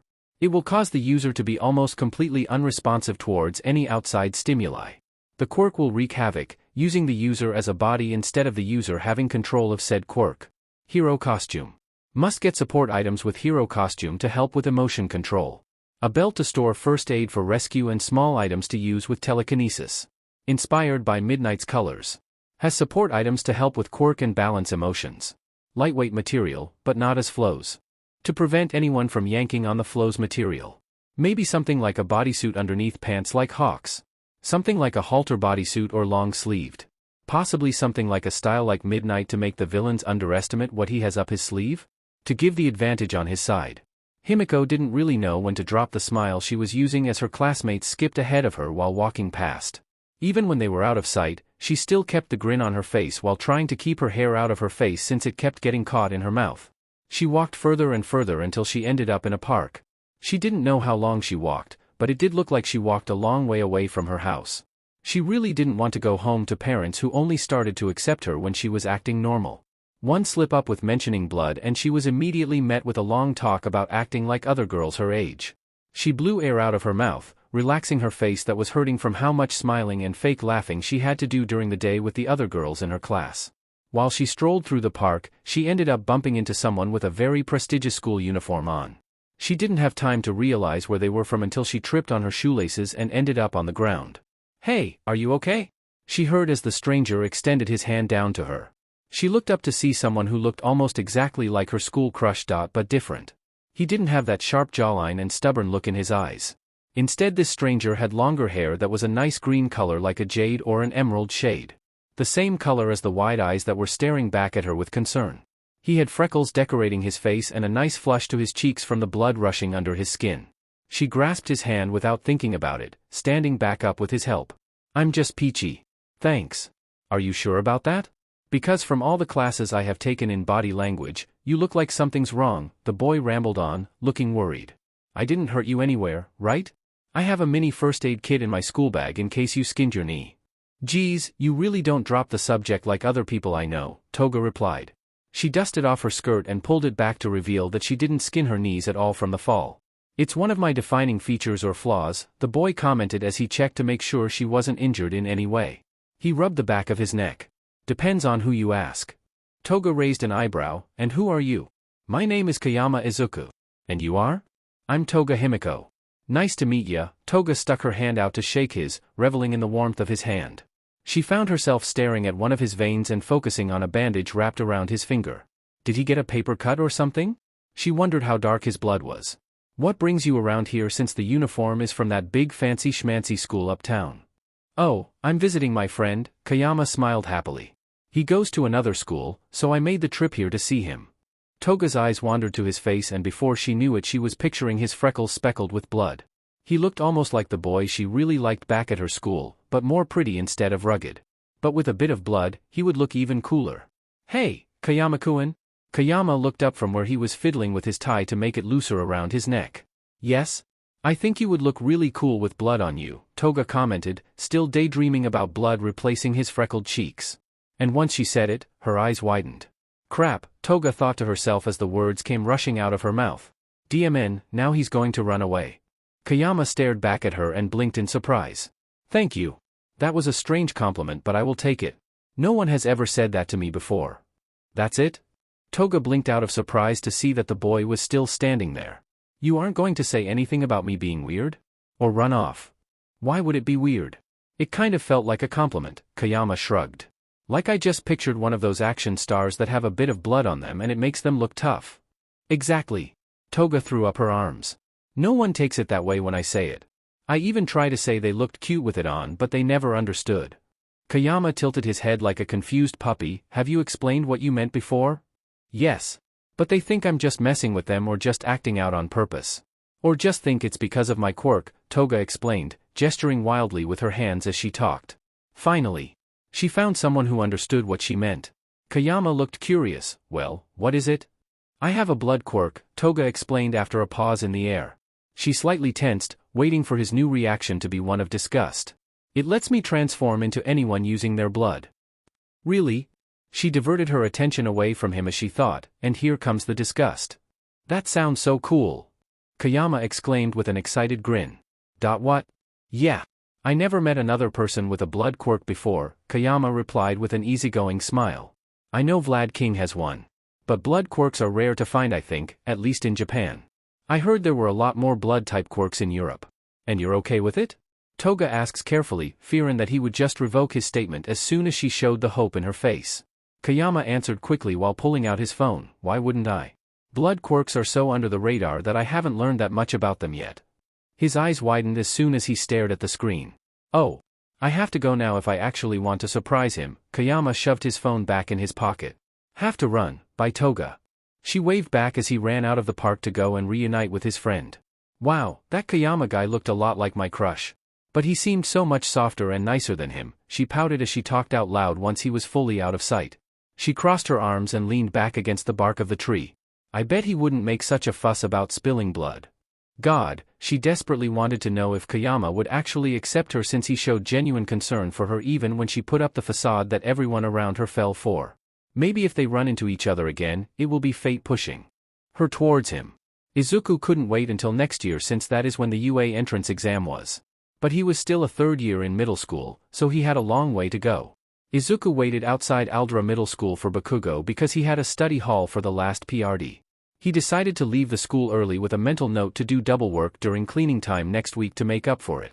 So now there he was waiting for his friend to finish up cleaning and come out. While waiting, a few students noticed him since he was wearing a different school uniform than the rest of them that signified he was enrolled in one of the elite schools. Who do you think he is waiting on? Does he have a girlfriend here or a boyfriend? He is kind of cute. What is he doing? Isn't his school like miles from here? Izuku ignored them as he checked his phone with his school bag leaning off one of his shoulders.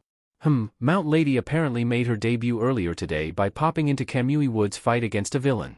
He waited until he heard the familiar stomping footsteps up ahead followed by a surprised grunt. He looked up to see Bakugo staring back at him with an unreadable expression that faded into a smirk. Zuku, what the hell are you doing here? Bakugo yelled out, stomping over to him. Izuku met him halfway while Bakugo's groupies walked ahead, looking behind them to see how different Bakugo was acting around this new kid that they haven't really seen before.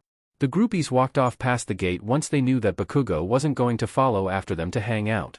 I know you didn't forget about our planned weekend, bombshell. Izuku replied, dragging Bakugo by the hand towards the gate. I know Auntie must be cooking up something really good.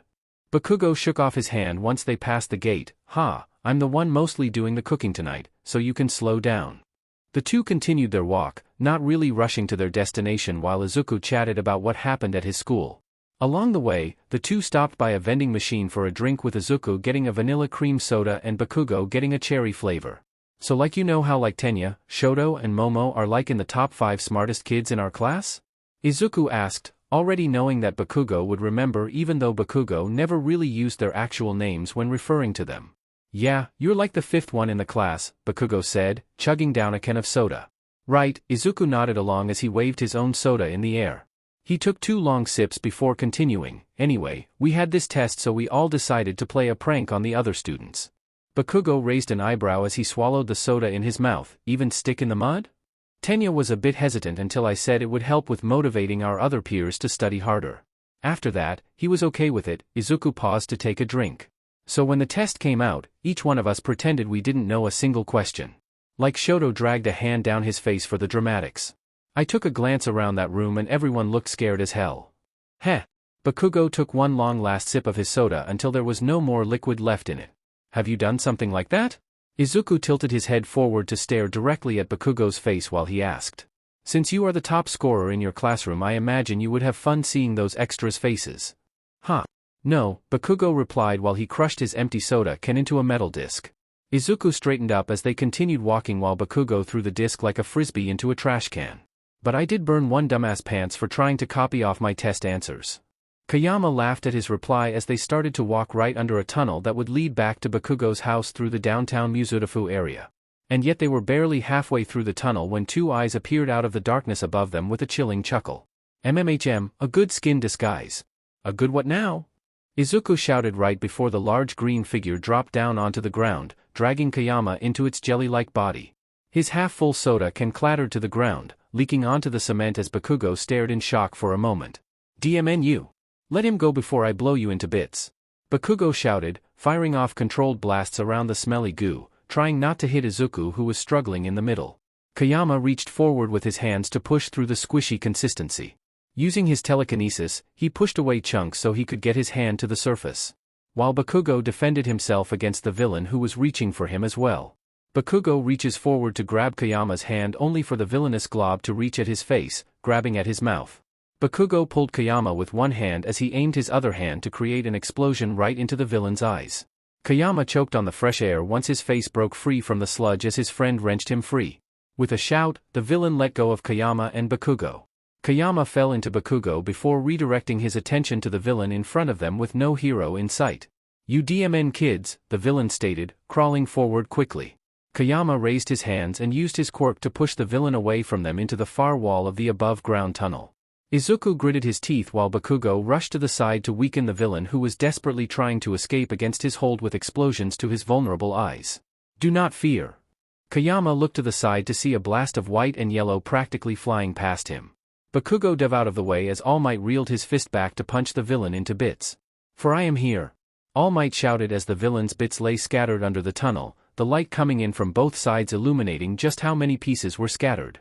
Bakugo and Kayama watched as All Might quickly pulled out a 2-liter bottle from his pockets, emptied it out and pushed the villain into it to hold him captive inside the plastic.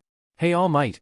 Kayama rushed forward while Bakugo was rising from the ground, his book bag scattered on the ground a few feet away from where Kayama's school bag was lying open. "You came right on time." All Might's eyes squinted for a moment before he recognized the green hair. It had been so long since he had seen Midnight Sun. "Ah, young Kayama. I almost did not recognize you. What are you doing here? Are you all right?" "I'm fine," Izuku reassured him with a smile. "I was just walking with my friend when this sewage guy attacked both of us." "Oh, thank you for saving both of us. That's good to hear. And hello to you, young man," All Might greeted the blonde teenager who was still gathering both of their scattered school supplies and school bags from the dirty tunnel floor. "Can I get your autograph?" Izuku stated, holding up Bakugo's notebook that escaped from his school bag in the attack. Kayama glanced over to see Bakugo watching in silent enjoyment as his favorite hero signed his notebook. Izuku pushed the notebook back into Bakugo's hands, who was undoubtedly silently freaking out on the inside from having the number 1 hero's autograph in his notebook but was hiding it behind his usual scowl. Bakugo sked his teeth while he gently closed the notebook. "TCH.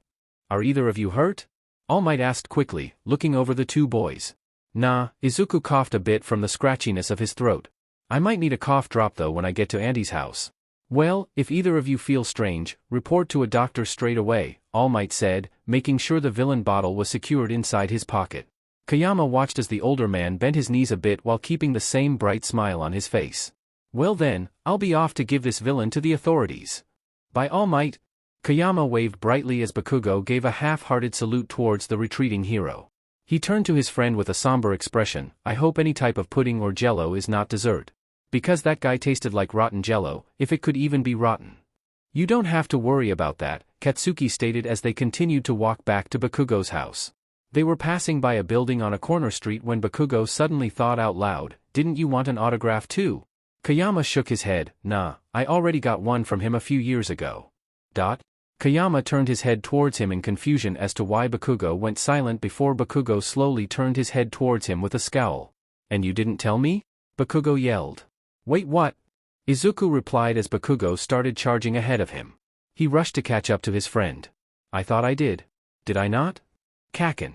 After they got back to Bakugo's house, Bakugo shouted out how Izuku was keeping secrets while Kayama returned his quip with how they both got attacked by a villain. Kayama made both of Bakugo's parents whip their head to them and immediately rushed to both of them to check on them. Mitsuki checked over Kayama while Masaru rushed to check Bakugo's temperature with the back of his hand. Masaru rushed to ask questions to his son who was scowling under the attention. It took a lot of reassurance from Kayama that they were safe and that All Might had saved them to get both of them to back off from their worries. They both settled in the living room before it was time to start making dinner.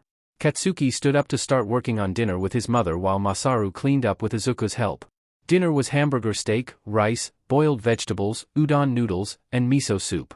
Katsuki grinned victoriously as Kayama choked on the spice of the steak, seeking the comfort of white rice to quell the unexpected spice.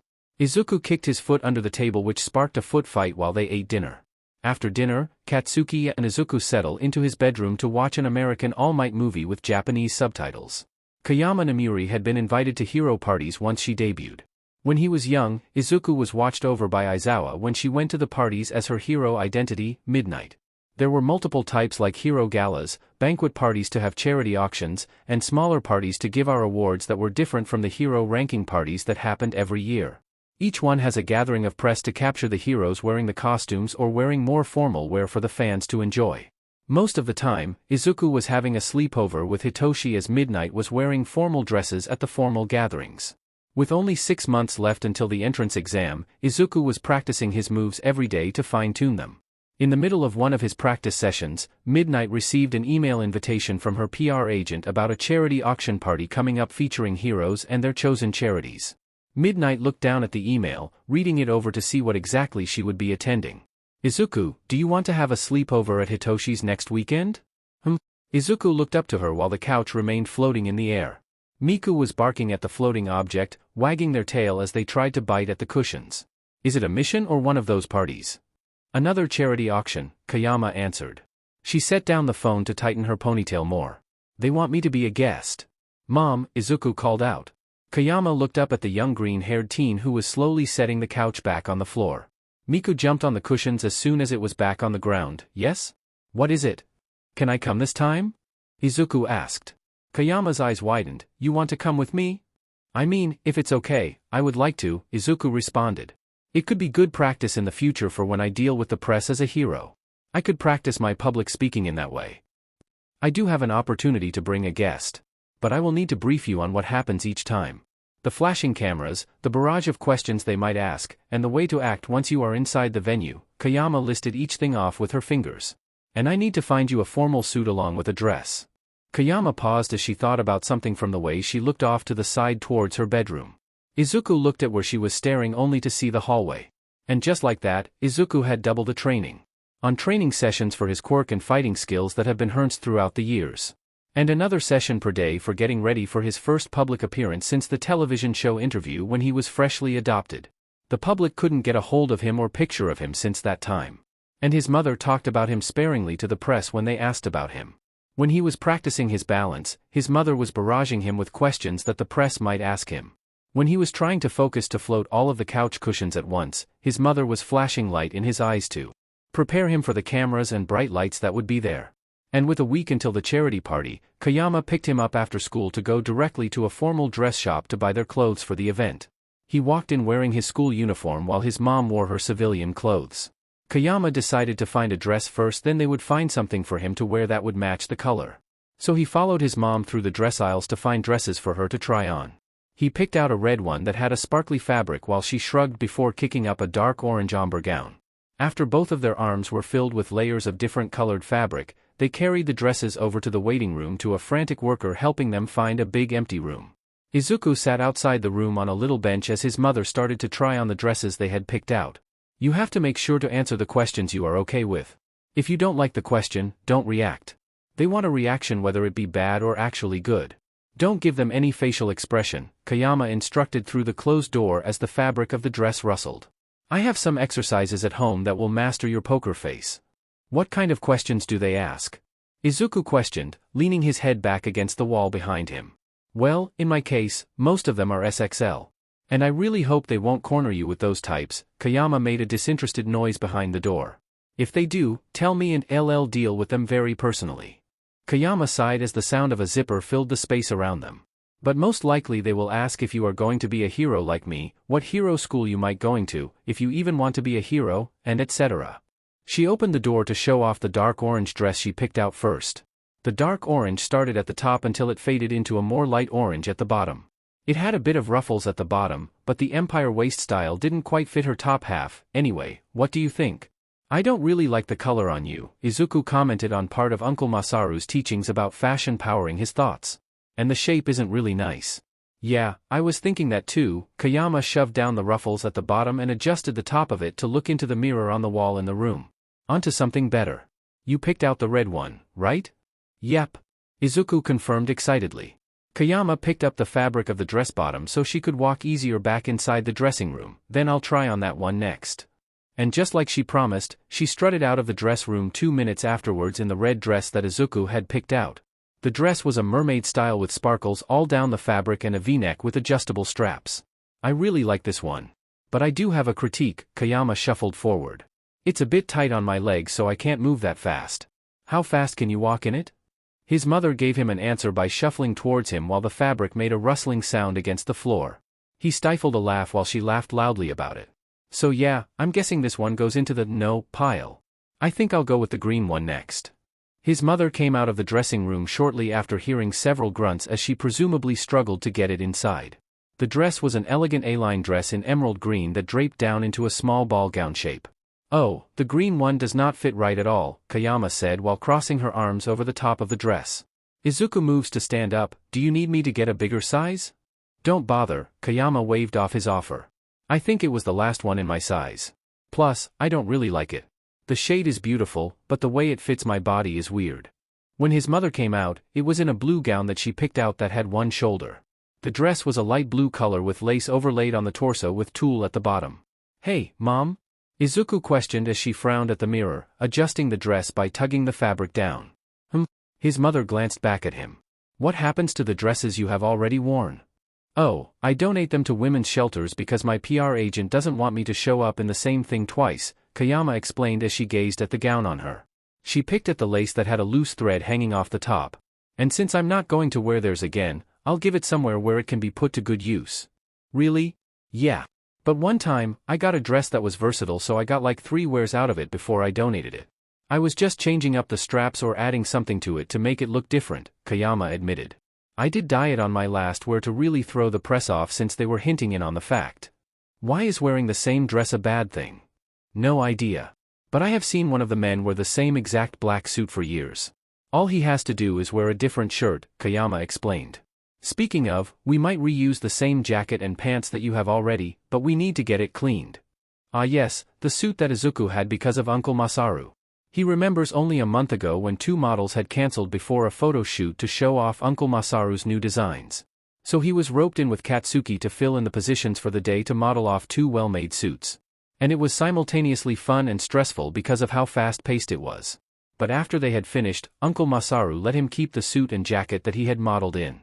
It was a nice shade of charcoal black that made his green hair stand out a lot more. His thoughts were interrupted by the sound of a door opening. He looked up to see his mother dressed in a purple dress that looked like a royal ball gown. It was an off-the-shoulder dress that looked like it was made from satin. It had a small train at the back with a ball gown look to it. You look so pretty in this one, Mom, Izuku commented, looking at every detail of the dress. Really? Kayama smiled as her eyes fell onto the mirror. Ooh, I love it. She moved her hands down the sides and found her hand slipping into a hidden space. Oh, it has pockets. Izuku asked, is this the one? Most likely, but I do have one more to try on, Kayama said, twirling around in the dress once more before disappearing into the dressing room again. Izuku leaned back and waited until his mother came back out in a black dress. It had lace sleeves with a cutout at the chest with an open back. The dress was a dark shade of black with a tulle skirt that went to her ankles that had one slit at the side. Izuku tilted his head, finding the dress to be more boring compared to the last one she had tried on. And by the look on his mother's face, she agreed. Yeah. I'm definitely going with the last purple one, Kayama smoothed down the fabric with a frown. She turned to him with a small smile. Hey, honey, go ahead and check out the men's section to find a tie and vest to match the purple. I'll change and meet you there. Izuku nodded back at her before leaving the dressing room section and walking over to find the vests. He strolled down the aisle to look at the available vests only for one to catch his attention past the altered ones or mutation quirks. The vest was a dark purple with black details that swooped around the edges. He walked closer only to find out that the vest had laces at the back. It was a corset vest. The ones he had seen online before were slowly making its way past the small audience it had. If he wore this, he would help out the designer gain more attention. Izuku, did you find anything? He turned his head to see his mother walking over with the purple dress draped over her arm. Yeah, what about this? Izuku gestured to the vest, making Kayama inspect it closer. Oh, that's one of the vests you showed me before. Did you want to try it on? Izuku nodded before taking off to the dressing room. Kayama smiled before following after him, picking up a black and a purple tie for him to try with the vest. After several minutes and his mother's help with the laces, Izuku looked into the mirror outside the dressing room to see how the vest looked on him. The black appliques looked so elegant on the purple. It was perfect. And so, they left the boutique after paying 28,000 yen for the dress, the vest, and the tie. And that was left to do was get ready for the party later that week. After a whole week of preparing for the event, Izuku and Kayama arrived via chauffeur sent by her PR agent. They were both crammed into the back seat with Kayama's dress taking up the middle seat as well as her own. Izuku had his corset vest on which took forever to lace up with a black mask pulled over his nose. Kayama had on the purple dress she had chosen earlier that week. Her hair was down in the curly waves she usually had with a black choker around her neck. She had on her hero mask over her face as well. Izuku wore his black suit with a crisp white button-up shirt with the corset vest over it. He had a black face mask, the disposable kind, over his face to maintain a bit more privacy from the public. His shoulder-length, curly hair was pulled half up to keep stray curls from falling into his eyesight. The car stopped right outside the event with the press waiting on the side to take pictures of the guests walking inside. Izuku could see the flashes of the camera following another pro hero walking inside that looked similar to Death Arms.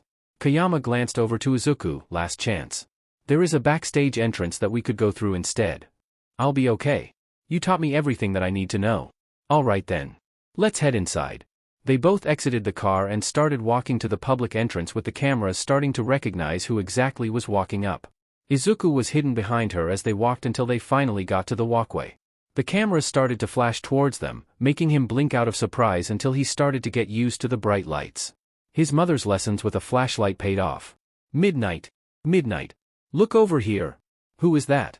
Midnight, is that your adopted son? Midnight? Yes, this is the same Izuku from 10 years ago or so, Kayama answered easily to the reporter who asked. Izuku nodded and grinned at the cameras. Hello. The reporters hurriedly took pictures of him and his mother next to each other, posing when the time was right. But it didn't last very long since Kayama was making her way towards the entrance while their pictures were being taken. Izuku waved to the cameras with his mother before heading straight through the doors. Kayama breathed in as soon as they were safely inside away from the cameras. She leaned over to her son to whisper under her breath, and now we can enjoy food and donate to some charities. It's so crowded in here, Izuku commented, following after her while avoiding running into people on the way. Uncle Zawa would not like this kind of scene. Yeah.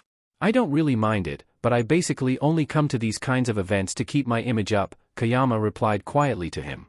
The small smile on her face grew into something more mischievous. She whispered, but I get to tell them all the juicy details when I get back home. Okay, sadly the chapter is over. And if you enjoyed the video, just leave a like and subscribe with post notification. So when the next chapter is ready, you will be notified. Okay, see you in the next video. Bye.